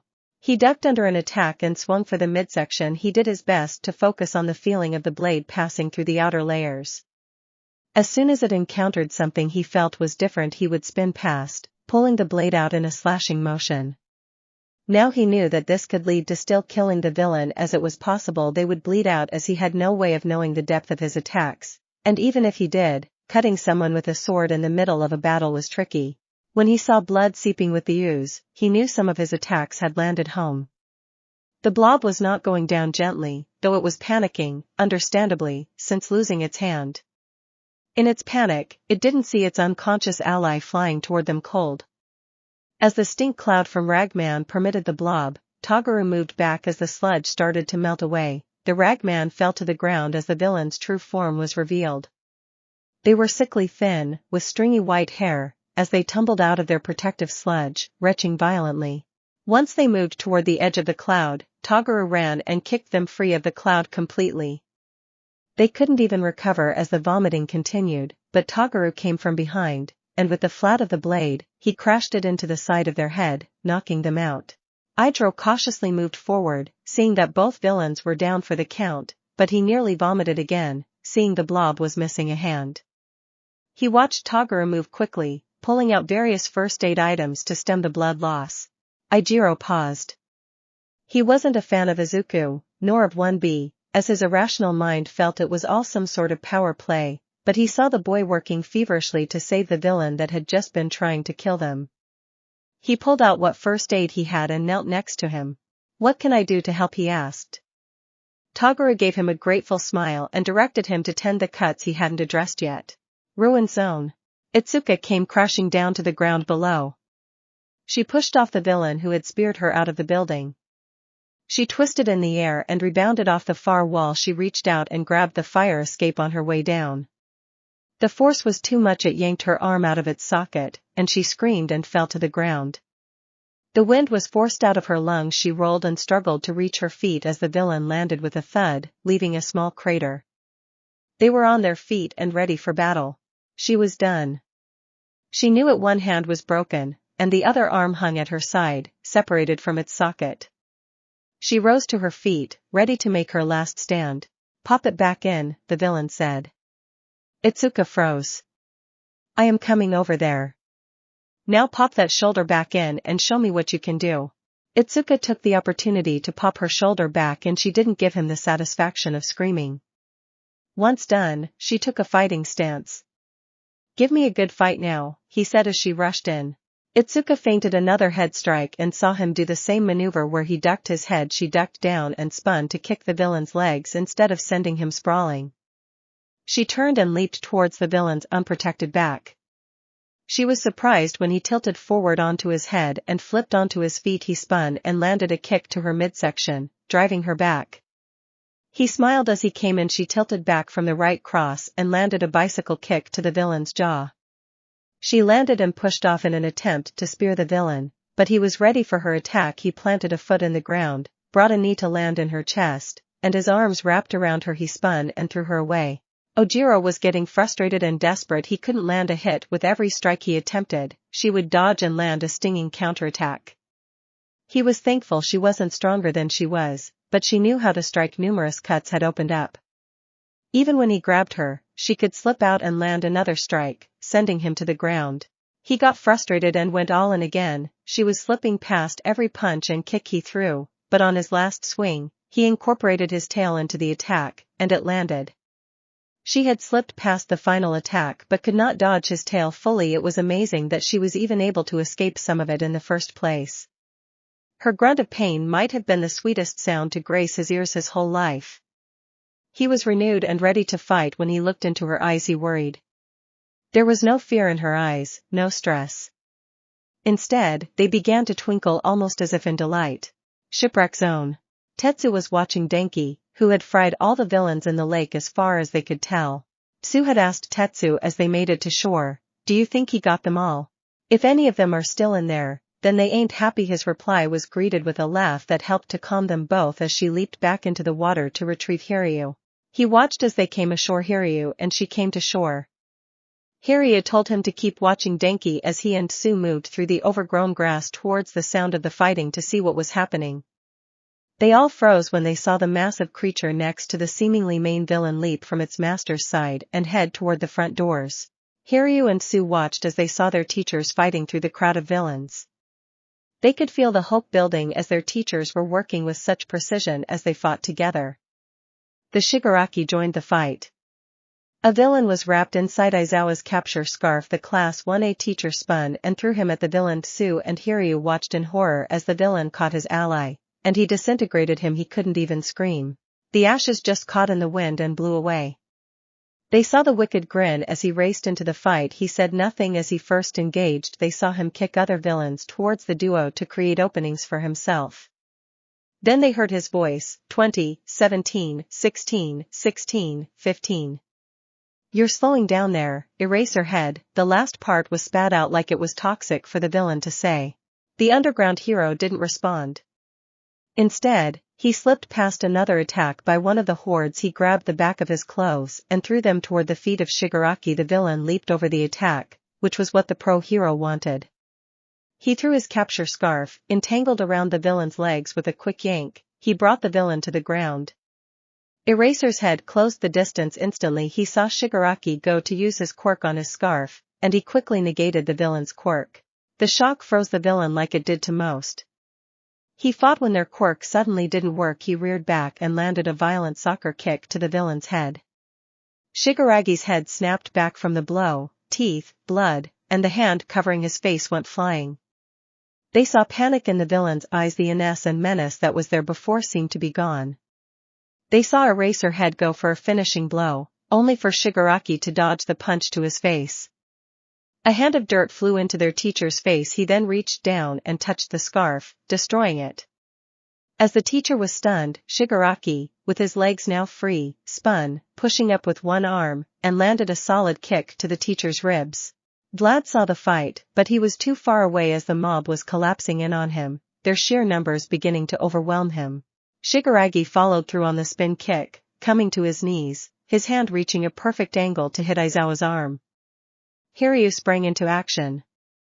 Before he knew what he was doing, he fired his quirk, hitting Shigaraki in the back. Sue was shocked, but she backed him up by using her tongue to lash out and snag his leg, yanking him to the ground. She pulled it back as soon as she removed it to get out of his reach as quickly as possible. Some of the backline villains spun seeing the students. They smiled and went to launch their attack when Tetsu burst from cover and body checked a few of them into the rest. Denki came stumbling out behind him near Tsu and Hiryu. "Denki, are you okay?" Tsu shouted as she leaped forward and kicked another villain with a picture-perfect drop kick. "Getting there, wait a minute," he slurred back. "I will protect you," Hiryu said defensively before him. Eraserhead yelled for them to retreat as he drove an elbow into the back of Shigaraki's head. The villain was still conscious as he went to finish the job. No one saw what hit him until it was standing there. The monster that had gone to the front door had returned. Under one arm was Kurogiri. With the other, he backhanded Eraserhead away with thunderous force. Everyone on the battlefield froze. Landslide zone. Shiva twirled gracefully, evading the incoming flame with a graceful spin, and retaliated with a precision shot. Her aim was true, but the flames formed a fiery wall that absorbed the impact.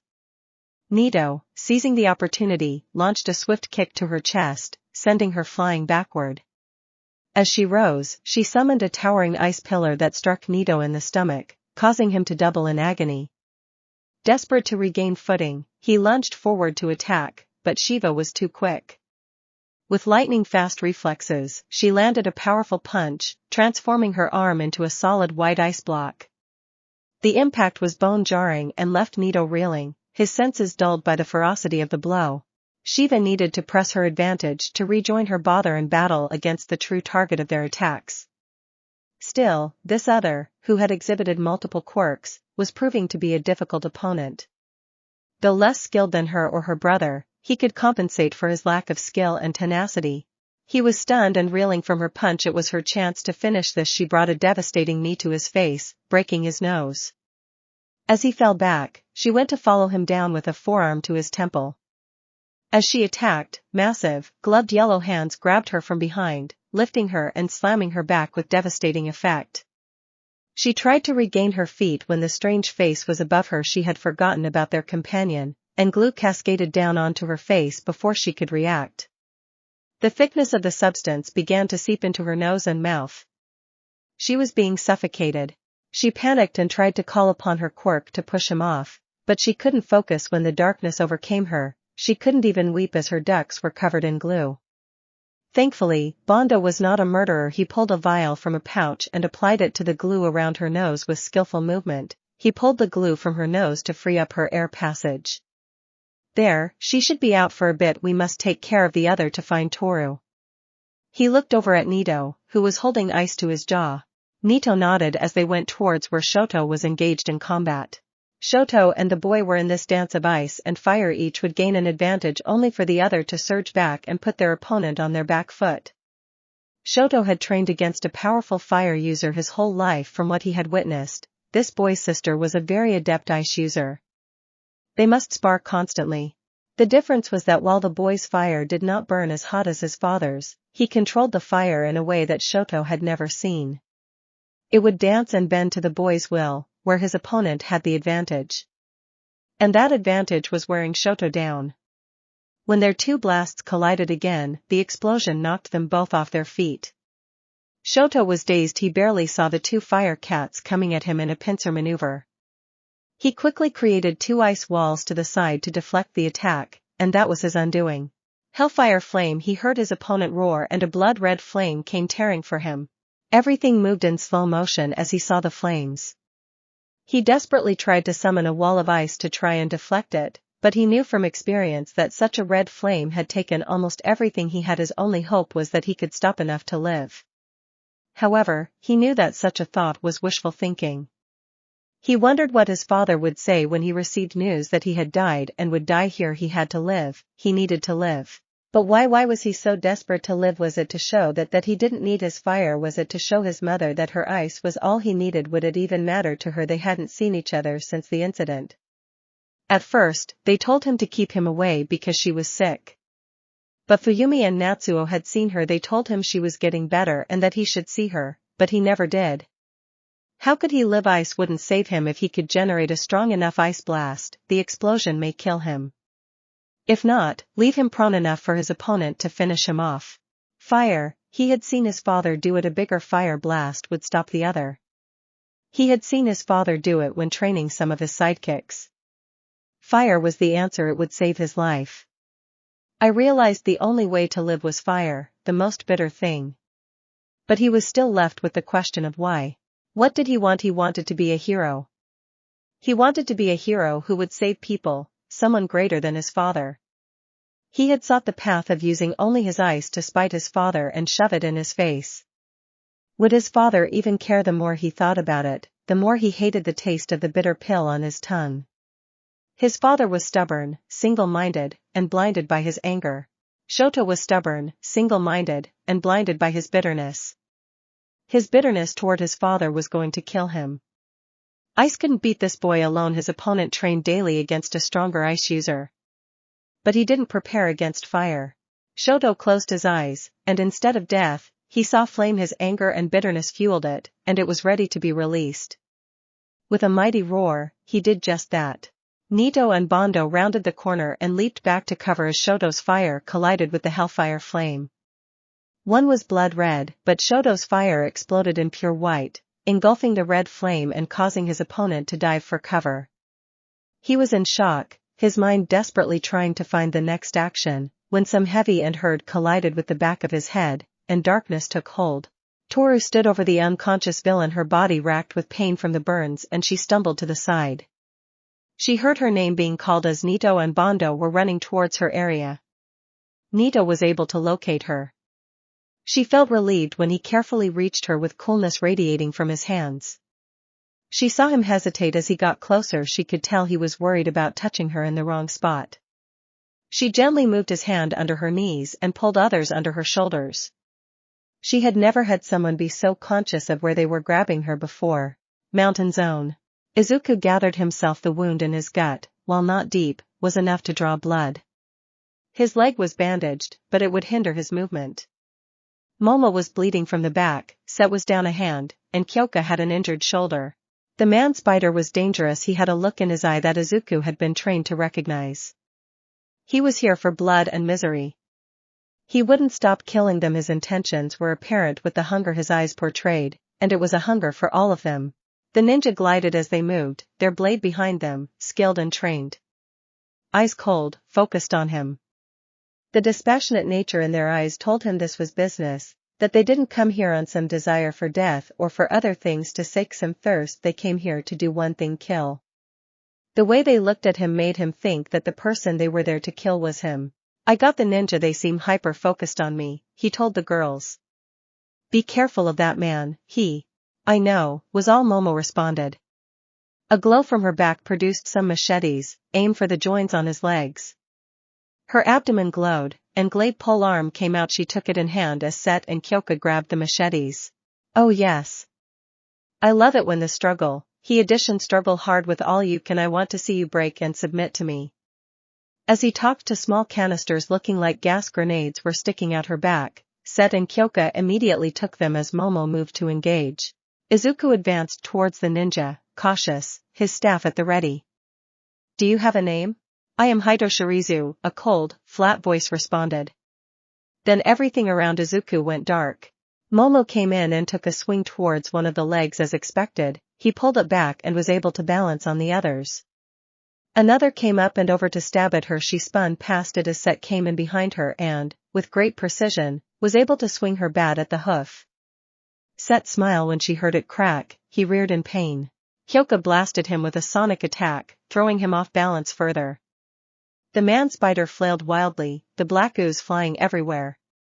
Momo let out a cry as some landed on her thigh, and immediately, she felt it begin to burn and eat at the skin. Set panicked and pulled Momo back as Kyoka tried to press the advantage.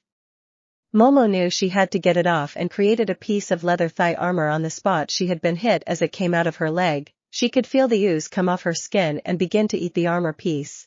Kyoka swung the machete, but unfortunately for her, she hit a solid part of the leg while the villain did scream when it yanked back. The weapon was taken away from her. The sudden shift in balance knocked her to the ground before she could scramble back to her feet. He reached down and pulled her into his embrace. She froze for a second as massive mandibles came out of his mouth. Her arms pinned, she took her jacks and plunged them as deep as she could into his eyes. His scream nearly knocked her out as he dropped her to the ground. Momo and Set saw their opportunity and ran in, ready to rejoin the fray. Izuku was surprised by the sudden darkness, but he quickly summarized that it had to be Shirizu's quirk. Their name translated was unseen. He tried to focus his hearing, but it wasn't fast enough to evade, but he did manage to deflect the blow, preventing it from being fatal. The sword had come at his side, and before it could bite too deep, he deflected it away with his staff. He rolled away, trying to create a mental map of his surroundings. He spun his staff around himself and felt a clank where he suspected a part of the mountain was. He put his back to it, cutting off an avenue of attack. The sound of the girls fighting the man spider was making this task difficult. Blind fighting had been particularly difficult for Izuku to learn, and he was no master at it. He heard the attack at the last possible second. He deflected the blade upwards and ducked low. He took a swing at where he hoped his opponent would be and caught nothing but air. But his opponent was not about to let him catch his breath. The sword sliced across his back. Thankfully, his armor held. He repositioned himself, doing his best to steady the panic. Kyoka would have been able to take this villain down quickly with her hearing. Izuku focused, shutting out what he could and listening for movement near him. Unseen, they were not silent. They had to move through dirt, and shifting earth under their feet made sound. Listen for the sound, he told himself. He heard it quickly, and his staff lashed out to deflect the blow as he followed through. The black sword came to his hand in a deadly downward arc at the last second. He twisted the blade so the flat came crashing down instead of the edge. He heard the scream as his sight returned. Nothing stopped the black blade, nothing he had encountered anyway. It cut through bone and flesh like a stick sliding into the water. He knew that this villain would be no more if he had continued with the blade. Shirizu's shoulder and collar bones shattered under the blow, and they crumpled to the ground as a round knob of the staff came crashing across their jaw, breaking it. Thankfully, they couldn't feel the pain. Unconscious, the man spider lunged at the haired girl, its two talon legs aiming to strain for her. When she didn't move, he smirked in triumph. Surely when the others saw one of their dies, their will to fight would crumple. But his attack hit nothing but air. As Set split at the last second, dodging the attack, she pulled the pin and threw the canister. It exploded in the villain's face, the gas involved their head, and the agony began. It burned. It was pure pain. He stumbled back, screaming as another canister exploded against his back legs. He didn't think the pain could intensify till he felt something cleave through one of those legs, sending him crumpling to the floor. He saw a leg twitching severed from his body. The girl with black hair whirled and swung her pole arm again, taking off another of the spider limbs. His eyes felt like they were on fire and going to explode, and then the girl with the lobs came rushing in. The sweet kiss of unconsciousness was welcome at this point. The girls looked at each other as Momo walked over, creating saline. She flushed the villain's eyes as the cuffs dropped out. Kyoka secured the villain. Afterward, Momo sat on a rock and devoured some calorie bars. Set ensured they hadn't missed anyone while Kyoka went and helped patch up Izuku's side. She smiled at her gratefully. The sounds of battle could still be heard. Wearily got to their feet and started moving towards the next zone. Windstorm zone. It was a massive free for all. Jirota was in the middle as the villains attempted to swarm him under. That meant they weren't protecting their flank. Yui, Fumi, and Koji made them pay. Dark Shadow snaked across the ground till it could take up position back to back with Jiroda. Fumi was not a fighter, but he could swing a baton provided to him by Yui. Koji's hardened look was not for show. He knew now was not the time to be peaceful, that they were fighting for their lives. Like the animals he loved, he had been backed into a corner, and he would not be timid. Yui was a force of nature and tenacity. She threw some items on the ground and activated her quirk. Large concrete barricades sprang to life, throwing villains into the air. Those who turned on the girl wished they hadn't. When a villain landed, what they felt was a devastating right cross. Her bloody smile froze them in their place. They were apologizing as she descended upon them. Dark Shadow raged alongside Jiroda as the two were grabbing villains and throwing them aside or tearing into them. The ferocity of their attacks seemed to feed off the other as they physically demonstrated to these villains that they had made wrong choices in their lives, leading to this moment. It was chaotic and messy, but in the end, the young heroes, though bruised, stood victorious. Yui looked at the boys. There are more of these out there attacking our friends. I think we should go meet them and remind them why no one with Yui, she yelled. They raced to the next battle. The front door. It landed with a thud, cracking the metal plates as it did so. It was the monster. Its unblinking eyes looked over and past everyone to Kurogiri. The students tensed. They knew what the beast had come for. Niran didn't even get to yell out anything other than move, as the best was by Mist's villain's side in an instant. It trampled over its allies without a care or even seeming to notice that it had done so. Jiro quickly activated his quirk as Pony fired her horns at the monster. The beast ignored the girl's attack. It did look curiously at its legs as they began to sink into the ground. Reiko tried to yank the beast, but it was too heavy. Quickly, she pulled on its arms and lurched forward, its arms sinking into the softened ground. Juzo immediately cut his quirk. Yos ran in and tagged the monster's legs, welding them to the ground. They surrounded the beast, reading themselves. They were woefully unprepared as the beast wrenched its arms free by tearing them off. It did the same to its legs as Juzo yelled for it to stop. The lack of any scream of pain would haunt Pony for years. They stumbled back as the limbs began to regrow. Niran leaped in, swinging with all his might, activating his quirk. There was no effect. The beast swung, and by sheer luck, Niran dodged. Achiko attacked, hoping to tag the best with her quirk. The beast turned to meet her attack, a monstrous downward punch coming towards her. She stumbled and fell. Reiko yanked with all her might, pulling the fist to the side. The impact left no doubt that Achiko would have been turned to paste. She scrambled to her feet as the monster reached out to grab her. "You will not touch her, you monster!" Sato roared as he leaped into the air, bringing a thunderous axe kick to the monster's shoulder area. Everyone's heart soared and fell instantly as there was no effect. Sato could kick off and land out of the monster's grasp. In an instant, the monster was on them. Sato and Juzo were sent flying by a thunderous backhand that reverberated throughout the area. Pony tacked Reiko out of the way of another attack, but she didn't clear the blow completely, and the impact caught her leg, breaking it. Achiko swallowed her fear and ran in and tagged the monster on the back as she slid under the thing's legs. Desperately she tried to run.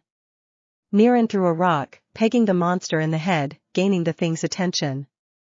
Niran knew he was done, for he did his best to anticipate the thing's attack, hoping to survive. He barely saw the fist coming for him. He was done for. Suddenly, the word block appeared before him, stopping the blow. Niran saw Manga standing there, and he dropped to a knee. Yuka slid next to him. "Behold my twinkling light, you monster!" he yelled as his navel laser ripped forth, striking the beast. Again, joy was snatched as a portal opened, and the beast came flying back towards them. It was Sen's turn. He knocked the beast off course, sending it crashing off to the side. The monster was up in an instant. It raised its massive hands over its head and slammed them down, creating a massive shockwave, sending debris flying everywhere and its opponents diving for cover. It ripped Kurogiri free and leaped back to the plaza. Forest zone. Shiro, Shirhai, and Kinoko emerged carefully from the underground into a ring of trees. They did their best to listen, seeing if they were about to be attacked, but instead they could hear cries of distress. Kinoko took the lead, moving cautiously as Shiro limped behind her. Shirhai took to the shadows to cautiously scout ahead. His sudden reappearance in front of his companions startled them. "We need to hurry. Kozai is badly injured." He lead them forward. When the cam bursting through they were almost attacked by Ibra and Mizo. They saw Kozai lying on the ground holding his stomach that had more bandaging than they thought possible. Mina was against a tree shaking, they saw bandaging on her as well. They saw the bear villain and the way his head was at an unnatural angle and said nothing. They ran over to see what aid they could give their allies. Kinoko created some mushrooms and handed them out. Some had natural pain relief for Mina and Kozai, and she gave that had sweetness to them for Ibra and Mizo. She pulled Ibra aside and asked what had happened. To Ibra's credit, she was able to give a description of the battle. She did falter at the bear, and when she told them what happened, Kinoko understood. Zero stood there for a moment concentrating before some tape started coming out. It should be better to hold you together, and it's sterile enough, I think. Mizo, we need to get a stretcher made up so we can transport him out of here. He need medical. Mizo nodded, thankful for something to do. Zero distributed some capture tape to Shirhai, whispering something to him. Mina, we should make sure all the villains are secure, can you help me with that? The pink-skinned girl was able to nod as they moved off. The sounds of battle continued off in the distance. They knew the attack was not over, but they needed to get Kozai medical attention, because if not, then even if they survived they would be attending a funeral for sure. Focusing on their tasks was a good way to get the forest group back and moving. Soon they had Kozai loaded with Mizo and Zero carrying him and him using his extra appendages to help listen for any ambushes. He was able to alert them before the trap was sprung. Shirhai nodded and moved off, taking the first one by surprise. The other two didn't have a chance when Mina and Ibra descended upon them. Their attack was brutal and quick. Though Kinoko noticed that Mina didn't use her quirk at all, and Ibra used it only at the beginning to pull the villain to her, then not again. Even they all lived through today, they would never be the same. The plaza. Tsu and Tetsu went to work making their way towards Vlad King, who was trying to get to erase her head. The monster lifted the dazed and very angry Shigaraki to their feet. Stupid mobs, he roared. I want them broken and bleeding before me, you useless idiots. Nomu, finish off the teachers, he spat, turning his attention to students. Kurajiri, bring in the reinforcements, time to die, children. More portals opened in the plaza as the villains' numbers were replenished. Time to die, children, Shigaraki roared as the battle began anew. The ruined zone. Itsuka stumbled, desperately trying to pull herself up. This man, this villain, waited patiently for her to return to her feet. You can surrender any time now, she spat out, but I need your name to give the police when they find you after I beat your. He smiled a big toothy grin. Anvil. Yeah, that checks out. She stood again, leaning against the wall. Okay, ready for that beating, he nodded, raising his fists. She went to move forward, but her body collapsed. That is enough, Anvil, a woman's voice rang out. Itsuka lifted her head, and a woman stepped out of a doorway. She was wearing a black lace gown with a sweetheart bust line, and embroidered lace ran along her arms. Her porcelain white skin shone through from underneath. It was an almost unnatural white. The only source of color was her red nails and ruby lips. Most of her face was hidden by a veil. Her long black hair seemed made of shadow black, cascaded out down her back just above the ground, and the tips were stark white, the same as her skin. They collected like dagger points, perfectly grouped. Yes, most holy, the man known as Anvil said. Miss, the woman's hypnotic voice rang out. Ajiro came crashing to the ground unconscious as his opponent landed gently. Yes, most holy. Enough playing, the woman chastised. You all should give up once I get my second wind. Itsuka clawed towards Ajiro, putting her body between them. I see it now, Miss said quietly. Itsuka was losing her battle as darkness began encroaching on her mind. She saw the woman approach and crouch near Itsuka. Now listen carefully. The USJ. Niran struggled to his feet, as did Pony, gritting her teeth through the pain of her broken leg. She was not about to die or allow worse to happen while she lay on her back. She was going to go down swinging just like her parents taught her. Reiko was by her side, watching as villains retook the field and the enemy's reinforcements came through.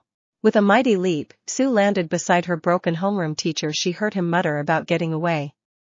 Sir, that is not an option anymore. She struggled to lift the man to his feet when she managed to get back to Vlad and Tetsu as they retreated to the stairs. Denki appeared next to them with Hiryu. Denki moved to help Sue, freeing Tetsu to take up the defense with Vlad. Achiko and Niran came from the top of the stairs, negating Aizawa's gravity and allowing him to be more easily transported. Shigaraki stared sadistically at the small group of students. Today is the day that you die for placing your faith in a system that has blinded you from the truth. Bring me their bodies. The villains grinned as they began their advance. Shigaraki didn't see the attack that yanked him into the air suddenly. Vines wrapped around his waist and threw him high. The Nomu spun, witnessing the group coming from behind. He saw Shigaraki airborne and went to catch his master, only for his legs to be suddenly encased in ice. The villains about to attack began to scream, and 55-gallon drums and barricades rained down on them with the students from the Windstorm zone's arrival. Jiroda let loose a war cry as he came leaping over the railing and crashing down into the middle of them. Like before, Dark Shadow positioned at his back as they ripped violently at the surrounding villains. Using the element of surprise, the rest of the students began to arrive, and an avalanche of violence descended upon the villains. Their screams filled the air. Ajiro waded into battle side by side with Toguro. He didn't know what to think. He had been so wrapped up in his hatred for Izuku and, by extension, 1B that he had been prepared to write them off. Yet, on the battlefield, he saw his other classmates, even those who shared his opinion, wading into battle next to those they had dismissed as lesser than or worse. He then saw him, Izuku Midoriya, the boy rushing in the point of a spear with Momo and Kyoka at his flanks as they waded into the battle. A simple but vicious brutality was displayed as he knocked down a villain. The girls would remedy that situation violently if that villain were not unconscious. Setsuna took the air, relaying as much as she could to her group as she went to grab the makeshift stretcher that bore Kozai to get him to the doors where the other injured were being guarded as the battle in the plaza was raging. There were so many villains that they couldn't be held in one area. Those that slipped past thought those by the door would be easy pickings, only to find that those who had stayed up there were ready for their attack. Shoto sneered at the monster he had encased. "You are done for, Monster Bondo," and he watched in horror as the monster ripped its legs clean off to escape the ice. Their horror intensified as they saw the torn limbs begin to regrow. Bondo launched his quirk at the thing's arms only to witness the gruesome display replay itself. "It has such powerful regeneration. How do we stop it?" Bondo yelled, backing away. "Put me down," Toru said to Nito, who was trying to move around the edges to get her to safety. "But you hurt," he protested. "And if we don't figure a way out of this, I am going to be dead, along with many other people," Toru said, quivering slightly. "If we are going to die, I want to die doing hero." Nito smiled. "Then let's go do hero." He set her down. He heard her start to move away. "Don't die, Toru."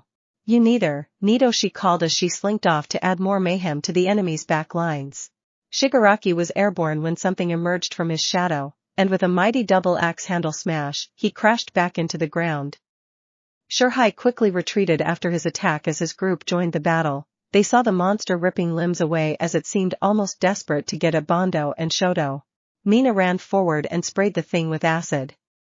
It didn't scream, but she saw its flesh melt only to regrow. The monster fell through a portal only to appear a few feet away, fully healed. They didn't see it coming. A sense of self-preservation allowed some of them to guard. Mina got her hands up, but a massive blow still shattered one of her horns and sent her flying, her orbital socket broken. Mizo could block part of the blow to his ribs, though they still cracked. His other arm sprang forth, trapping the limb against his body. When the other arm went to tear the boy apart, Ciro's tape jumped forth, binding it to the ground. Ibara's vines grabbed the beast's legs. She screamed in pain as they pulled the beast to the ground, and they tore from her head. Shoto leaped forward and encased the creature in ice, pinning it to the ground and rendering it unable to move. Only its head was freely pressed into the ground. Shigaraki sprang to his feet as Kurogiri began to summon a portal to free their monster. Fire erupted around Kurogiri. The mist villain screamed and fell back as staff flew, tangling Shigaraki's legs and sending him tumbling to the floor. Shigaraki rolled and found a halberd pointed at him and a sword wielded by two girls. "Call them off," a green-haired boy said as he picked up the staff that had knocked him to the ground. "Stupid mobs," Shigaraki growled. He kiped up, intentionally leaning into the halberd to take the stab, throwing Momo off guard. His hand grabbed the blade, destroying it in an instant, and he kicked her in the gut.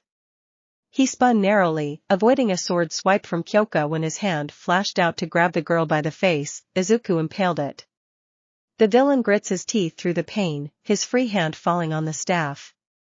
It began to disintegrate. Izuku felt a pain in his chest as he watched his master's weapon disappear. Hirojiri bit through the pain and opened a portal under the monster. Once able to move again, it tore its limbs free and landed on its feet, the ground shaking as it did. The students were nothing but dolls for it to toss around like toys. Nito began to panic, but he knew he had to get them out of there before they died. He leaped on the Kurogiri in a frenzy to try and touch the man to copy his quirk. He grit his teeth and plunged his fingers into the shadow villain's eyes. He needed a target, and he needed to negate the villain at the same time. Kurogiri screamed as the boy's thumbs found their way home. The monster was about to crush Mina, who had been thrown into Mizo and Ibara, when a portal opened underneath them, dropping them by the doors. Nito felt like his head was about to explode from all the quirk usage, but he pushed through. It's just another scar, I can bear it for my class. Shigaraki saw his targets falling into portals to safety. The rest of the student body rallied, desperately driving their attackers back. They could no longer try to disable them. The students were fighting for their lives. Desperation and watching more and more of their classmates took its toll. They began to snap, and the violence of the assault began to spread chaos through the villains. Jirota broke the knife blade that was protruding from his gut. He reached down and, with a massive roar, tore the arms off the villain who had stabbed him.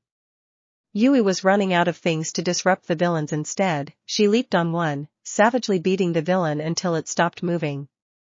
Ajiro saw the bloodbath beginning. The rage and fear were seeping out, infecting all it touched. He didn't see the massive hammer that came crashing into his back, driving him to the floor, his hardened form cracking. He rolled onto his back and managed to deflect the blow aimed at his head, his arms cracking under the blow. The villain was a man who was slight in stature but had massively muscular ape-like arms. Without losing momentum, the hammer was high over his head and ready to come crashing down again. Toguru saw the boy from 1A fall as he ducked under a villain's attack. The villain's nails had grown long and black, sharp as razors when they ripped him across the chest and back. All Toguru's life, he had had to learn how to deal with cuts, how to fight with blades and not kill, not cut people down or end their lives. Add on his mutation, and his life had been one that carried a long, hard road to get where he was. He saw it all, his classmates and allies being hurt, the brutality they were not using to stay alive. When the villains would collapse upon a student, they were in a frenzy of violence and ill intentions. Clothing was being ripped and clawed at, and Reiko ripped the eyes out of a group of villains that had descended upon her and Pony. Toguru watched as the monster had sent his allies flying through the air. It was all devolving so quickly. He then felt the burning from the wounds. He saw the unmistakable liquid glint in the light from his opponent's claws, the poison of some sort. He saw Ajiro fall. He saw the incredible blows from the hammer cracking and chipping the boy's body. Toguru knew how not to kill because he had also learned to do so. He could only think of his family, his little sister receiving the news that he was dead. He knew that he had to make it home to them. He had to make it out of this damn place. When the attack came, he deflected with one blade as another formed on his elbow. The shower of sparks from the blades clashing gave him a clear look into his opponent's eyes. He saw no remorse, no sorrow, only a desire for blood and death. He gave them that. He spun past the attack, and the blade sprang from his elbow as he did. It traced across the villain's throat, severing everything but the spinal cord. The world began to darken as the burning sensation was now everywhere, flooding his body. He continued his momentum. The blade scraped across the floor as he raised it in a rising slash. The hammer villain's arms were descending, ready to turn Ajiro into rubble. The sound of the blade, the flash of light as he saw it come into view, he cut upwards and threw the villain's arms just above the elbows, severing them. Blood sprayed across Ajiro as he saw Toguru stumble and fall to the ground. Shigaraki watched as he saw Kurogiri fall. He turned and reached to end the threat of the Kyoka. She fell back out of reach, but he grabbed her jack, and she screamed as it disappeared in his hand. He sneered as he was ready to fall upon her when a massive black sword removed his hand from his body, and a base bat cracked against his skull, sending him toppling to the side. Momo just punted the severed hand away as Kyoko pulled a knife and cut her ear cord just from the lob. As the decay was running up the line, Shigaraki couldn't focus. His head had been busted open, he had lost a hand, and he screamed nonsense about the state of heroes. He didn't even see the massive black blade coming for his head. The monster did. Izuku saw movement. He was able to place the blade flat to block the attack. It was what saved his life as he was knocked away and into the wall. Reiko reached out with her quirk and yanked Izuku to the side as the monster's next attack would have splattered him. Nieto ran, seeing the severed hand. He prayed, and when he grabbed it, he knew what needed to be done. Toru lifted a baton that had been discarded to the side and wadded into the villains with brutal efficiency to find soft spots and spots that were not so soft, but after she was done, they were. He saw Shoto making it back to his feet. Shoto, freeze it. I need to touch it. It was all in slow motion as Shoto sent a wave of ice at the monster. Nito dived into a portal before dropping the mist villain's quirk and taking on Shigaraki's. Shigaraki saw a portal open above the Nomu, and a blonde-haired boy in a ripped and battered suit came diving out. He saw the boy land on the Anti-All Might's shoulders. Nito grits his teeth and grabs the monster's exposed brain, activating the quirk. The monster's scream froze everyone on the battlefield as Decay went to work against the monster's regeneration. The beast brought its massive fists up to squash Nito. The great black sword managed to cut one limb off, but Izuku stumbled and could not stop the second arm. It came up and just crashed into Nito's stomach cavity. Blood flew from Nito's mouth. The quirk faltered. He could feel it. Ajiro was there, and with the mighty swing of one Togaru's blade, it bit deep into the monster's other arm. It screamed again, thrashing violently this way and that. Ajiro was thrown to the ground. Hero Nito roared as he poured every ounce of his being into the quirk. All he had, with his last breath, was to end this monster. Shoto saw the fight between this monster regeneration and whatever Nito was trying. He saw the massive fist inside the boy's body and then heard the cry as he saw someone willing to lay it all, to give everything for what he believed in. He wasn't even aware he did it as the pillar of flame exploded next to the beast, severing the other arm. It was a white-hot flame. It consumed the arm, and where it had cut the arm from the monster, it would not grow back. Shigaraki, foaming at the mouth, blood pouring from the stump where one of his hands once was not about to let this raid end this way. He stumbled, reaching for Nito. The Nomu was not on its knees as it lost the Decay battle. Izuku saw him coming and went for Nito. He tried to move, but his body was a wreck from the monster hit. "Ing die you mob," Shigaraki yelled. Reiko's quirk flared out, yanking Shigaraki's hand out and away as a shot echoed in the USJ. Shigaraki looked down at his chest and saw the blood begin to ooze out as his brain told him he had been shot. His eyes trailed up. There was Momo. She was holding a revolver in her hand, the barrel smoking. She fired again. It hit home. Shigaraki stumbled again as another shot rang, then another. He fell to his knees. His life is ebbing away. He looked down at his chest, then looked to the Nomu as it turned to ash, the blonde falling to the floor as he saw the gaping gap in the boy's side. Noidai, he coughed as blood came from his mouth, his lungs filling with blood. "Kill All Might League. Is over," Momo's voice rang out over the silent battlefield. The next shot rang out, but it didn't hit him in the chest. Instead, it would have pierced his brain. Shigaraki and Kurogiri fell into portals, but unlike the purple smoke, these were like a black oil-like substance. Nito fell to the ground, and as Izuku stumbled toward him, he saw tears in his classmate's eyes. "Do you think it will be a good scar?" Nito said as Izuku cradled him in his arms. "It is going to be amazing. Now hold on, okay? I need you to hold on, Nito." Izuku's voice broke as he fought back tears. "There is a gap in me. I don't think there are enough bandages for that," Nito said with a smile. "That's right, but I have something better than bandages." They turned to see Kanoko coming towards them, the air filling with spores that drifted down onto everyone. She smiled as they invaded the open wounds. She activated her quirk. The wound on his side was closed. "Mushrooms will save us all." Kanoko threw her arms in the air as her eyes rolled back, and she fell to the ground unconscious. Kozai began to cough as his eyes opened, and mushrooms erupted from his stomach cavity. All over their wounds, mushrooms sprouted. Togaru, who suddenly felt better, sat up and saw mushrooms sprouting from his chest. The poison neutralized, and the bleeding stopped. The door to the USJ exploded as the faculty came storming in. The remaining villains just surrendered, the students too stunned to move, too broken to react. Izuku looked at the mushrooms sprouting all over him and everyone. "Quirks are bull," Izuku muttered.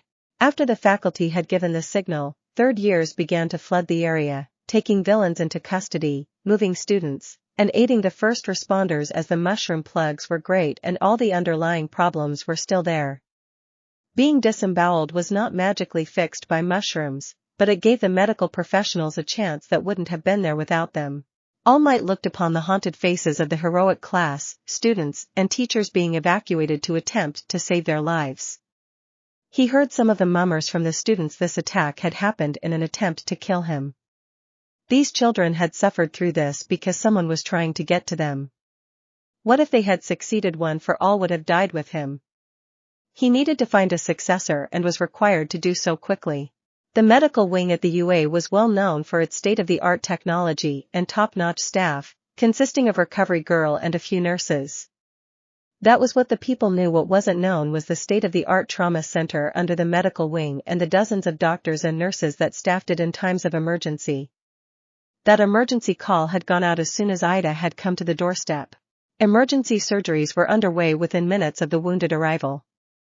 Everyone would be staying the night in the medical wing. Not a single soul that boarded that bus was going home tonight or was in any condition to do so. Nezu looked over the first years with rage, horror, and sympathy, with a helping of wrath. He knew that you have restrictions upon yourself when you go into a battle, lines you won't cross. Then, as the struggle continues and situations worsen, you begin to cross those lines to come home alive. Self-preservation is a motherer. They were exhausted, wounded, and trying not to let the silence drive them mad, because when it was silent, your mind would begin to question all the things you did to be able to lie in a bed tonight. They would fall asleep, awake screaming, ready to fight, calling out for another student. He knew that not all would make it, that not only was UA's reputation about to be dealt a significant blow, but the first-year hero course would never be the same. Nezu was unique. There was nothing like him in this world. He would never marry, nor would he have children of his own. At least not again. He had a mate and offspring. Once upon a time they didn't have names, but he could see them when he slept. See them and feel the love for them. He didn't know it was love then. He was too primitive. But he remembered what it was like when they were taken out of the cage and never returned. He made one of the scientists tell him how they died before Nezu killed him. Someone had come into his home and tried to make him feel that loss again. What made Nezu so dangerous was when he focused on a single thing, a single idea. That idea today was revenge. Ajiro. Of all the ing luck, I am in goddamn bed next to this motherer, he thought. He glanced over to see Izuku wake up and look around before settling back down. Hey, would you tell me the truth if I asked you a question? Ajiro finally said, using the buttons on the bed to bring himself to a sitting position. His arms were cast, as well as his chest. Izuku looked at him. Sure, I highly doubt you will believe me since you hate me. What? I came in and apologized, Ajiro deflected. Look, your mouth said one thing, but your eyes said something else, Izuku said, still looking at the ceiling tiles. Also, I know the look of hate. I have seen it enough to recognize it. You are not very good at hiding it. Why did you provoke Bakugo? Ajiro said. I didn't. I hadn't seen Bakugo in over a decade. Izuku paused momentarily. We knew each other when we were kids, same kindergarten kind of bull. When my quirk didn't come in, we stopped being friends. He fell down this one time, and I offered to help him up. Yeah, that didn't go well. You're lying, Ajiro said, clinging to the story he had made up. Why would I lie? Izuku said. So you would like me? I could care less if you do or don't. Did you like to grow up with him or something? No, I met him the first day, Ajiro said quickly. Then why are you clinging to this idea that he was a good person and not some piece of? Izuku sat up and looked at Ajiro. Was it love at first sight or something? I have seen the videos. He was talking to everyone. He called you tie hair and told you to shut up. No, I wasn't in love with him. Ajiro stopped and thought about it. He was just cool. I guess he was confident. His quirk kicked. I thought that he would be a good hero someday. I would say you are stupid, but I know what you had to score on the written exam to get into this school, Izuku replied. You. So, let's just say in the 12 hours you knew and interacted with him, did you ever see me near him? No, Ajiro said with a slight sulk. I didn't get a smartphone till after the fight, so that I couldn't have texted him. The last time I saw him, there was no way I would have had his phone number, and that was when my parents died and I moved. So genius, when did I talk to him? Izuku said. You can say before or after the first day of school, but he seemed rather surprised to see me, so that would be a no, and obviously that meant we didn't bump into each other during the exam. Ajiro wanted to retort, to keep the story he had fabricated in his head. Yeah, but his quirk. What about it? I could kick a lot of my class and your classes, but not all of them, no way, Izuku said with such confidence and tone that it came across as fact. If I got the drop, then maybe, but straight up head to head, nope. I couldn't beat you without seriously hurting you with my sword. Your sword couldn't do to me, Ajiro said defensively. Yeah, you can think that, but I would put it to the test if I were you, Izuku said with a shrug. Bakugo has a powerful quirk, but he is all about beating the villains. You have a great quirk for a hero, and so do many of your classmates. Ajiro paused, and Izuku continued, look, man, I am quirkless. Bakugo attacked me for that reason. You probably don't like me for the same reason. You, man, I am not a quirkiest, Ajiro said, his anger rising. You and everyone around have a dream of being a hero, of being the next All Might. Yeah, so Ajiro said. So what happens when someone without a quirk can do the same thing and, in the case of some of you, better than you? Izuku said he could see Ajiro about to respond. Without your quirk, I would beat you because I have trained harder than you. I want to be a hero to show the world that anyone can be a hero, no matter their quirk, they can be a hero. I would bet you in the fight, Ajiro said.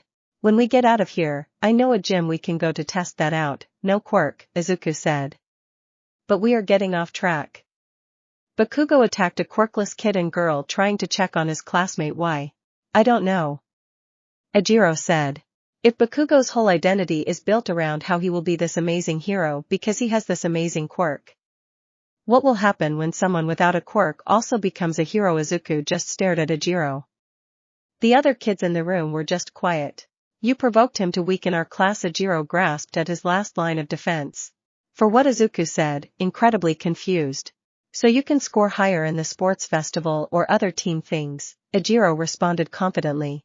Sweet baby Jesus, give me strength, Izuku said, looking to the ceiling. I just need to graduate. Your class means nothing to me. Before you say something about Kyoka and them, I offered to help them so they could stay in school. That is the dumbest thing I ever heard. When I talked to Kyoka about training, there were supposed to be 2 guys, but they said no.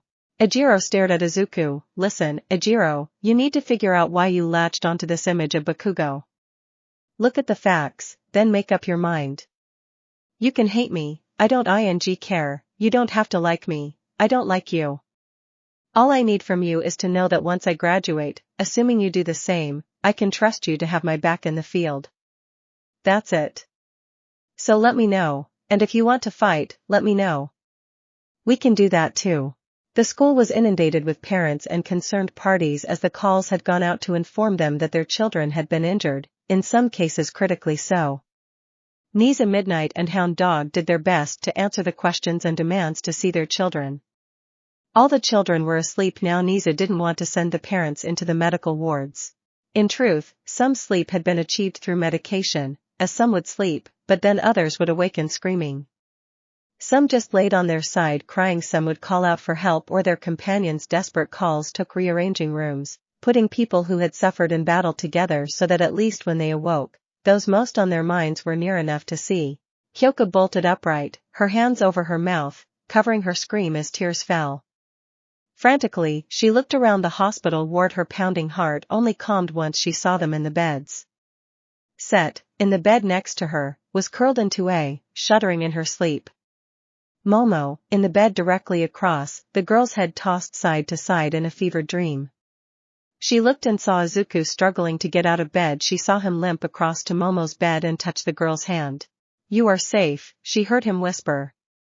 You are safe, we are safe, not alone, we are all here beside you, ease your fears, Momo, we are right here. She watched as Momo began to relax. She saw him take a cloth and dampen it, wiping Momo's brow. Sleep, know that we watch over you. Kyoka stared at him, tears falling slower as he turned and limped to her. Wordlessly, he took her hand as he sat down on the bed. He pulled her gently into a tender embrace. I may not be able to chase away dreams, but I am here for you, he whispered. Kyoka stiffened and then melted into his hug, crying she felt another set of arms around her. They looked and saw Setsuna. Can I get in on this, she said with a sniffle as she climbed on the bed. Momo got up and walked over. Izuku smiled and moved so she could climb on the bed. All the girls were cuddled together when he went to leave. Momo grabbed his hand and shook her head. He grabbed a chair and took a seat facing towards them, his hand out. All three took it and fell asleep just like that. ICU. Recovery girl exited the surgical room where a boy had been gutted. She moved to the next one, where a boy had had a gap put in him. Then to the other, where a girl had suffered major burns all over her body. The last one was the poor girl with cranial damage and severe swelling on the brain. She was found huddled over one of her classmates in the ruined zone. Orbital fractures, broken limbs, broken arms, broken ribs, cuts, stab wounds. It was a horror show of violence. The doctors worked frantically. Thankfully, the fractured limbs could be set, and after they rested, she could heal. A specialist was coming in for the girl. When dawn finally broke, she sank into her chair behind her desk. None of her patients had died tonight, but for some, it was going to be an intensive few days. The veteran knew that home and a bed were not in her future, so she sat back and closed her eyes for a bit. This would be the way for now. Morning light. After the night they had experienced, the morning light brought comfort as nurses came in and checked vitals and brought food, sometimes feeding their patients as doing so on their own was not an option. Of course, not everyone could eat, but they nibbled absently on some toast or picked at something on their trays. The cuddle pile reluctantly broke apart to eat. Momo was starving due to her quirk, and so was Set, as her natural regeneration had pillaged her body to do its work. The genuine encouragement to eat came when they were all informed that they needed the energy so Recovery Girl could treat them so they could be released. Of course, the kids were asking about their classmates or comrades in the ICU. The nurses gave them the most basic information that they were resting at the moment but unable to see anyone. Once everyone ate, the heroine made her rounds, dispensing kisses and gummies, leaving the kids all asleep once she was done. It was, of course, a side effect of her quirk, but since they were so drained for some, it was the first real sleep they had achieved since the incident. After Recovery Girl tended to the ICU patients, it was time for parent consults. The hardest were the three children in the ICU, Kozai, Nito, and Toru. Kozai and Nito were still in a very delicate shape. She watched through the glass as their parents sat in the rooms with their unconscious children, holding their hands as the monitors gave a steady beat. They were both in a medically induced coma to keep them stable, as more surgeries were going to be needed for both of them. Toru's mother held her hand as the girl was undergoing treatment. Even through the soundproofing, her screams could be heard as the charred and damaged skin was being removed.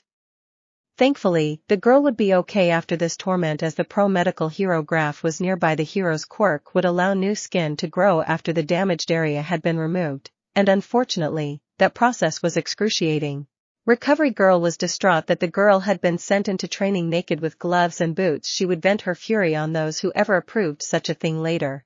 The parents had just finished a meeting with the police detective, who told them that statements needed to be collected from all the children as the majority had been unable to do so after the incident, and that there were officers and specialists on hand to take those statements before they left for the day if the child felt up to it. They tried to respect what they had been through but stressed the importance of talking to the children.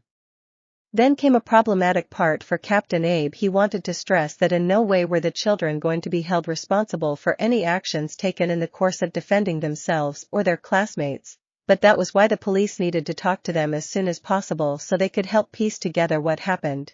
After Captain Abe stepped out, it was time for Midnight and Hound Dog. They had to go over the trauma responses the parents needed to be prepared for before taking their children home, telling them the physical wounds had been treated, but the mental trauma of the event was not going to be so easy. They were briefed on what to expect, things to avoid, and a list of emergency numbers available while the children were home. The parents sat, absorbed the information, and put on their best faces as they collected their children from the medical wing. Pony was shocked and reduced to tears when her family came bursting. Tears from her mother and little brothers soon followed as they clung to her. She managed to see her father past them, standing there doing his best to look stoic, but she could see the tears at the corners of his eyes seeing his precious little girl in the hospital bed. Reiko's mother hugged her daughter and told her that this was unacceptable and that she had been through so much already. Reiko couldn't answer her. All she did was tug on her father to pull him into the hug and let their love soothe her guilt for things she had to do. Hiryu was surprised to see his older sister come through the crowd to his bedside. She squeezed his hand. He could tell she had been chewing on her nails. She did that when nervous or scared. "I am okay, big sister," he said in Chinese. "You may say that, but I will judge such things," she responded. Momo sat embarrassed as her father hugged her and cried about his little girl while she and her mother patted his back to soothe him. Set's little sister was in her lap, trying to squeeze the life out of her, but seeing as she was only 5 and didn't possess a strength quirk, Set was all right. Her parents just held her free hand. Kyoka's father was in a nearly similar state to Momo's when he laid eyes on her, but she saw him choke it back. She knew he was going to explode as soon as they were alone in any capacity. They just sat on either side and hugged her when their daughter pulled them in tighter. They just held her as she cried in their arms. Achiko chastised her parents for taking the day off, trying to tell them that it was unnecessary, but when her mother took her hand and said, "Baby, it is okay," and pulled her in, Achiko's stoic facade crumbled. Ajiro sat there as his mother was reading his medical chart, and his father sat on the edge of his bed, talking to his son and checking on him. He glanced to his side and saw Toguro with his family. He watched as Toguro's little sister put on a special band-aids to make her big brother all better. Then his gaze fell on the Izuku. He saw the curtain open, and the boy stepped out, dressed. No one was there with him. He looked around at the scenes playing out all around him, even at his bedside. When his mother put his chart down and was now holding him tightly, he could tell that she was crying. He put his arm around her. "It is okay, Mom, I'm all right," he whispered. He watched as the boy he had disliked gathered the last of his things. Izuku. Awkward, sad, lonely. He didn't want to stay any longer than needed, especially with all the families around. In times like this, he missed his parents, moments when he just needed them. He slipped over to Momo and Set, squeezing their hands and telling them to call if they needed anything. They couldn't respond as their parents had them occupied. It was how he planned it. With so many people around, they couldn't tell he was walking out alone. He did the same to Kyoka, but when he went to pull his hand away, she held on. "Thank you, Izuku," she said. "Thank you for..." "Think nothing of it, Kyoka," he smiled for her. "Just sorry I didn't get there a moment sooner." "Glad you didn't get there a moment later," she said, trying to smile for him.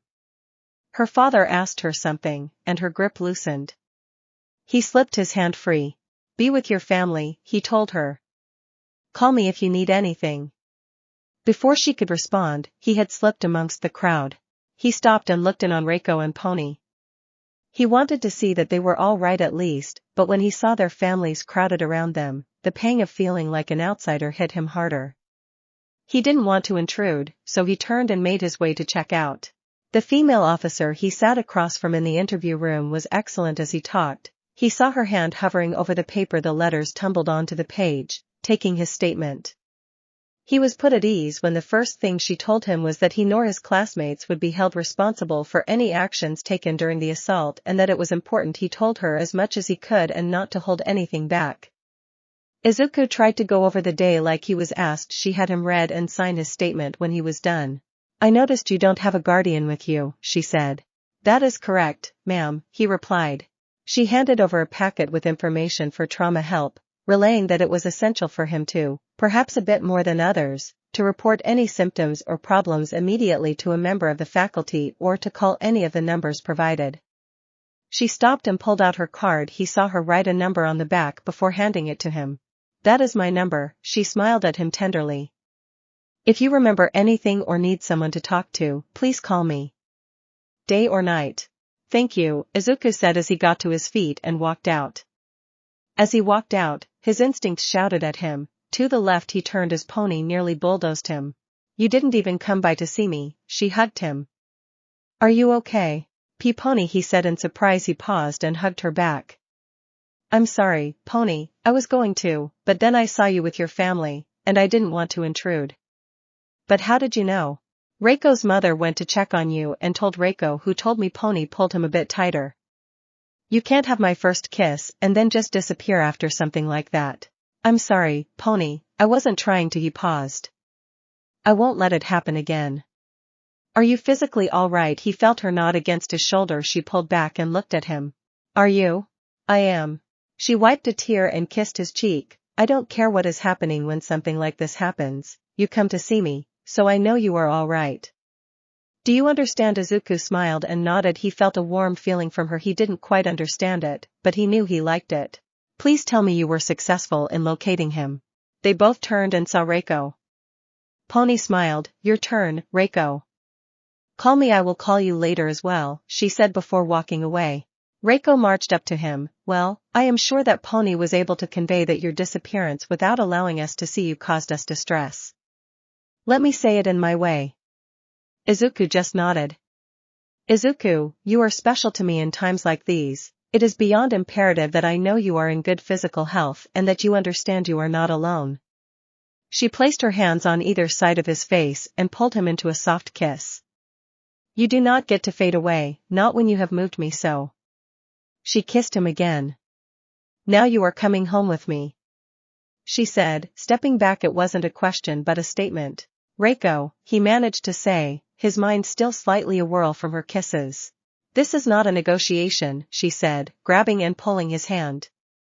My parents insist, and I agree that now is not the time for us to be alone. While you may be more stoic than the rest of us, I will not allow you to be alone. Yesterday's events haunt your mind as they do mine. She looked over her shoulder. I need someone I can talk to, someone who understands. Please. Okay, he responded. Let me at least go to my room to get some clothes. I will meet you in front of you in 15 minutes. 15 minutes, she said, releasing his hand. My father will be waiting for you. I must give my statement first. The sense of being an outsider was still there, but the feeling he received from Pony and Reiko trumped that. It was this warmth, a warmth he didn't know he was missing until it was offered. He understood that he wanted that. It wasn't even a want, it was a craving.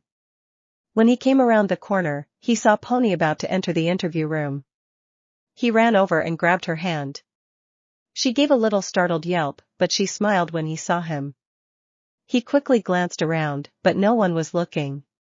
He kissed her quickly, and she blushed and smiled. Thank you, Pony, he said.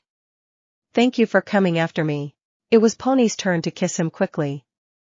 I run faster than you to chase you down eventually. She smiled and placed her hand on his chest. Call me later. I need to hear your voice. I will, I promise, he said as he moved away and walked outside. Izuku walked across campus to the dorms and packed a bag with some changes of clothes. He grabbed his phone chargers and headphones. When he returned, he saw Reiko's father standing outside. Thank you for inviting me to your home, sir, Izuku said with a bow. Shinobu Yanagi looked the boy over. He had made a positive impression on him after the discipline meeting and seeing how his daughter reacted to him. It is our pleasure, Mr. Midoriya, he said warmly, doing his best to put the boy at ease. I would not dare say I understand what you have gone through. I had to agree with Reiko that the thought of you being alone was not right. Besides, it will allow me a chance to thank you for teaching that little a lesson for attacking my daughter. He added with a laugh. Shinobu stopped and placed his hand on Izuku's shoulder. I don't know how much help we can be, but I hate that you must go through this alone. If you need help, do not be afraid to ask. There is no shame in it. We all need some help at some point. Thank you, Mr. Yanagi, Izuku said once again. A feeling washed over him. He didn't understand how much he had missed it. Please call me Shinobu. Having you call Mr. Yanagi in my house will just be too strange, he replied with a light chuckle. Thank you, Shinobu, Izuku said, testing the name. They didn't have to wait long before Reiko and her mother emerged. The woman looked at Izuku and gave a faint smile. It is good to see that you have recovered, Mr. Midoriya. Please address me as Emiko. Thank you for taking me into your home, Emiko, Izuku said, bowing. With that, they headed off to the parking lot. As they were walking, they saw reporters on the other side of the gates snapping photos. Emiko and Shinobu positioned themselves between the kids, obscuring the images the best they could. Seems the press is aware of the attack, Emiko commented. Vultures, Shinobu spat. Mina. Mina Ishido was listless. She was thankful to see her parents but couldn't hug them. They noticed that she flinched when they went to hug her. She felt dirty for what she had done. Seeing her like that, her father felt his blood boil. His wife gently touched his shoulder. "Let me help her get dressed," she whispered. He nodded and drew the curtain to give them privacy. Mina's mother, Kara, was a mutant like her daughter. Her skin was deep red, with long, flowing black hair and reddish-tinged horns that came out and swooped back like a goat. She sat on the bed, reached out, and touched Mina's hand. She felt her daughter stiffen and try to pull back, but Kara held her hand. "Even when you survive, you wonder if what you did to do so was right," Kara said. Mina stopped and stared at her mother. The screams, the blood, or even the silence.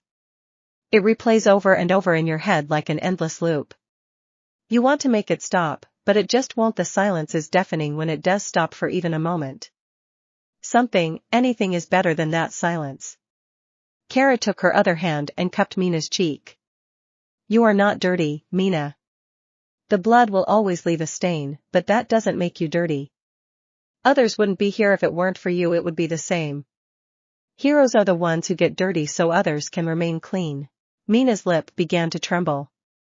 "No matter what, Mina, we love you." Kara pulled her daughter tight as the tears started to fall. "It is okay, my darling. Ibara." Ibara looked at the gold cross in her hands, turning it absently over. Her mother and father sat on opposite edges of the bed. "I don't know if I can do this," she said. "And that is okay," her father said. Ibara looked at him, shocked. "Ibara, we will not press you for what happened. If and when you are ready to share that, we will be ready to listen. If you have questions or doubts, that is to be understood. And you shouldn't make that decision until you are ready. And if I decide to walk away," she whispered. "If that is what your heart tells you, then that is the right decision," he said. "If I stay, then stay, but make sure your entire will is dedicated to this." He squeezed her hand. "It is not only your life that is on the line. The sacrifice you made was for another, was it not?" She nodded. "Did you do it for personal gain, for wealth, to fulfill some dark desire?" She shook her head. "Then release your burden to the Lord. Ibara, pray for guidance, and listen to your heart. I have faith that you will make the right decision. Let us take you home. Nothing needs to be sorted now," her mother said. "Will you both sit with me when I give my statement?" Ibara said as she put her cross back around her neck. "I need you there, and I want you to know." They both nodded and pulled her into a tight hug. Ajiro. He wiped the tears angrily from his cheeks as he sat in the interview room. "They found her laying on top of me, protecting me. We can stop or take a break if you need to," the officer said. "And oh," he said suddenly. "No, sorry," he said softer. "So, I barely saw the man before he tackled her out of the building, but the girl, her name was Mississippi. It's not like when you call a woman Ms. or Miss your shot. She had light brown hair and gold eyes. Unlike the other people we fought, she and the guy who attacked Itsuka had actual costumes, and they matched. White tights, gold boots, gloves, and tank top." Shoto. He sat in the bed, his mind preoccupied with the events of the day before. His injuries had been relatively minor compared to most, but they wanted to keep him for observation. And sadly, they wouldn't release him till his father came to get him. The whole atmosphere of the room changed when the doors opened, and in walked the number 2 hero. All eyes were drawn to him as he entered. There was an aura about him that commanded your attention. He didn't even acknowledge it. His gaze was straight ahead, and following behind him was her daughter. She just looked at the ground as she walked, not looking up to make eye contact. When they came to the foot of Shoto's bed, father and son stared at each other. No words passed between them for a moment.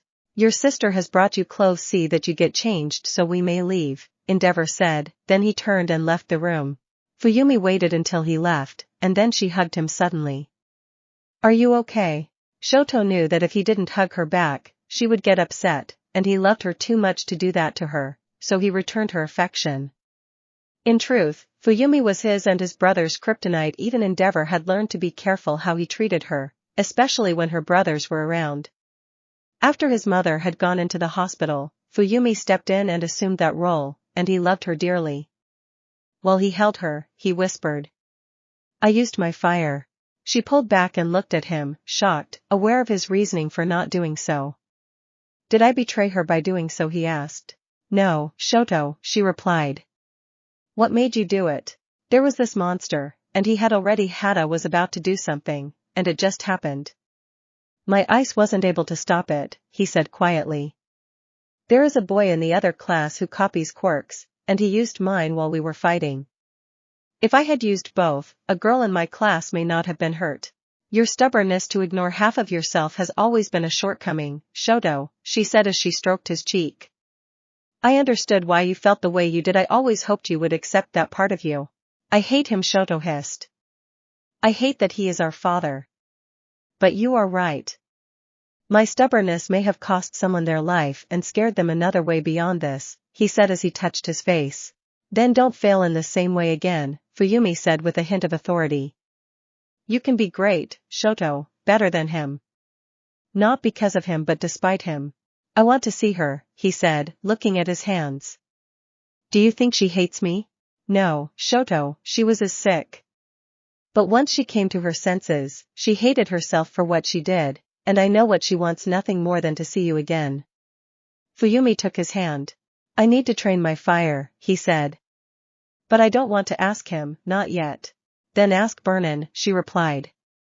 She always said if you wanted to learn, she would help. Now get dressed. Natsuo is waiting by the car. He was worried about you, but he wouldn't say so. Was he? She giggled. Yeah, he didn't even bring his video games. Wow, he was worried, Shoto said, surprised. Nito. It is hazardous, Recovery Girl said to his parents. But with the damage done, there isn't more we can do, she said solemnly. If this doesn't work, then he will die, his father said. Recovery Girl nodded. His vitals are stable but trending downward, she said. Unless something akin to a miracle was to happen, then it will only be a matter of time. His mother was crying as she held her comatose son's hand. Don't leave us, Nito, she whispered. She turned and looked at Recovery Girl. How long would he have to find the quirk? A few minutes, she responded. Do it, his father said. I don't want to watch him die in his sleep. He deserves a chance to fight. Recovery Girl made a gesture to the observation window. Soon, the door opened, and it was brought the arm of the Nomu. It was up to some strange machine, and his parents looked at it with disgust. She turned to a medical tray and grabbed a syringe. Once everything was in place, with a final nod from his parents, she injected the tail of drugs into Nito's fore. The boy's eyes slowly fluttered open. He saw his parents' faces and could tell things were terrible. Toru, he asked. His mother was holding his hand. She is recovering from treatment. But baby, you need to listen. Mr. Monoma, Recovery Girl said, grabbing his attention. We need you to focus. His head bobbed some, but he was able to look at her. The injuries you received are serious and outside our medical ability to treat. We need you to copy the regeneration ability of the beast you fought at the USJ. He nodded his head as the machines began to beep. One of the assistants rushed to silence them, and the arm was brought over to him. He tried to lift his hand, but it rose slightly and then fell to the bed. His father lifted his hand, smiling at his dear boy as the arm of the Nomu was brought close. When Nito's hand was laid upon it, his eyes started to close. His mother and father called to him, but it seemed so distant. Their voices were fading. Everything was, and his head fell to the side. He barely noticed as people were scrambling about. He saw the door open, and a girl was there. Her hair was chartreuse and wavy with pink specks. Her eyelashes were bushy, and she had big, round eyes. Her skin was a bright pink, and she looked to be in pain. She was screaming something at her, and she held on desperately to someone to stay upright. He saw them trying to get her to leave, but she was trying to get closer. He could see she was crying. In desperation, she kept screaming through all the muted sounds. It finally drifted to his ears. Hero, come on, Nito, you can do it. Time for Hero. Toru, he whispered. He felt something under his hand. An arm reached deep, calling upon his quirk. He felt different but pushed past the first one. The next one, that was it. Desperately, he grabbed it, and as soon as he did, everything suddenly erupted in noise and color all around him. He bolted upright and turned towards the girl. He only saw a medical gown, but he could hear her crying. His mother and father were being held back as Recovery Girl sat back and watched as everything healed. Remarkable, she whispered. She stepped back as his parents fell upon him, hugging him and crying. Thanks for listening.